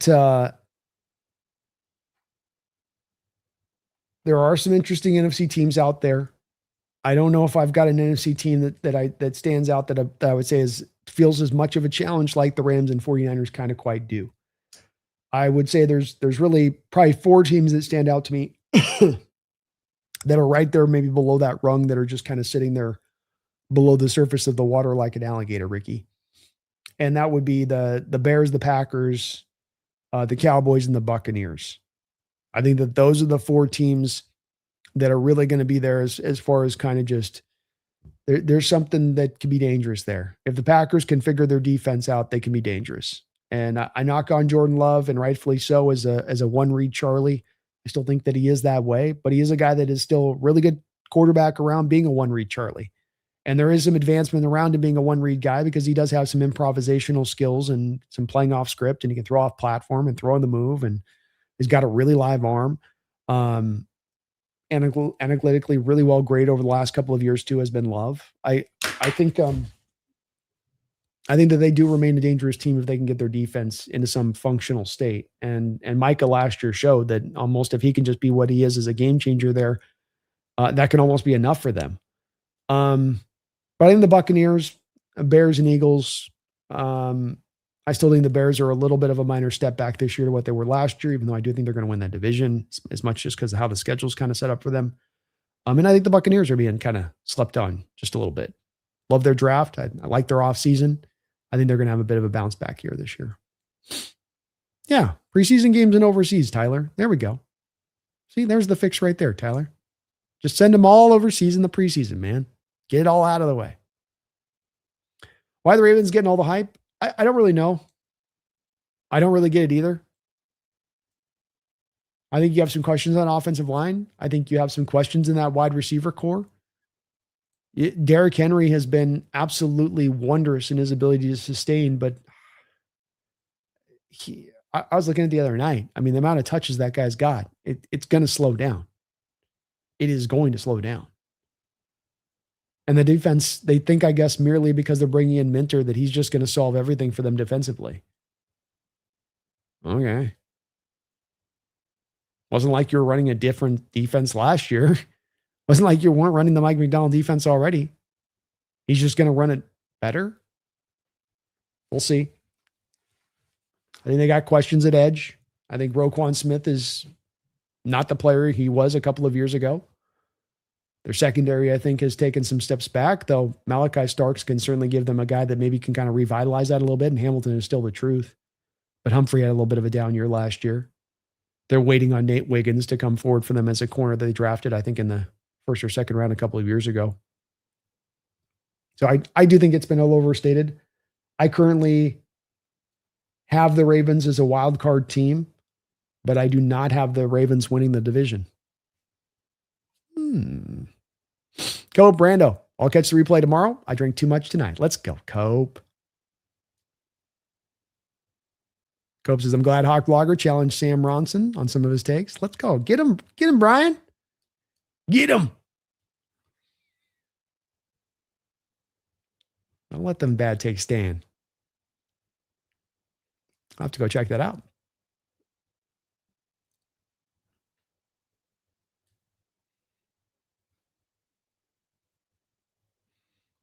Williams can't copyright the Iceman nickname. It's so silly. He's trying to, I mean, come on. Can players stop copywriting stuff, please? Don't try to take it. Don't do that. Please don't do that. Let's stop that as a trend, please. Especially a guy that's got 2 years in the sport, right, Trap Cat?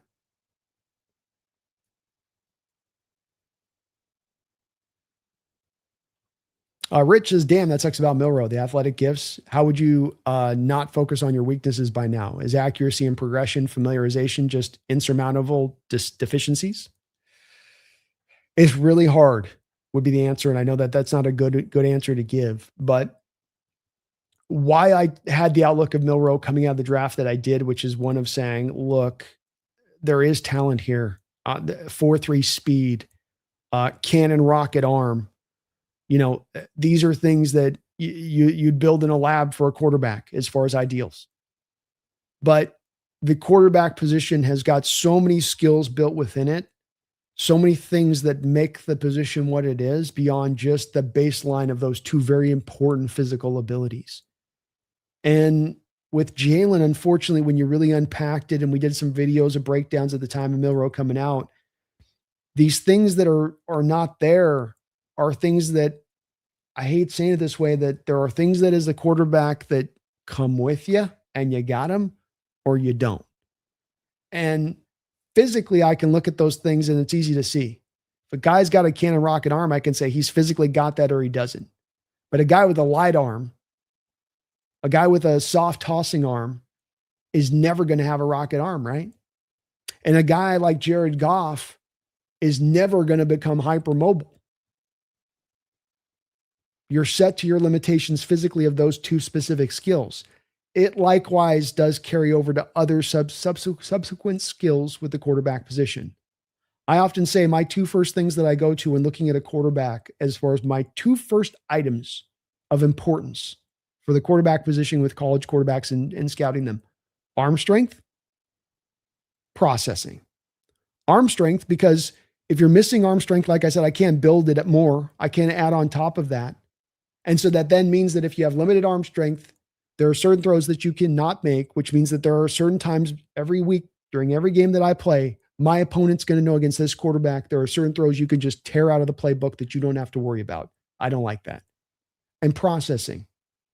So many quarterbacks can come out, hike, stare, throw it right at what I'm staring at.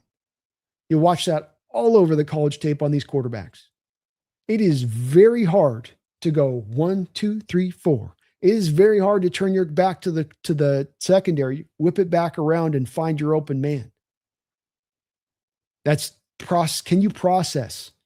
Can I go hike and that fast process everything that's going around me and determine where I need to go with the ball? Can I go hike, process everything that's going around, think my first read's there, it's covered, come back to my second read and be able to put the ball on time in the right place to complete the pass? Because so many quarterbacks just don't have it. And so there's just all these pocket, a sense of pocket pressure. Jalen Milroe has no idea in the pocket when pressure is coming down and mounting upon him. He can have a defender breathing on the back of his neck, and his sense for it is not quick, it's not sharp, it's not fast. Arch Manning, go watch his tape right now at Texas. One of the real brilliant things that he does in his talent base, because he's not a guy with necessarily the biggest arm, he's got good mobility. I don't think it's going to be like next level mobility, but he has a really good sense of pressure and pocket navigation. Stepping up, stepping sideways, feeling the pressure, moving up into it. And Jalen doesn't have that. And so I'm missing processing. I'm missing a pocket sense for pressure. And there's the natural stuff within his game. Now he's a really hard worker. And the 4.37 speed's really nice. But he's also not the quickest guy in the pocket. He's not a Lamar guy with that 4.3 speed who can also have the super incredible 10-yard split where defenders on him, he's feeling the breath, breathing on his neck, doesn't sense it quick, so he doesn't anticipate it, breathing. But if I have the get up and go, if I have that 10-yard split at 1.50, I can still get away from that guy. So a Brock Purdy can have a guy breathing down his neck and say, I got pressure breathing down my throat. I didn't sense it early enough, but I've got the quickness to get away from it. But he doesn't necessarily have that quickness to get away in that same manner. He's got the speed and he can open it up, but it's more of kind of a little bit of a build-up speed thing at times with him. So it's just some of this stuff. Some of it's insurmountable. I think you can get a little bit better at processing, but if you're just a bad processor, I don't think you get to becoming a good processor. I think you can get yourself from bad to like functional, but there are some of these things that become kind of inherent in who you are when you get this far down the line in college to as a pros. You've already played the game for a very long period of time at that point and already had a lot of those deficiencies worked on at a major level and still not yet been able to necessarily overcome them. So it is complicated, I would say. There is some stuff that can be worked upon. I think, for instance, the mechanical stuff, His in college, his bottom didn't talk to his top half. His front foot was all over the place. Sometimes you step the target. Sometimes he's stepping over here. Sometimes he's stepping over there. And with it, then the ball would spray all over the place and it would affect his accuracy. I think his release point was not always consistent. And some of what it comes down to in cleaning up your mechanics is just being clean mechanically and footwork, talking your upper half, but also having a consistent throwing motion, throw after throw, so you can replicate it, so you can get your accuracy more refined. So there's a lot here with Jalen. There really is. He is a complicated quarterback study and not just an easy one. So it shouldn't be one for those that like Jalen Milroe. And it might seem like I'm just poo-pooing him. There's a lot to understand why you might look at him and say, if that can develop and if that can develop, what kind of quarterback this guy could be. And that's why Seattle drafted him inherently. And I get that. It makes a ton of sense. And we might still get there. Like, the story is not out. The story is not sold on Jalen Milroe. And while I do have my pre-draft evaluation on him, I'm completely open-minded to him advancing and developing in his game. Sam Darnold should have taught us on this. Don't come to conclusions on guys after just 1 year in the pros and say, well, that's who that guy's going to be forever. You do give him time.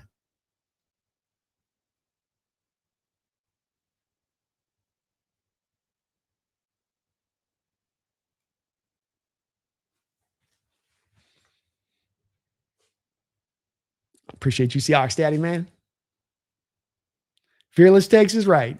Might be wrong, might be right, but we'll always be fearless with it. And I try to put the homework in so that if I'm giving you a take, it's at least based on a lot of research. I end up being wrong, but it's usually not coming from a shallow state of, I rolled out of bed in the morning and scratched my butt and I'm just like, I think Jalen's not going to be it. I will say with Jalen, I watched as much quarterback tape on Jalen Milroe as any quarterback that I have evaluated over the last 5 years, and specifically as much because there was so much pushback on my draft day take and outlook of him and not being just over the moon on him on draft day, right? So it does force you to go back. Like I said, I'm always trying to find where I can fix my own mistakes. And if I'm inherently missing something on a prospect, if I'm hearing feedback from people in the chat saying, oh, well, you're off on this one, you don't get it on this one, you're not seeing on this one, well, I need to go back then, don't I? I need to make sure of what I was seeing. I need to go back and kind of relook at it again with a fresh set of eyes. But it was more confirmation when I did that of the original take a little bit.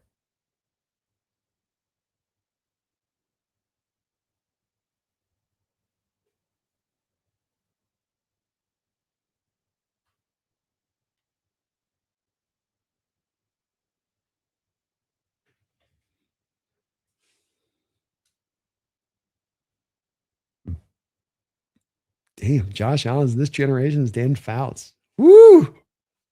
Well, they're Titan coming in hot, man. All right. 3 guns deep for the price of the season tickets. It's BS when you start taking home games away. Agreed. Yeah. It's wrong on so many levels. How it hurts the team, how it takes a home game away from fans when there's already so select few of those games as it is. I mean, you're already charging them SoFi an arm and a leg. I don't like any part of it. No part of it. Go, Brando. If I fall asleep while drunk, I'll reply to you in the comments after we play. Bet. Go. Bet.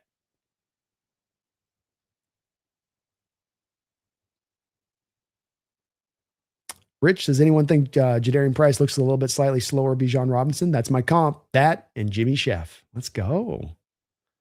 I like it, man. Let's go. Yeah, you can't count out the Eagles to cope. Eagles are going to still be a problem.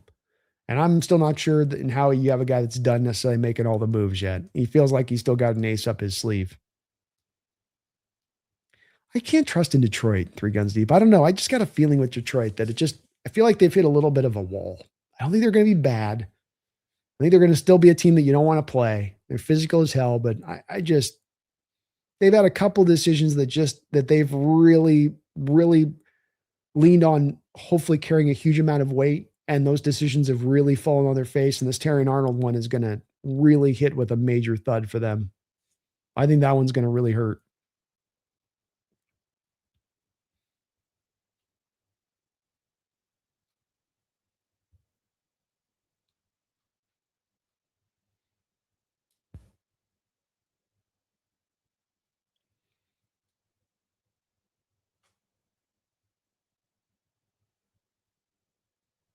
Brandon, what will be the winning record needed for the NFC South? What will the winning record needed for the will a winning record be needed for the South? I think was the question you meant to ask there, banker.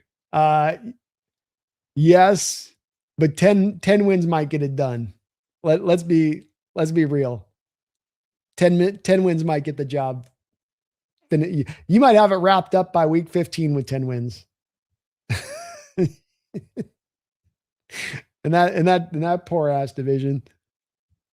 10 wins be like in that division getting a first round bye, banker.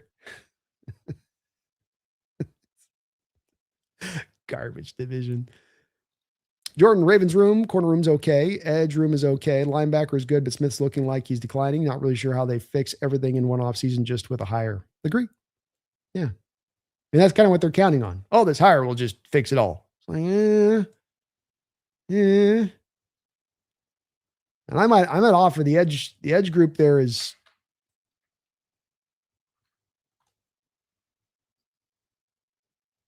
I mean, how much does Hendrickson really have in the tank?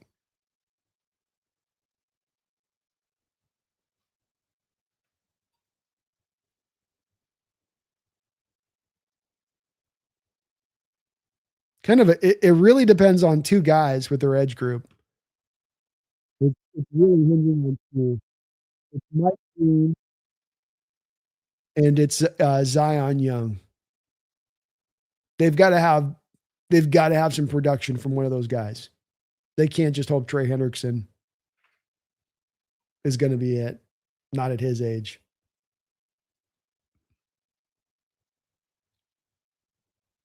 Travcat, right. He don't even deserve the Iceman nickname with how easy he could have won that game versus the Rams in the playoffs, but threw it away. Yeah. Give me a break. Yeah. And by the way, George Gervin's the effing Iceman. I didn't even watch George Gervin play basketball. I wasn't even alive to see George Gervin play basketball. That's the Iceman. If anybody gets the copyright Iceman nickname, it's George Gervin. Not some second-year quarterback that still has done very little in this sport. No. Brandon, he started on Goff. He's my dynasty quarterback too, so I know him well, unfortunately. Oh, that's a roller coaster. Seahawks daddy, should Sam Darnold wins 14 plus games this season, he will be the first ever to do it in NFL history. What a great little note. That's true. That'd be incredible. For guns deep, that was Gino's problem. He could not turn his back on the defense. Quarterbacks don't like to do it, man. They don't like to do it. And it's a skill to turn your back. It's a skill to be able to turn your butt around. And you're not just snapshotting whether or not your guy's open, but where you need to throw the ball to the spot with him open. Oh, he's open, and put the ball here and make that determined almost instantaneously. You don't really tend to, get that extra hitch or to sit back. Your hope is that you're trying to catch the defense pulling up on that run. And so you got to hit him quick once you get your head whipped back around. Yeah, Gino wasn't necessarily as good at it.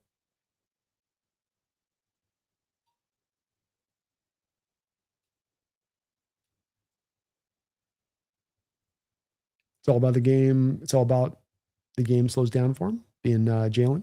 True.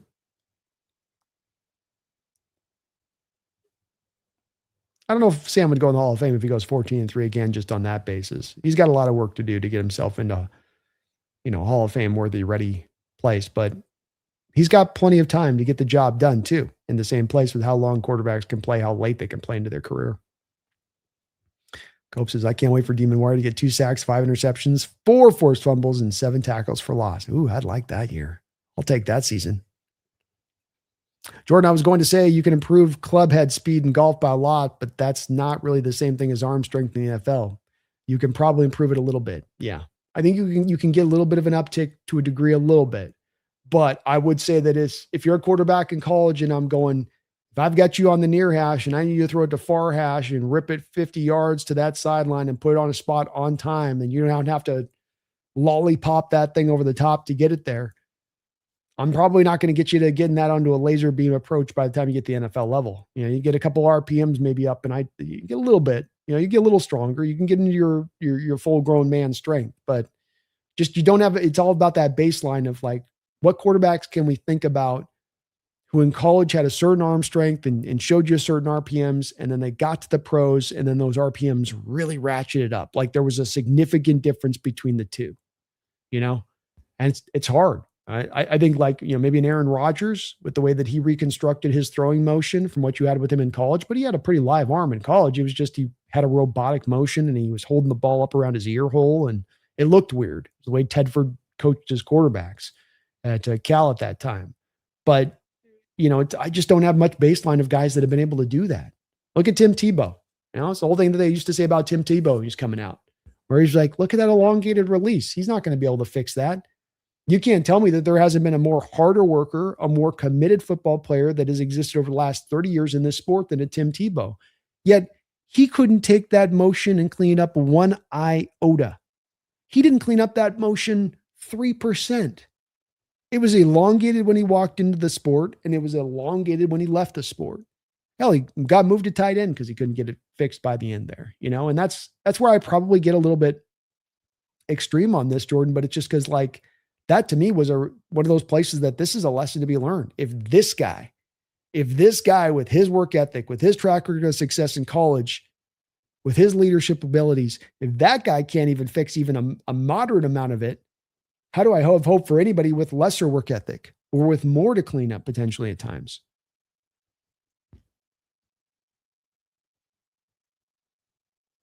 If Sam goes to back-to-back Super Bowls and wins, does he go to the Hall of Fame?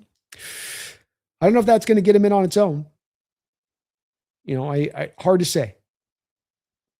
We were looking at this a couple of weeks ago at teams that have gone back-to-back in Super Bowls, and Brian Griese is one of those guys that was a Super Bowl quarterback for the Dolphins. Now, it wasn't a driving force of the Dolphins team, supplemental part. That was a team that ran the ball a lot, played great defense. Brian Griese finished his career with like 26,000 passing yards. Sam Darnold this year is going to essentially match what Brian Griese did for his entire career with what he's done in his career after this year, if he just has another year like he did last year with Herbicide. So, could it technically be enough to get him in? It could. I think that we're finding right now that it's getting harder to get in the Hall of Fame and that you got to do a little bit more. And especially from the quarterback position, there's going to be a variety of guys there that are going to stack up that you got to kind of supersede. If they're not getting in and they're here statistically, you're going to have to kind of get up over them to get in a little bit. But getting back-to-back Super Bowl wins does take you a long way down the path there. Trap Cat, if we go 17-0 season, I'll quit smoking. Woo!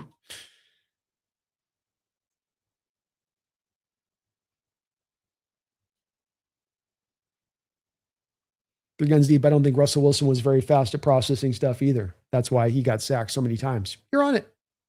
You're on it 100%. 100%. And no, Russell Wilson was not a processor. Now, some of this came down to how he was coached, I believe, because I think that Coach Carroll was a guy that teached his coach. I think Coach Carroll was very, very turnover adverse. I don't want my quarterbacks throwing interceptions. And so I think that there was a little bit of instruction to his quarterbacks to ensure that it's open before you throw it rather than anticipate that it's going to be open. Throwing with too much anticipation leads to too many turnovers. But with that said, you're absolutely right. Russell wasn't and never became a processor.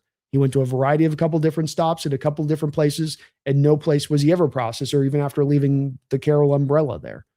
And that's where we come back to things are inherently a part of your game or they're not. And there are things you can clean up in your game that are, I think, little minor details and minor things about quarterbacking, footwork, mechanics, but I don't think you can take the major things and then turn them on their ear and then make something, fully different from what it's been. I think that that's where it becomes a bridge too far to me, three guns deep.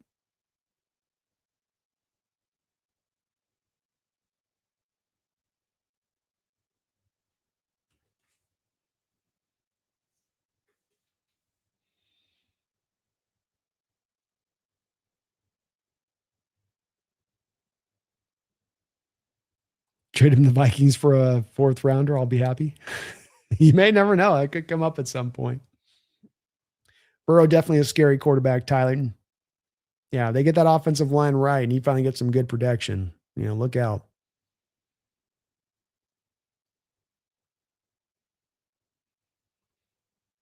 Yeah, there was a lot of deep run play action stuff in there.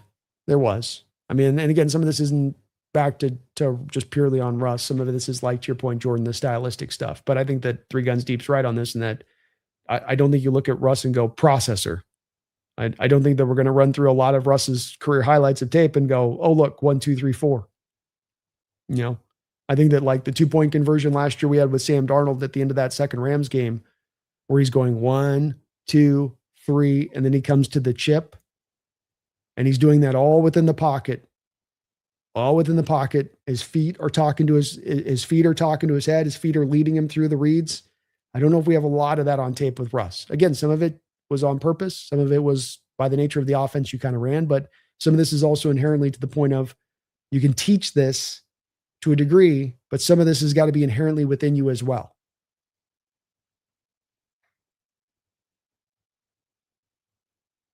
Brando, I don't have to work until 2 p.m. tomorrow, so I'm still alive. Well, you got some time to sleep in. That helps. That does help.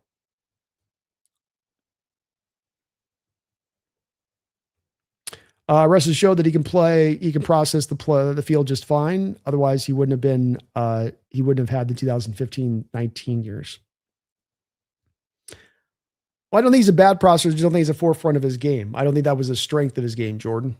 You know, I think that there was some more than strength. I think there was more limitations in the processing. And again, some of this goes to like peeling between what was the stylistic of the team and what they were trying to do and purposely doing. And a part of that was leading away from processing a little bit. If you're going to be risk adverse to turnovers, I mean, part of processing is throwing with anticipation when you can do it in the processing. And if you have a coach that's telling you to not throw with anticipation, it's going to make you look lesser as a processor. But that would where I would go to the other teams that he went to as well, where you saw some of that too. And yeah, there's times where you can maybe get him processing. I would argue to you, Jordan, that a lot of times that was occurring with him taking 3.5 seconds in the pocket to do so. So if you're going to hold the ball as long as any quarterback in the sport, and then you get through your process after 3.5 seconds, I don't know if that makes you a good processor. You've gotten through your process, but you took a long period of time to do that. And I think when we're talking process, a bit of the part of the process has got to be how quickly you can do it. A guy like a Tom Brady can get the ball out in 2.65 seconds in his career, or be one of the fastest to get the ball out because he's processing at a high rate. I think that's one of the great indicators of a good processor is how fast you're able to get the ball out. And if you're holding on to the ball a tremendous amount of time, and for year in, year out, you're holding the ball for a tremendous amount of time, you're probably not processing as a centerpiece of your game.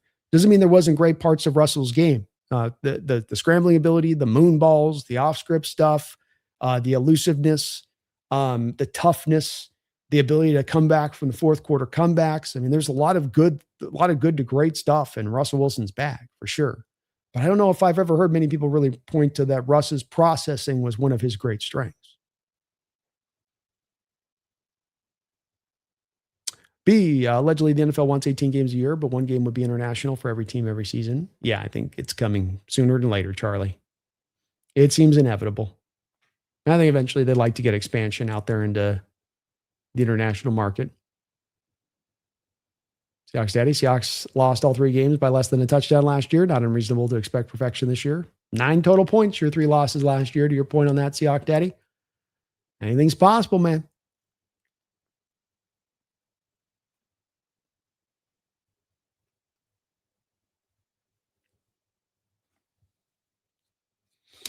Jordan says, I really hate Josh gets blamed for the playoff loss to the Chiefs when the only reason the Chiefs won with 15 seconds left was because of the head coach, the apparent defensive coordinator guru. Yeah, I think Josh takes a lot of heat on this stuff too. I agree with you there, Jordan, that I don't think it's always fair to him. I mean, you had 2 years ago, you had the officials coming in on that Chiefs game and really, I don't know if gifting the Chiefs, but certainly making it easier on the Chiefs to win that game. You have the squib kick situation, remember a couple of years ago too, where there's that epic back and forth between the Chiefs and the Bills. And the Bills head coach decides to just kick it off fully rather than squib it and take a couple of seconds off the clock. And that could have made all the difference. You know, you got the approach of that general manager. I mean, Josh Allen didn't draft Keon Coleman. Josh Allen didn't have a general manager who decided that he's not going to value getting a number 1 receiver for one of the best quarterbacks in the sport and still hasn't this offseason. I mean, DJ Moore is not it. That is not it. They're limited by being a small market team, but none of that is Josh's problems necessarily or fault. They could be better ran.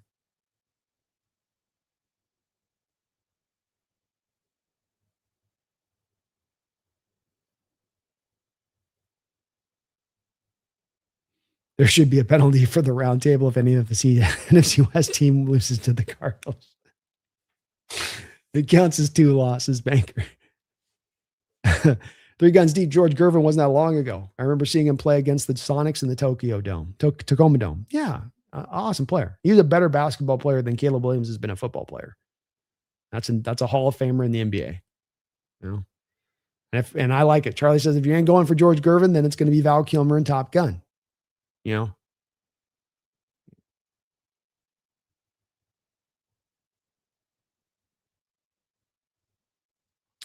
Jordan, the Hawks Nest. I know a Ravens fan that was happy they didn't keep Crosby because they think Hendrickson with that contract is a better deal. They were in for a rude awakening. Yeah, I think he's definitely getting into a place of diminishing returns as a player. I think Cincinnati knows how to do this with guys. Like they will hold on to guys just a little bit longer and then let them go kind of like, all right, we got all we could out of them. I don't think Hendrickson is as good a player as Crosby. I don't think he plays the run as good. We'll see how the fit's going to go to this defense. Nobody's really talking about this, but I've long felt that Hendrickson is at his best with his hand in the dirt. They're going to be having him stand up more. And then they're going to be working off that wide 9, wide 10, look. He's not got the explosiveness to close that gap, right? He needs to be a hand in the dirt guy rocking 7 technique or heads up in a 5 technique over the top of the tackle and then work off his pass rushing moves off of that. I don't really understand the fit there on that point of it. I didn't like it of him, Hendrickson potentially coming to Seattle because of these same 2 reasons. So we'll see if it works. I mean, maybe there, but I'm with you on that. I don't get it there. Not Vexo, Brando. I've seen lots of people talk about JSN this offseason saying he's only had 1 good season. Overpaid. It really annoys me. Yeah, I don't quite get it as well. He was very productive his rookie year. He built on that rookie year and improved even more in his second year. And then he improved even more in the third year. That's consistent progression. And again, that's consistent progression on a player that was a baby entering this league. How young is he? Right? Like, that's the thing about those guys that are super young that I often strive for. And it's the thing that if you watch me in draft time, you'll see me, the guys that I get hot to trottest for, you give me a 20-year-old guy, you give me a 21-year-old guy who's been playing in a major conference and who's been dominating in a major conference at that young of an age all day long, every day. Jump for those guys because those are the guys that progress. Those are the guys that keep getting better. Those are the guys that aren't done yet. And so if anyone looking at that situation on it, they're not basing a lot on the back of that knock Vexo. It's very paper thin, whatever your thinking is. And it's also ignoring what he did in his first 2 years.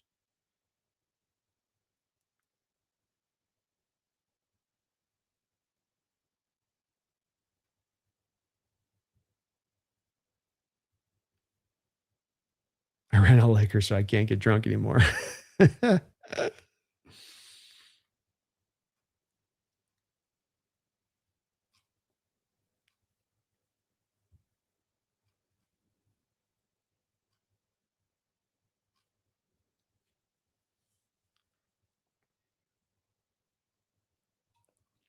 Corey says, is the Rams getting a new offensive coordinator change their offense at all? I know McVay calls the plays, but does their offense take a step back this year, all things considered, Brando?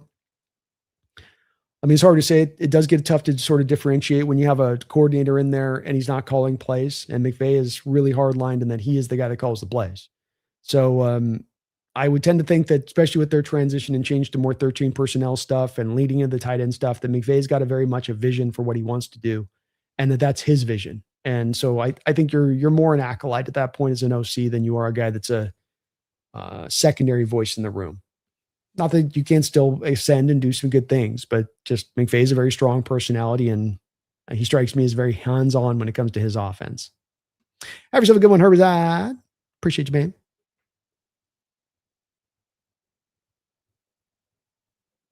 I agree. I do think that Russ is more deserving of a Hall of Fame than Eli. I think he did more cumulatively. Doom, how much longer is Burrow under contract? It gets to a movable place by this offseason. But there's still going to be a good many years on this. So he's signed through 2029. But after you get through this year, he only has $16 million of bonus money left on the books that the Bengals would have to eat in a trade. And that's doable, especially if you're getting a huge haul back in return. Belichick should have been a first ballot banker. That was freaking weird. And I think Russ gets into the Hall of Fame eventually. I don't think he'll be a first ballot guy, but I think he eventually gets in there. George says, no, I wouldn't say Russ was a great processor, but he had a few years where he showed the ability to, in the short 2 to 3 year window. But then the turnover started happening, laughing out loud. I think he just, and it's just my take on it for sure with this Jordan. I think he got to his physical prime first at that time. I think there were certain points of the sport that he mastered in his understanding of what he was seeing on the field and being able to recognize things quicker than he could early on in his career. I think he was just kind of playing as guys do when they're in their physical prime at the height of his powers, and that he had all of his scrambling ability. He had gained a little bit of wisdom in how to operate in the field and work around what he knew he was good at and what he knew he wasn't good at. And look, I think he did have a 2 to 3 year period that I think we're in agreement here where, he's playing like an MVP level, and that's where, to me, I think that guys can come in all shapes and sizes. I think a guy can play at a quarterback MVP level and not necessarily be a great processor, even though it's an inherently one of the two skills I look for in a quarterback. Nothing is hardlined as that this is the only way to do it. And that a guy to me and Russ, if you are bringing that improvisation, the scrambling ability, the moon ball, the toughness, you can offset the limitations you have in your game then, because you sort of supersede it with your skill set and some of the physical benefits you bring to the other side of it. But it's also where that's more of the outlier then. That's the anomaly. And like I like to say on this, Jordan, it's where I don't want to count on the anomaly. I don't want to try to predict the anomaly. I'd like to more count on a rule of thumb. It's kind of a hard line rule of thumb at that when it comes to the quarterback position. I wouldn't say to as well, if it seems like I'm coming off of saying that he just couldn't process, I don't want to say that, or that he's like a bad processor. It's just that processing, I would say, was not necessarily just a centerpiece of his game. That the skills he led with was not necessarily that. It might come in here and there, but it's more wayward than it was like you get with Brady. With Brady, almost every snap you can feel processing being a forefront of what he's doing or was doing. What's up, Flag? How you doing, man? Let's go.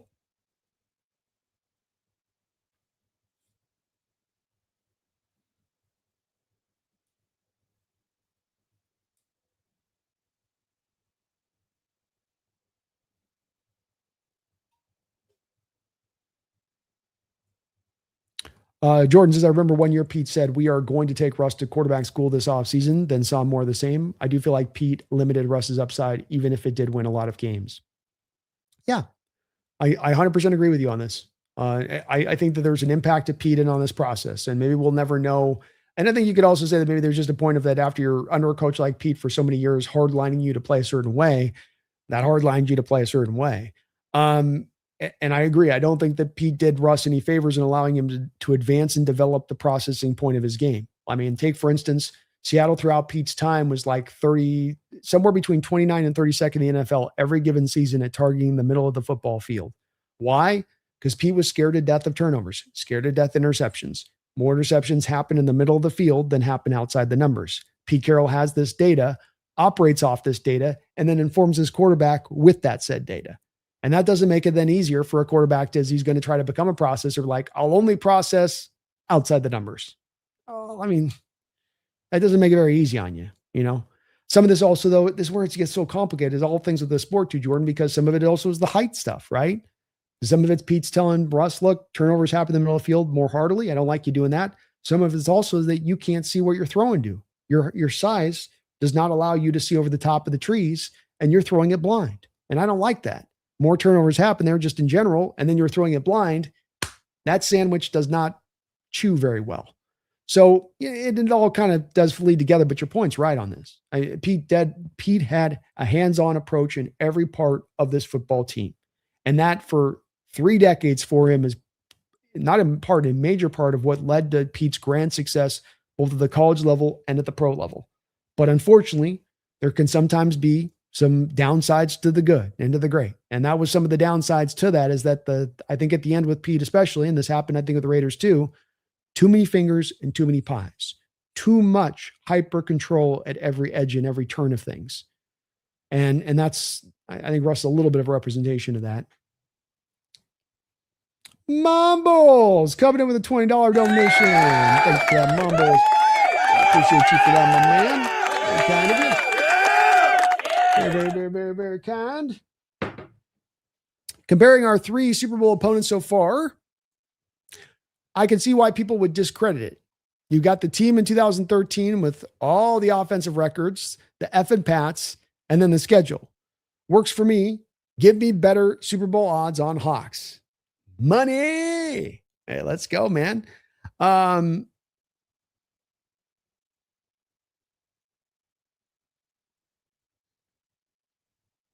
That's true. It is true. It's go back to the old dragon meme, 2 dragons looking fierce and then one dragon look a little different than the others. And I think you're probably onto something here, Mumbles, in that a little bit of the the just not discrediting, but the pulling down of what Seattle accomplished last year kind of comes at the expense of that Super Bowl game and you being such a mismatch up against that Patriots team.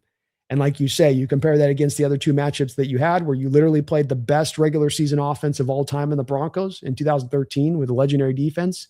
And then you had the legend himself and Tom Brady, the great grand dragon of them all that you had to slay in 14. And then you've got this May-led Patriots team.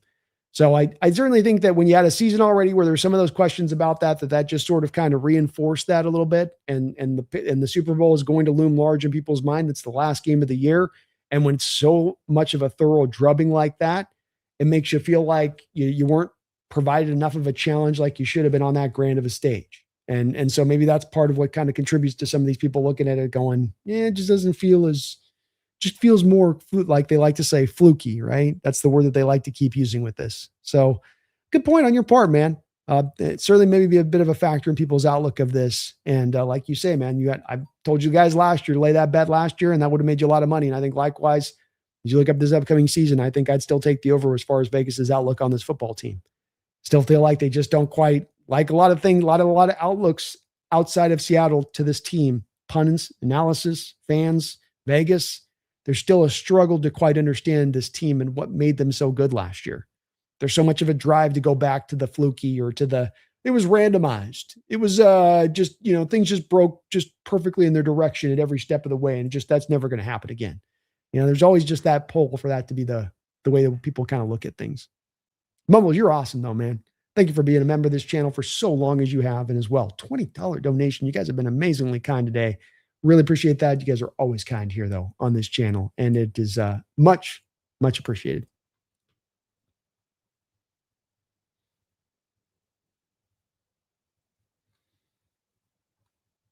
The Bond B, which current World Cup nation team would you compare to the Hawks?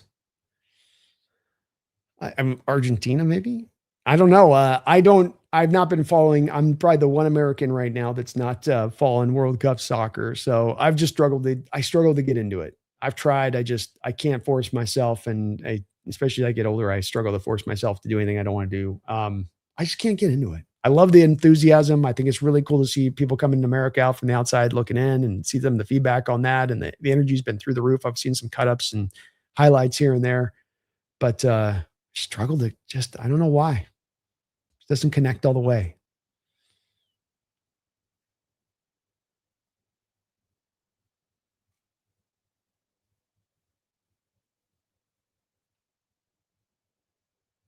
Imagine if we see Burrow in Pittsburgh next year. I don't know what the years on the contract are. He has 2 more years left, but there's no way since he's trading him anywhere but out of the conference, I would say. And definitely not within their division.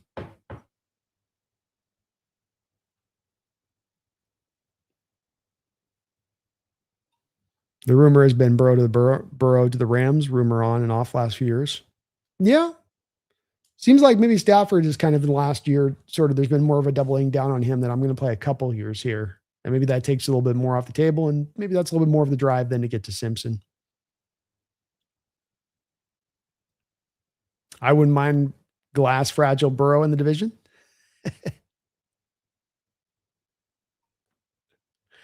Well, I feel confident. Burrow is staying in Cincy and the Bengals are going to win a couple of Super Bowls.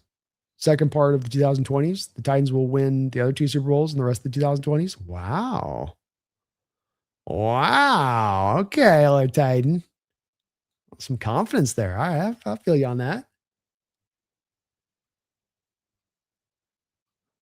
Very confident. Jay Stern, thank you for 35 months as a Hawks Nest member. Appreciate you for that long time support. Hey, B, That time of year again. A lot easier when you won the Super Bowl, though. Do you think we lead the league in rushing attempts next year? I do. I think you're definitely top 4. And I certainly say you're wouldn't shock me in the least if you're number 1. You know, 2 things you need to have to get that done. A team that can be capable of being up on top in games and having leads and establishing leads, which, I think we do. And then the commitment from philosophy-wise team to run the ball.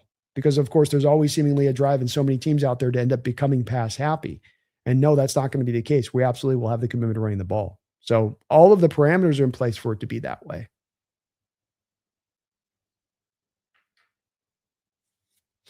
Cope says, whether you go by the eye test or analytics, Russ has one of the top 2 or 3 deep balls of all time: accuracy, touch, velocity, angle, anticipation. Yeah, I think that's very fair.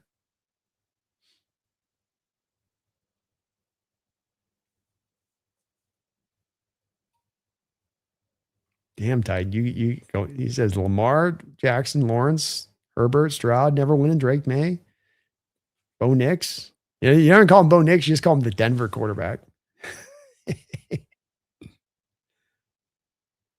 Yo, dude, says, yo, B, I'm dying, brother. I need some football. It's getting to that time of the year, and yo, I've been feeling it myself the last couple of weeks. I've been getting good through the shortened off season where I'm like, I'm okay. I'm just kind of recharging, enjoying the championship. But you do get to this point, you're like, okay, where's football? Off season's getting a little long. Come on. I'm right there with you, man. What's up, Catalyst? Good to see the house.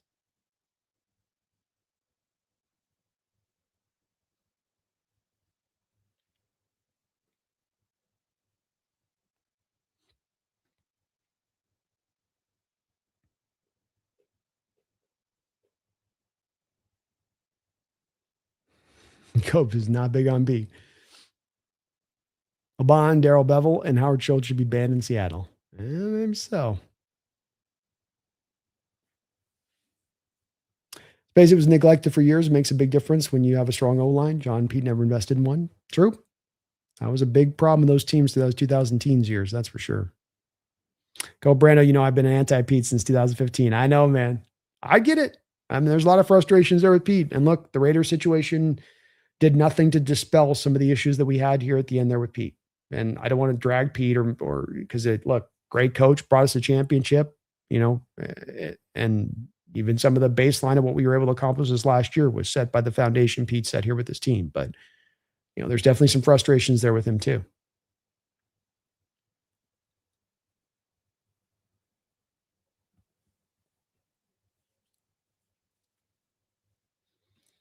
Banker says Argentina's been good for a long time, Brando. I'm just saying, we got more division titles. We got more Super Bowl appearances in this division since we walked in this division 25 years ago. I'm just saying. Oh my gosh, M. Jordan, thank you for the $20 donation. Really appreciate you for that. Just so very kind. Thank you guys for your support. Just amazingly kind here to me on this channel. I really, really do appreciate it. This is completely off topic, but watching Phillip Rivers unretire and make all those checks at the line of scrimmage brought back some great memories. It's weird quarterbacks either can't do that or aren't allowed to do that anymore. Ooh, yeah, that's great. Great point.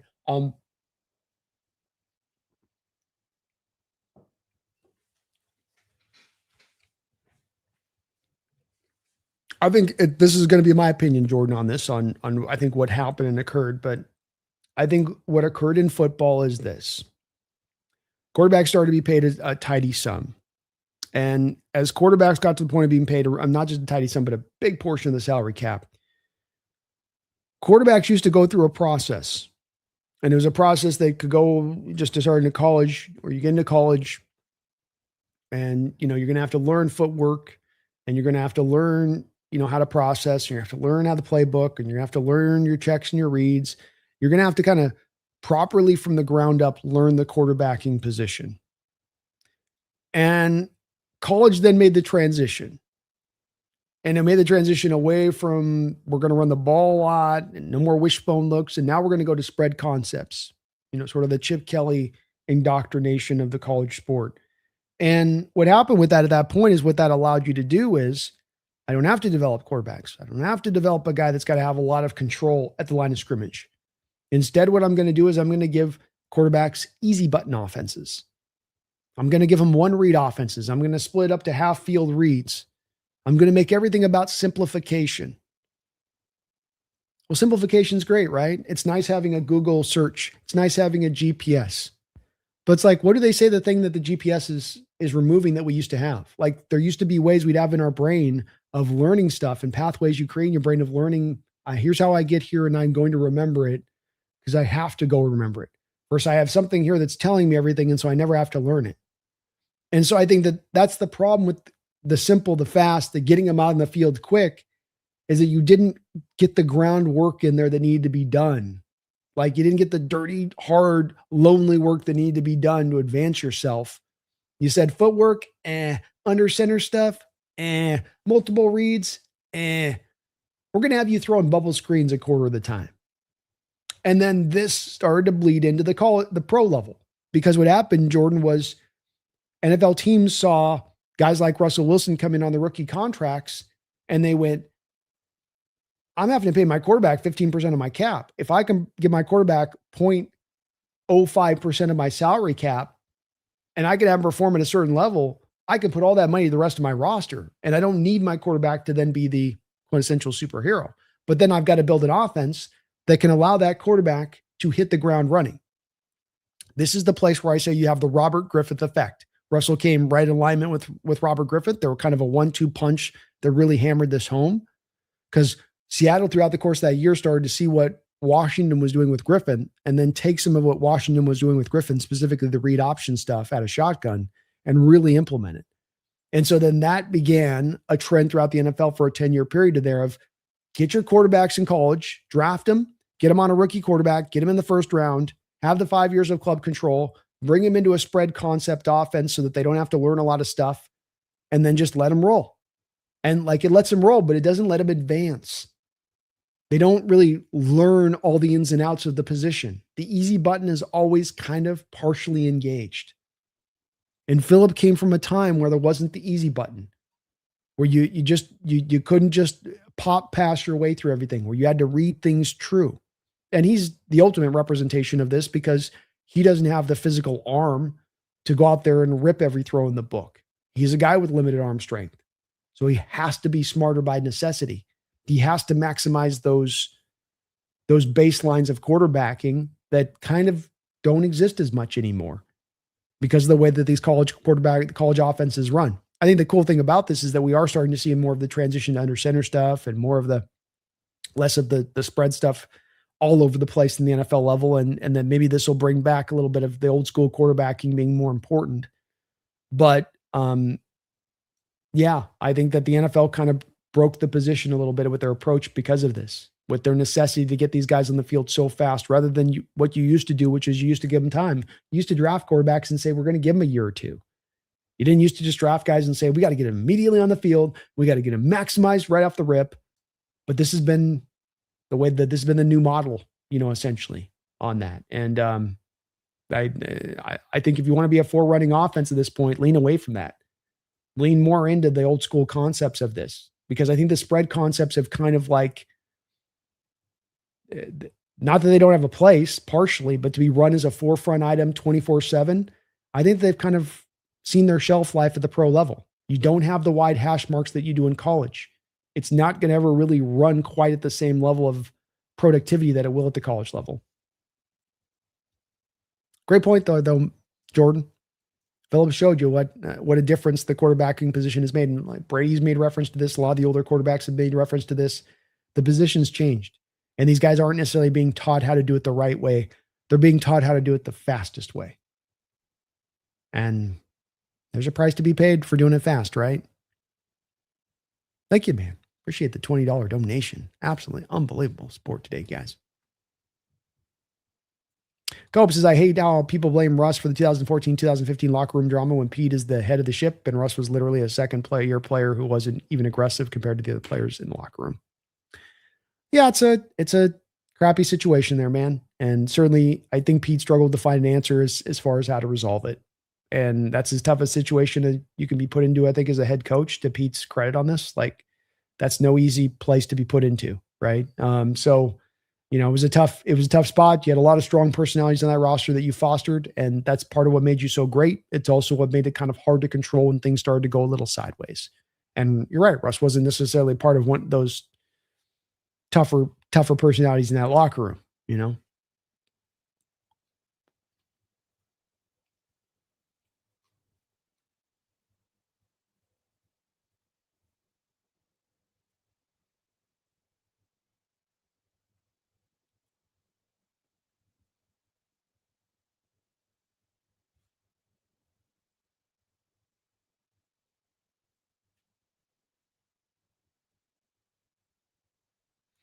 Tyler says, I get it. It was bad towards the end, but people really need to remember how good of a coach Pete actually was for us. He will be in the hall. Agreed.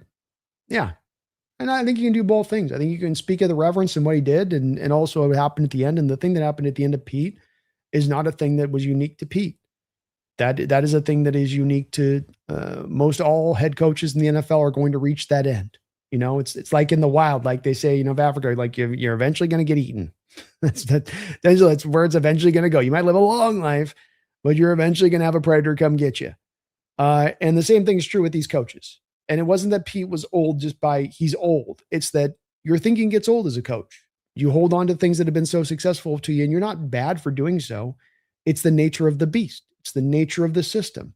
I've built this thing. I've refined it. I've cobbled it together for years and decades. It brings me the ultimate success at the college and the pro level.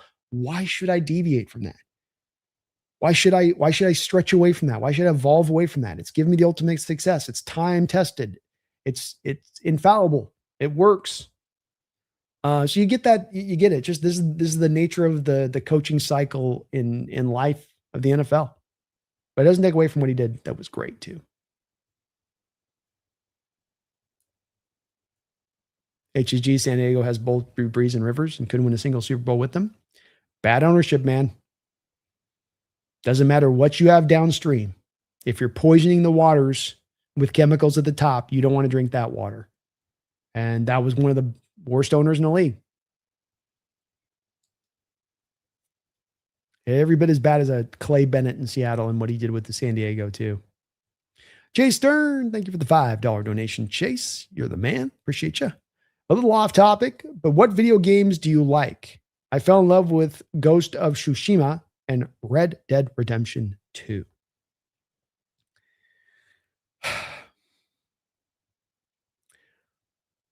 In recent years, it's been really problematic, Chase. I love video games. And I've really been struggling in the last couple of years because I love video games, but I don't find a lot of video games that I find myself loving as much to play anymore. Some of it comes from, I think, the problem that if it's not like a NCAA 2000, like if it's not college football or it's not like a Madden kind of game or a 2K, I'm not a big first person player. I like playing multiple player games, really. So, I'll still do a COD game, just do some Warzone with some friends, that type of thing, just get on with some buddies. But for the last 7 or 8 years, it's been a real struggle to look at some games that I've liked that I've been like, that was a really great game that I really enjoyed and loved. I think the good games, to your point on this, have been first person games. You mentioned God of War too. I think first person games are doing great, and they're coming out with some fantastic stuff. I wish it more appealed to me, but I like the teamwork. I like the working together on games and stuff, And unfortunately, there just hasn't been too many games in recent years that have footed that bill. I had some hope for even Grand Theft Auto, but I think that that's going to be more of a. I don't think that that's going to. It just feels like nothing delivers anymore. You get games you get hyped for, and they don't quite deliver on the multiplayer front. Chase. So single player all the way. Those have been fantastically done, no doubt about that. But the multiplayers have been just tough sledding. I'll tell you what. Wish I had a better answer. I've been scraping the bottom of the barrel, man. I've been playing old games like Civ 6 and stuff because I'm just not liking the new games right now. Seattle destroying RG3 made me get the Seahawks logo on my right arm. Let's go.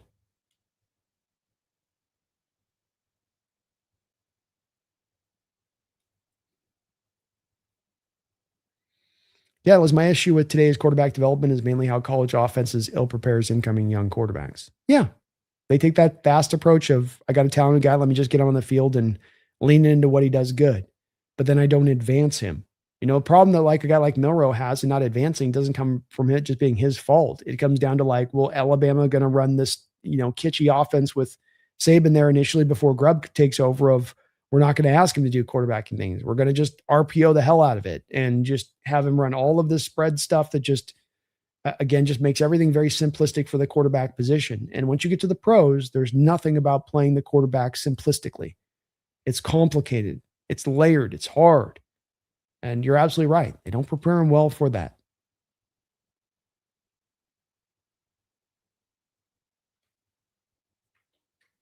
John's engineering seems like a super decisive, doesn't hesitate. I think he'll be a great fit with this young O-line. Me as well, man. Me as well. Telios, would Cleveland be dumb enough to trade Verse to the Hawks? I wouldn't think so. But you never know. And they do have to get a contract eventually done with Verse. I think if it does happen, it's probably not happening this year. You're probably having to wait a year out on that for that to potentially happen. But if you can't get an extension done with him, maybe. Cavs rather have Denzel Ward than Verse.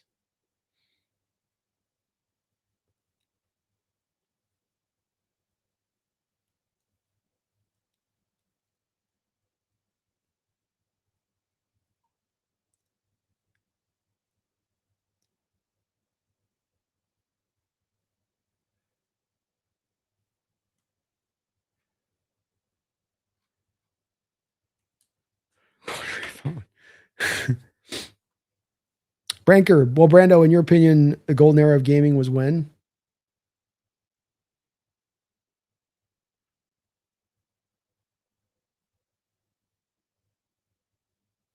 I don't know, man. I want to say like mid 2000s, probably be in there, where the live was really coming into effect, and that was all that getting on, going online and doing all that stuff, and then where the games are going, and it seemed like at that time, every 6 to 9 months, you had a game that was worth playing and was worth checking out. That you're going to get a good couple of months out of if you played it, and it felt like we got kicked out of that cycle. And it stopped. And then it just started to be like everything was just repeat over and over again. And then it's all kind of single player stuff now as much as everything else. If I love single players, it's probably a great era for me. You got Elden Ring 2 and Grand Theft Auto coming out and Red Dead Redemptions and the God of War. And how we just had that one Phoenix Skies or whatever that just came out that people were loving up, that open world one that came out. I'm butchering the name of it, but if you're a first person, you love that stuff, no doubt about that. No doubt. But for multiplayer, probably mid 2000s. Yeah, some college offenses are glorified high school offenses. They are. Kitschy as hell. Jordan, you should try the Resident Evil remakes, Resident Evil 9. They've done good with those, I've heard. Again, I think to the Jordan, there's some great first person. I wish I get kind of bored with the first person ones. Like I think some people get as much more immersed and they're like the storytelling and I just end up like, oh, it's a cutscene. Oh, another cutscene. And the dialogue will feel stagnant and you're just like, okay, yeah. I wish I could. I'd like a lot more. Gallus, there's something special about condensed under center and heavy personnel offensive philosophy. Any air raid infiltration seems to hurt the Seahawks. Yeah. Give me the old school too, man. I'm not a buyer in of this air raid. I think it can work at the college level. I think the pros have been trying to make it work. Look at Kingsbury with Washington. It was a smashing success until it wasn't. And it's an inconsistent offense to me. It's too much of the feast or famine and too little of the inconsistency. Yeah, 99.25. That feels like a good time right there. Here's a good one, Brian. Appreciate you, my man. LeBron, be any chance Texans trade Danielle Hunter by midseason? The only way that that's going to occur is if they're obviously out of it. And, that's probably not going to be the case with the Texans. There's one other part of this, I think, that makes this a little sticky.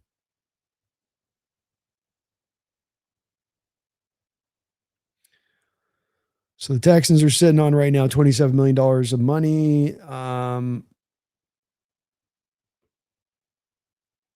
Yeah, they'd have to eat over $20 million to move him. So I can't see it happening now. They won't have the cap space by that point to be able to eat the dead money to do this. They're already sitting on void year. They've kind of made their bet on this one too. So they've got the 2 years left on his deal, and they have void year money. They'd have to fall on their face completely this season for that and even then, I don't think they could pull it off.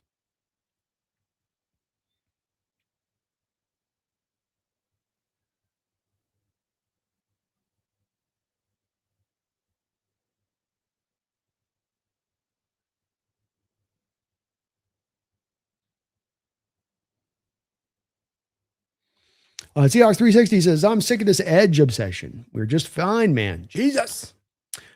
Yeah, I'm not gonna be mad if we don't address the edge at this point. And you might have enough here. I think this is the one thing that has me a little worried about is just some of the age and some of the injury history that you have on here. A guy like both DeMarcus and Uchenna have had their share of injuries. I think Fowler's had a good collective share of his own.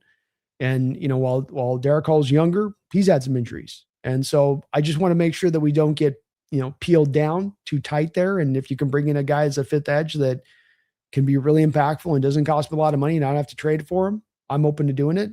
But I wouldn't pound the table and say that this is a necessity in the same right.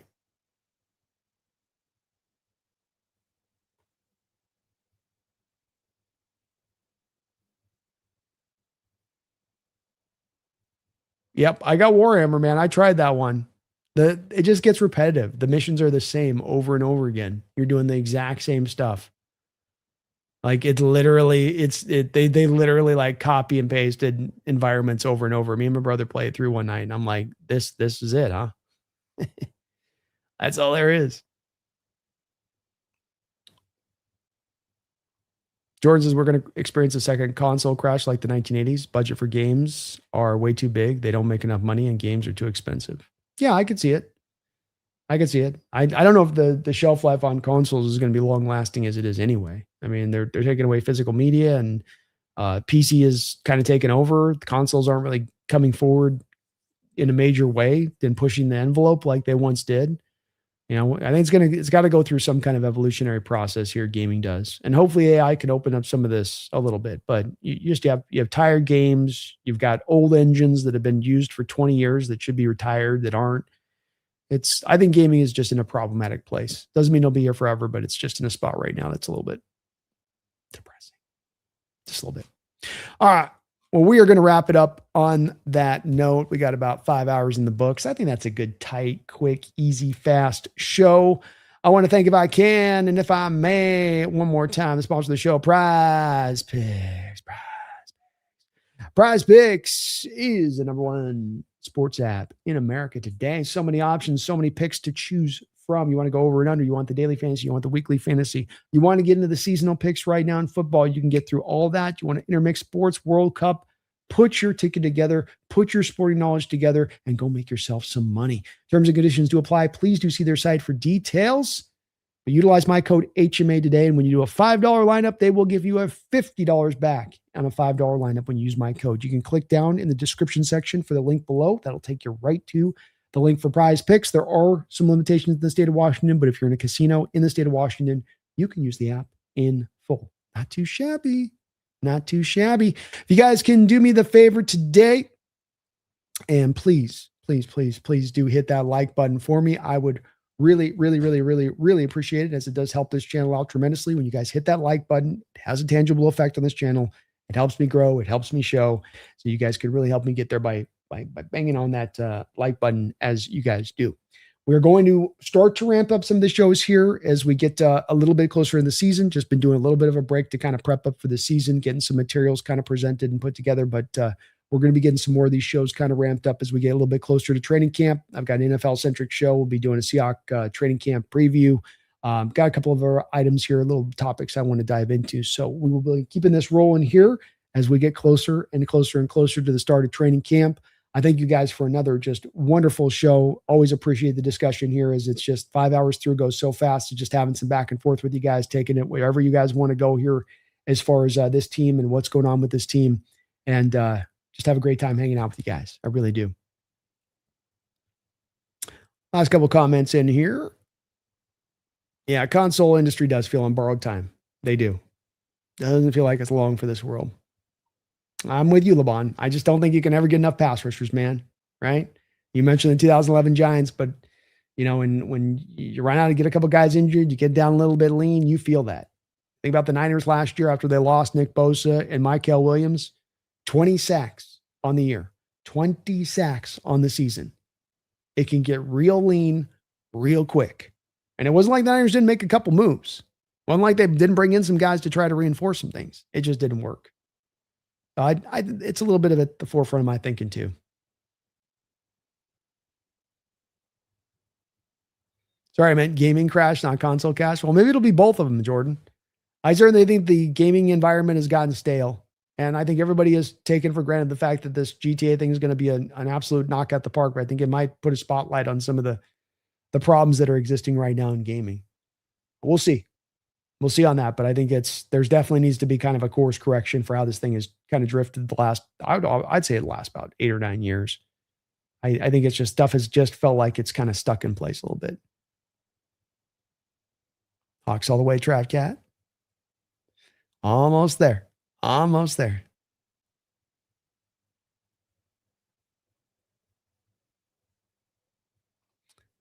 Sean B, is there a guard you could see available at the deadline? I feel like that never really happens, and O-line is such a difficult mid-season position to try and gel on the fly. I mean, that's the reason I think you touch on is that it's kind of a two-pronged thing. It's both that, number one, there's really not teams willing to move guys that are valuable offensive linemen. If you got a valuable one, you're going to keep them. Even if you're not in a position to be a contending team, you're still going to say, well, hard to replace this guy, hard to find. He's such a good part to what he gives us. In general terms, my answer to you would be no. Could a JPJ with the Raiders, Jackson Powers Johnson, become available? Maybe a guy that you could take a look at. Could a Quentin Nelson with the Colts, if the Colts were to have one of those years where they put all their chips into the center, right? Multiple first-round picks for Sauce Gardner. They're all in chips in the center of the table. If that doesn't met out a playoff appearance, if they're 2-5, 2-6 to start of the year, could they be open to moving an alignment at that point? Maybe. I think that beyond that, there really isn't much you could really go to, though. There just isn't anything really out there.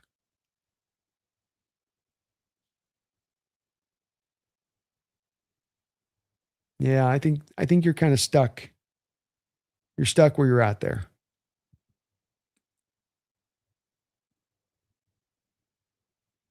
Ruiz. Cesar Ruiz might be another guy to take a look at, Sean. Center guard combo there for the Saints. Maybe a guy that could be in play as well. Might be a guy that they could take a look at.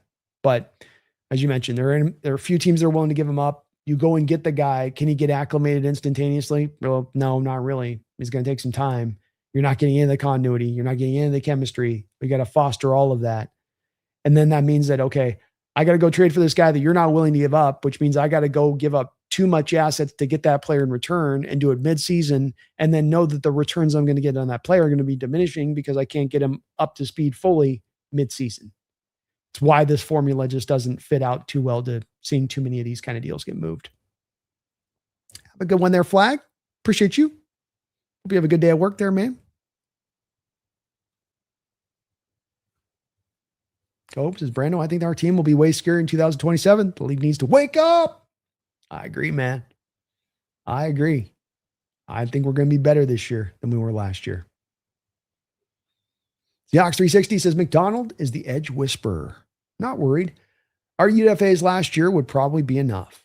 Well, to your point, that 360, I'm hearing some really good praise given out to a guy like Mike Morris. It sounds like he's really refit and reformed his body. And Jared Ivey, those two guys as your kind of fifth edges on the roster might just be enough. And I'm open to that. You can completely sell me on that.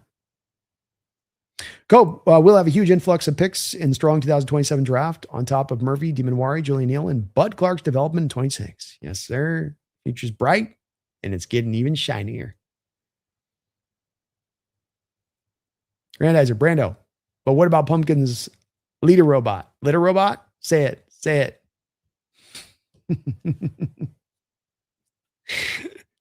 That's right. LeBron, how about the recent retired Browns guard? No, he's a left guard. He's old. He's not going to fit to a mobile-based, outside zone system. It's probably not going to be as a fit.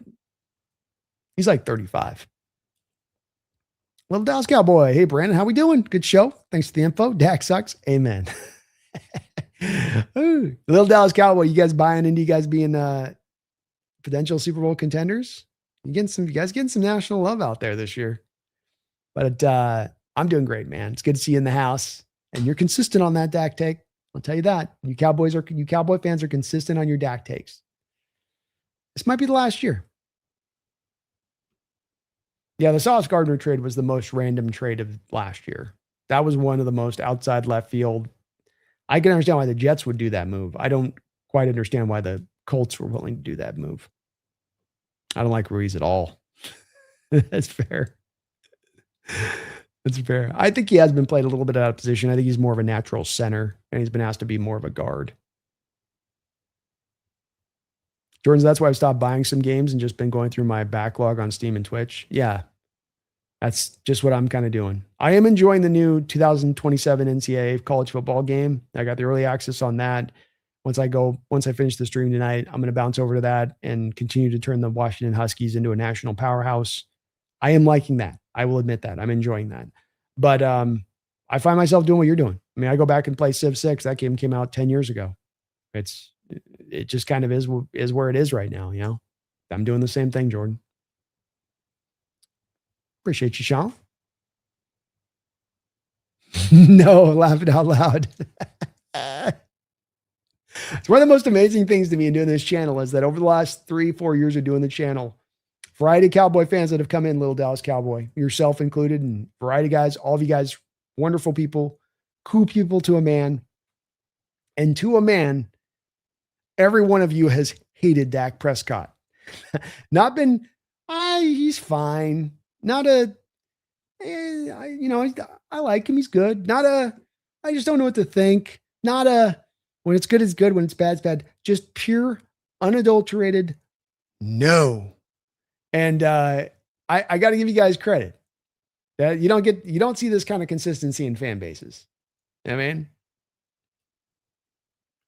Denver, do you think Love could be allowed to walk in a couple of years? We need to pay a lot of players soon, and I don't know if we can afford Love again. Might be a hidden part of the Bud Clark pick. Well, to your point, Denver, I do think Bud Clark is a little more free safety-ish. I think when Love is at his best, it's more of when he's in that kind of free safety role. I think this does give them an insurance policy if the price is going to get to be too costly for Love. I don't think that it's necessarily one way or the other as certain of a decision. I think John's at the understanding, and I'm making a guess here, but I think John's at the understanding at this point of I can't pay two safeties top of the end money. At one point or another, I'm paying top 3 money to Jamal Adams, and at the same time I'm paying top 3 money to him, I'm paying top 10 money to Quandre Diggs. I can't do that again. But can I pay one and go cheap on the other? Well, if I'm from John's perspective on this, I think I might be open to doing that. And so that's the hard part about this that gets tough to predict on this is that you've set the stage with Bud now that where if Okada moves on after this year and Okada's cheap this year and Bud comes in and then he remains cheap, if this plays out that way, then you kind of could then theoretically afford to pay the guy the $14 million a year, $15 million a year, if that's what it's going to cost to Julian at that point. But he is also getting kind of closer to 30. And maybe there's going to be a little bit of a pushback on their standpoint of, hey, we're not going to quite go up that high to you at this point. You had injury last year. You missed this amount of games. You're probably going to have some more. So I'm willing to do it. I don't think there's a no-go here. I think the no-go is don't pay two guys at the safety market both at the same time. It's devalued for a reason.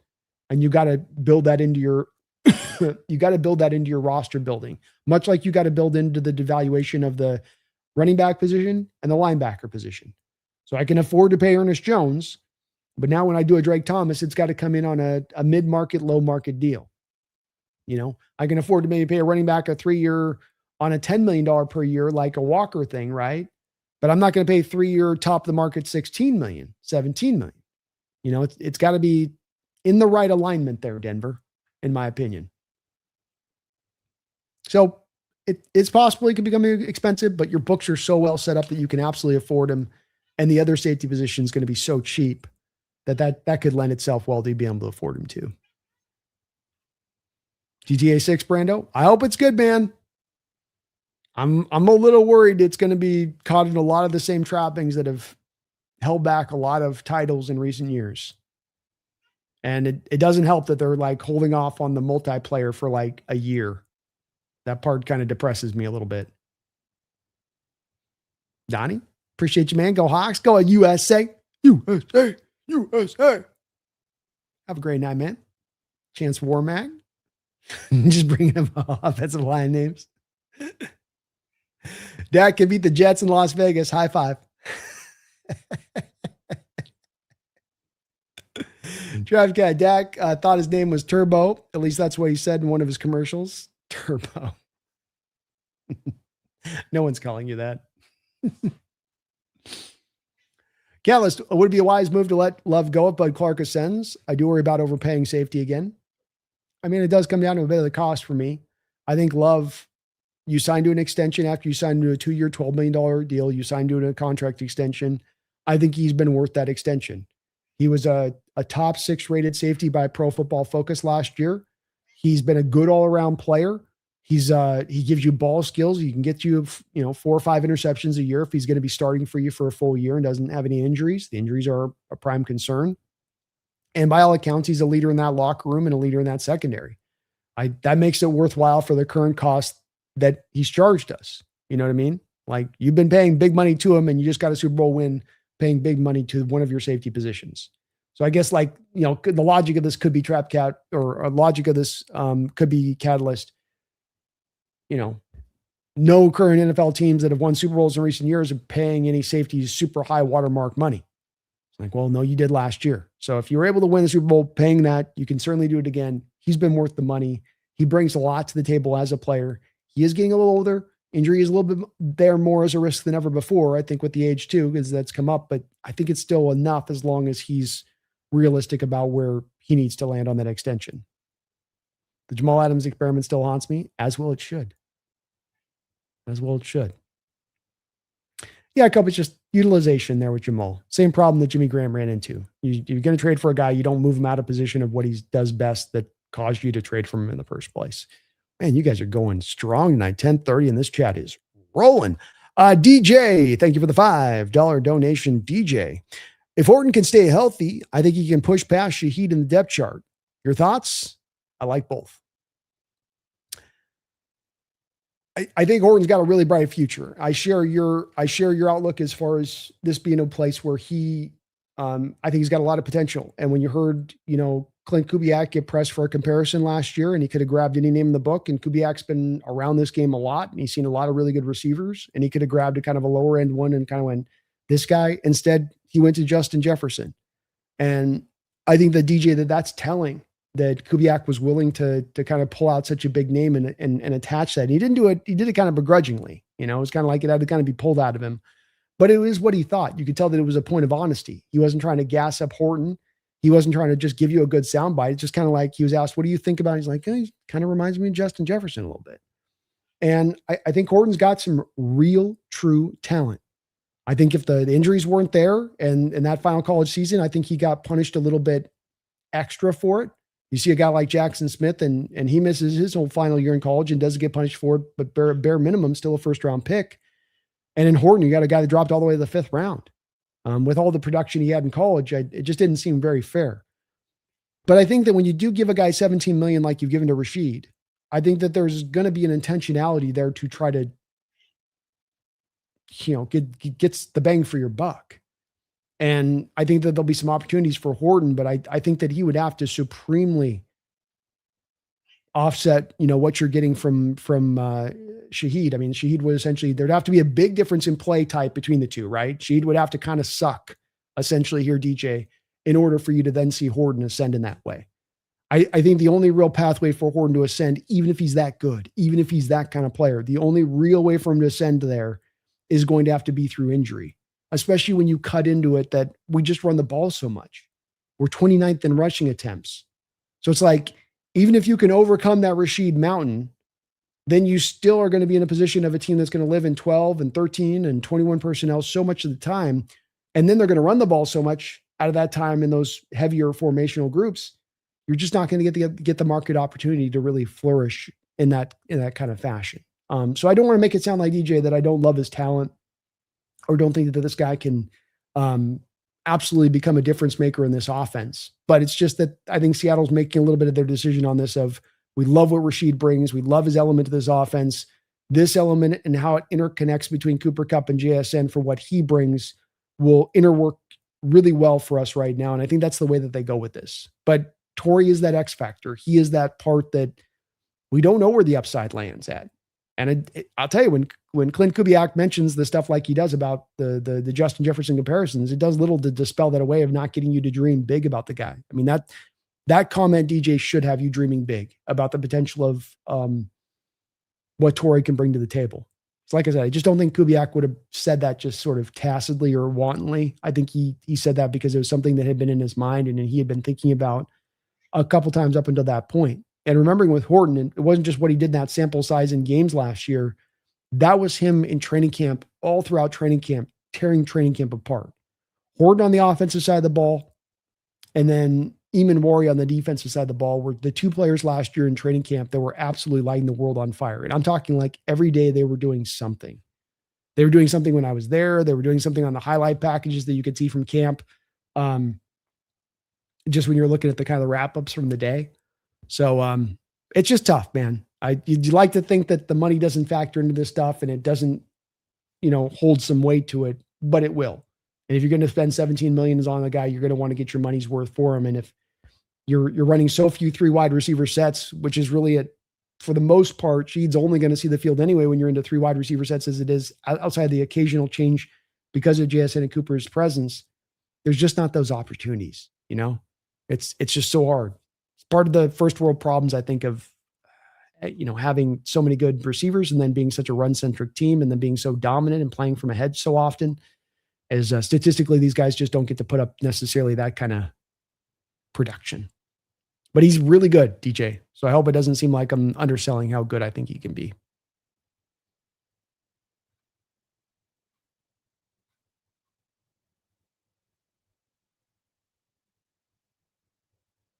Gallus, Brandon. Is Brandon Ayuk a good comparison for Torrey Horton?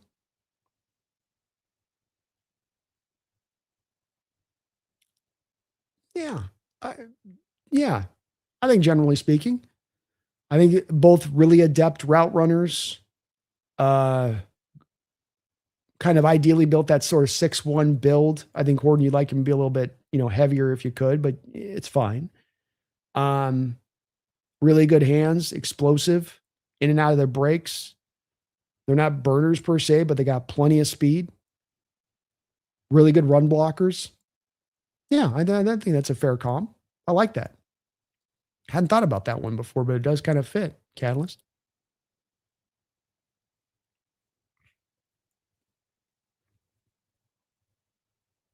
Brand's a little thicker. He's a little bit more of the sturdier kind of, and I think Horton's a little bit more of the elusive. But there's some overlap.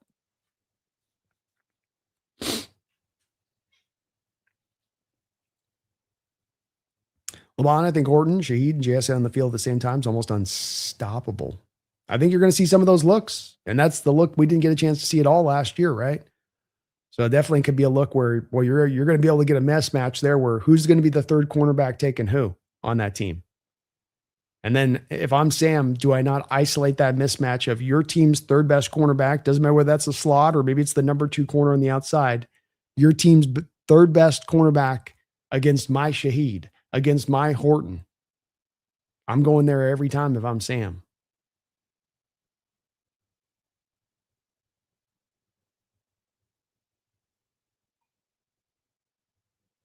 Shaheed's criminally underrated. Yeah, I think Shaheed's really good. I think some of what it comes from this too, Jake, is just a little bit of there's the bumpy road with Shaheed coming in as a receiver last year and that the timing just wasn't quite there with Sam and him. And then I think that we're going to get that timing this year. We're going to see a little bit more why this team had more of a vision that this is going to get even better into year 2 with these two guys having really that time to work together and get fully on the same page.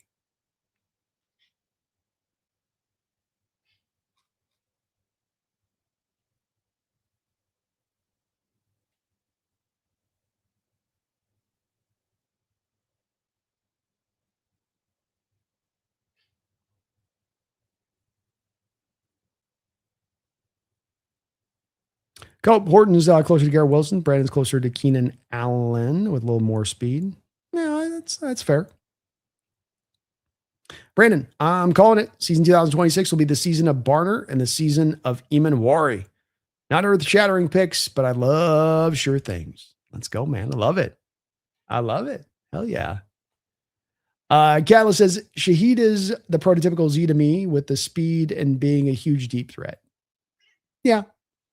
I think Ayuk, though, is also very much an X receiver. Well, proto Z, too. I think Ayuk can do both X and Z. I think both of them kind of have that potential to do it, but that's fair. That's definitely fair. I wouldn't say it's a pure comp 1-to-1 either, but I can see some of the overlap there between the two and what they do and how they win. Definitely think Horton would have been on page for a 9-touchdown type season. He had 5 in just like 6-7 games he played, Cope. DJ, man, thank you for another $5 donation. Let's go, DJ. Appreciate you, brother. It's very kind of you. Do you think we're going to see McIntosh in the running game plans this year? I think as it currently stands, DJ, there's going to be a bit of an uphill battle in McIntosh making the roster. I think that this is the second lower leg injury, and I think he had one in college, so I think this is technically like the third pretty major lower leg injury that he has sustained in a very young career. I think the Seahawks have done more this year to reinforce the depth of the position than ever before, and that there have been prior years where he was kind of hardline slotted in there to be your fourth running back. You know, he's hardlined in there to make the roster. I think this year with Holani's presence, Wilson's presence, the free agent that you signed from the Packers, there's less of a clarity here of him having a spot that's certain. I think it's an if situation, DJ. If he can get back to healthy and be ready by training camp to truly compete with the rest of the guys. If he's still as explosive as he had kind of shown here in the bits of the sample size that we had gotten to see from him, then I could see him then fit himself back into that fourth running back role. But those are really big questions and ones I don't have really certain answers to because of the fact that there's so many of these guys that have the 2 lower leg injuries and they're never quite the same. He was a guy that, you know, he can't be robbed of any extra speed. He can't be diminished in his quickness. He's got to have those things where they're at for him to find success in this sport, remembering that he was a 7th round pick for a reason, kind of because of these reasons. So if those things are on point, if those things are right, then I do think he's your 4th best running back on this roster. And I think he does make the team. And I even think he's got a certain specialized skill set that could really work and really add something that can give you kind of a unique factor to the running back room, because he's one of the only running backs. He is the only running back on this roster that can go a line out as a wide receiver and actually go out there and run some routes for you, kind of look like a receiver running routes. And he'd be a great 3rd down back if he could stay healthy in that way. I think great hands, good route runner, really good quickness. But it does kind of come down to those two other angles. Even the kid we got, Carius or something like that. You know, there was the one other running back who had a pretty good preseason last year. He's still on the roster. I think it'll get harder because I think John's done more to invigorate the depth of the running back room than he's done in other prior years, because stuff's so kind of stable on the front side. You got the Sharps, you've got you got Jadarian Price you drafted, then you go and you bring a Wilson in. You kind of got those first 3 spots set. So now you can really kind of hyper focus from John's perspective on 4 and 5. And the real final part to this, DJ, would just be roster size. When we look at the preview of this team and how this is going to break down, John's got some real difficulties in trying to build this roster because the extra roster spots are kind of taken up. Jalen Milroe is your 3rd quarterback. The extra tight end that you have on the roster / fullback, who I can't quite space his name out. I'm late in the show here and I can't remember what his name is, but the the special teams wonder kid that we have. You know, we've got a lot of these guys that are just kind of extra guys on the roster for the role that they're going to fill for that spot. But then that means you can't, you know, you don't have any extra places to pull from. You're going to need probably 5 edges. You're going to need to probably have 4 defensive tackles on the extra roster. You know, you're going to need 5 over here of cornerbacks. And there's where are you going to pull from kind of if you wanted to have 5 running backs? Keeping in mind, you got a Robbie Utes. I got not just 1 fullback, but I got 2 fullbacks. Some teams don't have even 2 some teams don't even have a fullback. So now if I don't have any fullbacks, I can use those extra roster spots to carry an extra running back, let's say. So the numbers game is the other thing that works against him here, where you're not going to be able to keep extra running backs. You might have 3 running backs on the roster when we get to game 1, just for the load balance of the rest of the roster. As strange as that does sound. I don't think it's likely to happen, but it's a possibility. Because there are certain things you're just not, you know, Utes is going to make the roster. You're, let me get his damn name here. I don't know why I'm spacing out his name right now.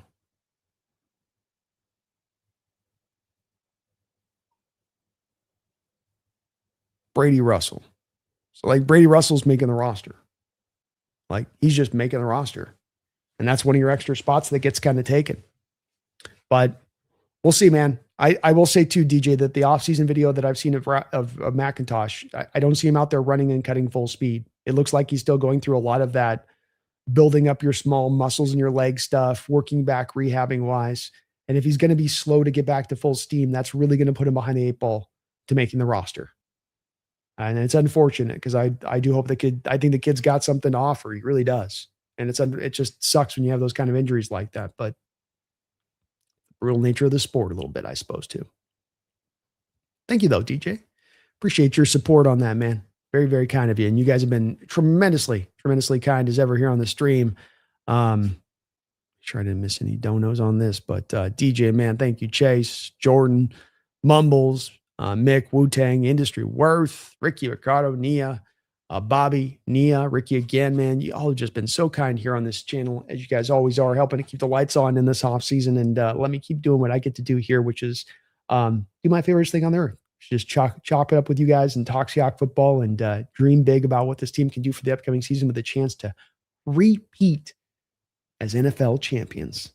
Hell of a position to be put into. It's been a marvelous offseason to just sit back and be able to enjoy last offseason and that great year that was. Sit back in the cut, just feel comfortable. Watch our rivals chasing us desperately, hungrily. And we just get to sit back, you guys keep chasing. We're doing what we do. I really appreciate you guys for watching today. We will put a button on that note of it here. Please do, if you guys can for me. Please do. Hit the like button for me. Sub on up. I would really appreciate it. Catalyst, the reason I said Ayuk is because of the route running similarities I see between him and Horton, although Horton's probably more elusive. I think it's fair. I think there's some overlap there. There's some overlap there, my man. Who's scarier, Caleb Williams or Jaden Daniels? I'll take Jaden Daniels. I'm not sure that Caleb Williams can play on script. And the off-script stuff's great, but I don't think it's always sustainable. I think it can lead to a lot of up and down level of play. And I'd like more of the steady Eddie myself. So I think Jaden's got more of a built-in ability to play on time and smarter in his decision-making. Caleb can maybe put up more of the highlight reel type plays, but I'll give me Jaden. Give me Jaden. Trap says, yeah, it could be real work putting this roster together and picking who has to go to the practice squad and who actually makes it. The active roster is going to be brutal this year. It is so hard because so many things are hard lined into what you have to keep from a numbers game to this player's got to be kept and that player's got to be kept. And then it just gives you less flexibility to put an extra guy on the roster here or an extra guy on the roster over there. It's going to be tough. First world problems. First world problems, I tell you. Appreciates Dicted. Cope. Wilson reminds me of slightly Chris Carson, while he doesn't have Carson's acceleration. No, I could see that though. Both of those guys are hammers once you get them out in space. Like they're not a fun tackle. You're going to pay a iron price for tackling those guys. That is for sure. 100%. Eddie Lacy? Yeah, like an in shape, maybe Eddie Lacy. But he's good, man. And he's going to find a role in this offense. I do think that. I like him as just kind of a hammer that you can add into the stable running backs, just provides his own kind of skill set to the table and having more variety in that running back room is never a bad thing. I thank you again, guys, for watching today. We got almost 6 hours in the books, a little bit of a marathon stream here in the off season. Why not? Why not? You guys are going to always have me rolling along here, just going fast no matter what. We are going to keep cooking our way through this off season. We got a couple of shows set up for you guys in route. We'll start up and get that prep bar. Got some of the prep already set for these shows, but they're coming in route here over the next week and a half. We'll kind of just play it by ear on a timeline there with you. I do, again, thank you guys so much for all of you guys hanging with me out throughout this offseason, not just in today's show, but rocking with me through the draft, free agency, and through all these shows that we've gotten live. The viewership has been outstanding. The growth has been really good, and we've had a lot of off seasons where the growth has really stagnated and done nothing. This offseason, I've been able to see stuff still really cook along really, really, really well. If you guys can, for me, just a couple final notes. Trying to get the podcast really rolling fully, the audio-only version stuff. If you guys can review for me my podcast over on Apple or wherever you do take in the podcast, potentially audio-only version, I'd love to get some more reviews up there for the Apple podcast and try to get the podcast pushed a little bit more center forward. I'm also on the Believe Network right now. That's a podcast network that I'm on. You can find me over there on that if you're looking for it there too. We got the Clips channel rolling. So if you're looking for Clips channel of these live stream shows in just more digestible form, rolling strong over there. That's the Hawks Nest Clips channel. We got the Facebook rolling full and strong, TikTok as well. So we are really cooking up. We're going to just continue to expand this upcoming season. We got 7 shows we'll be doing during the week here for the upcoming NFL year. So I hope you're ready. I hope you're prepped. I hope you're locked in. I hope you are set to go out there and repeat as NFL champions. But just in case, we got a few that aren't. Just in case, we got a few that are forgotten or a little bit caught up in baseball right now. Let me remind you, don't you ever forget. Don't you dare. Go Hawks.